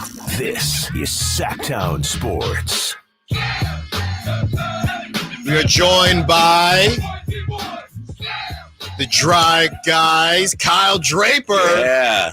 In the building. Special day. I got here early enough. That's right. I saw you pop in. You know what? It's crazy. I saw you pop in, and I was looking at our rundown as we're doing the show, and I thought, oh, wait, we were supposed to get to this, that. And then I said, oh, we have a whole nother side. Drape is just chilling. I was just here. He's just chilling. Had a meeting with Jose, because trust me, I'm not coming in at 12:30. I I was here at 12:30. You know, already ran my errands and everything. There you go. I don't want to take over your show, but I have a question. I have a question. Please do. Because I just noticed. Both of you guys rocking the nice beards. I'm trying, fellas. I'm old, gray, and grizzled here. It looks great. How do you pull it off? That's salt and pepper, man. It's salt and pepper. Yeah. Having a beard is the worst. It really is. This is my first time trying it. No, it's the worst. It's a lot of maintenance. It's every couple days you got to trim it off. I get the little area it's there. The worst. It's the do you worst. put any like beard oil or anything? I don't. Keep it moisturized. I don't, but I should. I know for me, I'll go through this. I don't know, maybe once a year, where I'll say, you know what? Let me see how the baby face looking, and I'll shave, and I'm just please come back. So you don't like the baby face? I don't like it. I don't like it. I call them smoothies, but some people can rock the smoothies, some can't. Maybe I'll give it another go. I'm a smoothie guy. I'm like, this is bothering me, and I'm like, it looks great. No, you don't have any missing, because like a lot of people have gaps. It's a full beard. Yeah, it's a full beard. You're definitely a full beard. But I need to trim this up a little bit. It's a lot of maintenance. Okay, so the maintenance. Yeah, the maintenance. Stay on top of this. That's something else. And you got to do stuff like that, because I know the Drapes takes yesterday was, LeBron James and Drake. But don't think that I forgot to take it back to last week, right? Where I'm like, okay, so Drake said that Drake is the LeBron of music, correct? Right. And last week when I did my impersonation of you, or you and Whitey were talking about That's it, right. you said, I don't know what you're talking about. I'm the LeBron James. Sort of LeBron James. Of the station. You killing me back there. So I'm doing this math here. I'm thinking, so Drapes is the Drake and the LeBron James. Right. I mean, you know what it is, and I'll tell you what it is, fellas. I'll tell you what it is. Me, Drake, and LeBron. Okay. Yes, yeah. We could play on Madison Ave. Yeah. We could go into the hood. Mm-hmm. We could go to Compton. We could go to New York. Like we bi-coastal. We worldwide. Okay. Yeah. That's all I was saying. Okay. And I just happened to throw myself in there too. I don't believe you. Nate, you've been waiting a week for that. Right? I think we played twice or three times yesterday. I'm sort of LeBron James, of the station. Trying to boost the rating. That's in 4K. I used to say that in Boston a lot of times because we used to have a lot of TV shows. I'm sure they did. And they'd be like, you calling Drapes, we yourself need the you LeBron on. I'm James. like, shoot, the LeBron of, Yeah. You know how Drake's ESPN gotta come is. save the day, Slow you know? news day. Yeah. What's Right. LeBron tweeting about? Right. You know, so No, I hear you. you. I hear you with that. Well, it's not a slow news week this week with the draft coming up. And by the way, I will be at Public House tomorrow, 5 to 7. Slide through. Yep. Drapes might. You never know who's gonna pop up I there. may stop on through tomorrow. There you I go. ain't got nothing going on after the show. That's what Come I'm on talking down. about. That's what I'm talking See? about. We trying to get, Dave Carmichael would never. Dave came to the last one, so maybe he'll come to this one. Jason Ross, we always can count on Jason Ross. But with that being said, Drapes, do you think we will be in Public House celebrating an actual pick being made, or do you think all this talk, Brandon Ingram, Kyle Kuzma, does it finally end tomorrow night with a trade, or I do think they it take does. the pick? I think now is the time, and it's interesting, fellas. We had Brett Siegel on of Clutch Points, and he said,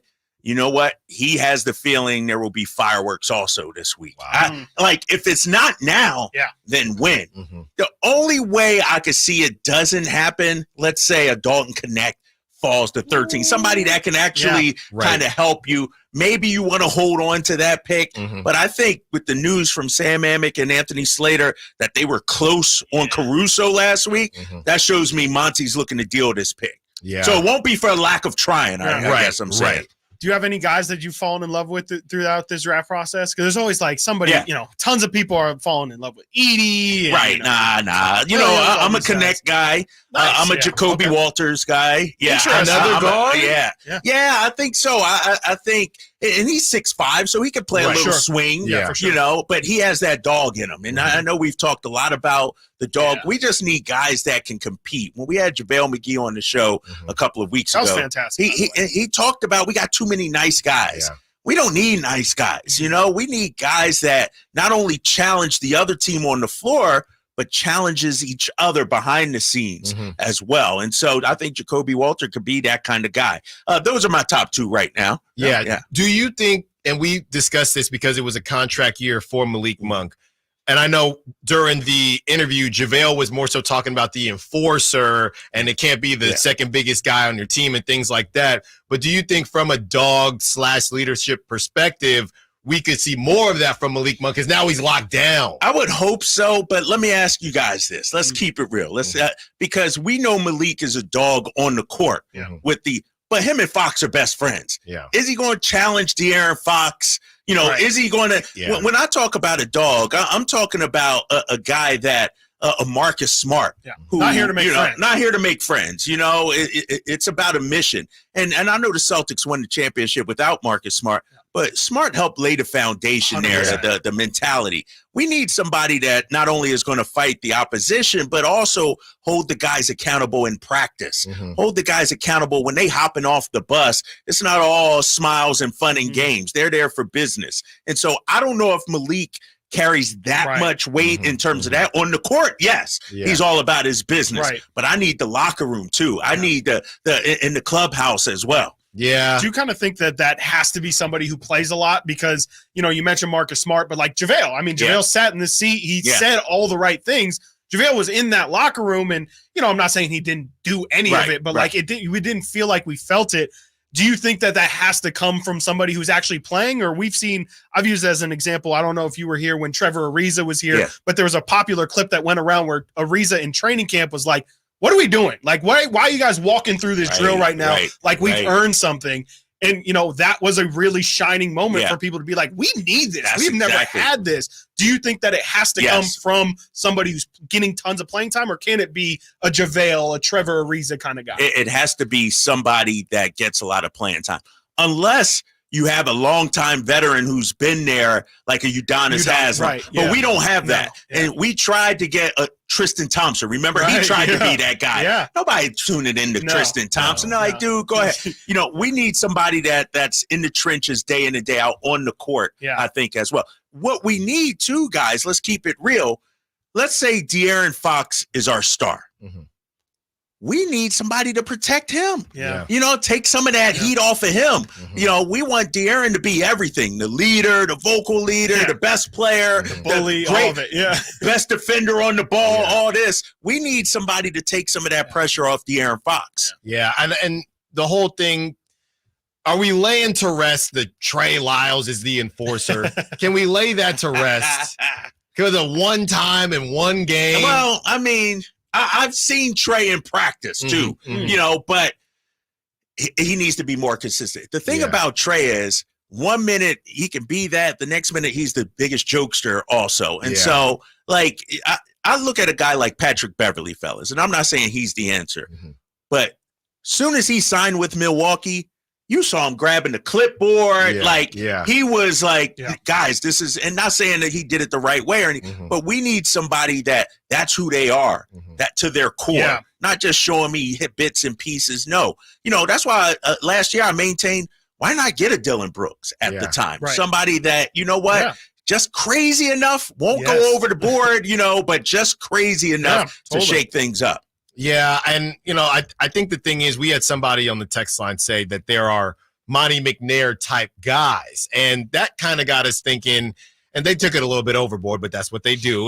But that got us thinking, okay, are there certain guys in this draft, if they make the pick, that we don't think are Monty McNair type guys? And you start looking, and I know a name that was brought up, and he's kind of gone up and down. I don't know if you've seen his tape, but Khalil Ware, who's the 7-footer who – talented as heck. Talented as heck, but you have that motor question. I can't have in Sacramento. We're a blue collar town. We need guys with motors. That's we don't need cool guys or soft guys or finesse guys. We need guys with motors, 100%. Yeah. What else is coming up on the show today, Drapes? Now, of course, we're going to dive into all these latest rumors as well. We're going to spin the wheel of names. It seems like every day some new names are being added to the Kings. We're going to look ahead to the draft as well. This Brandon Ayuk situation. We got a lot coming up here.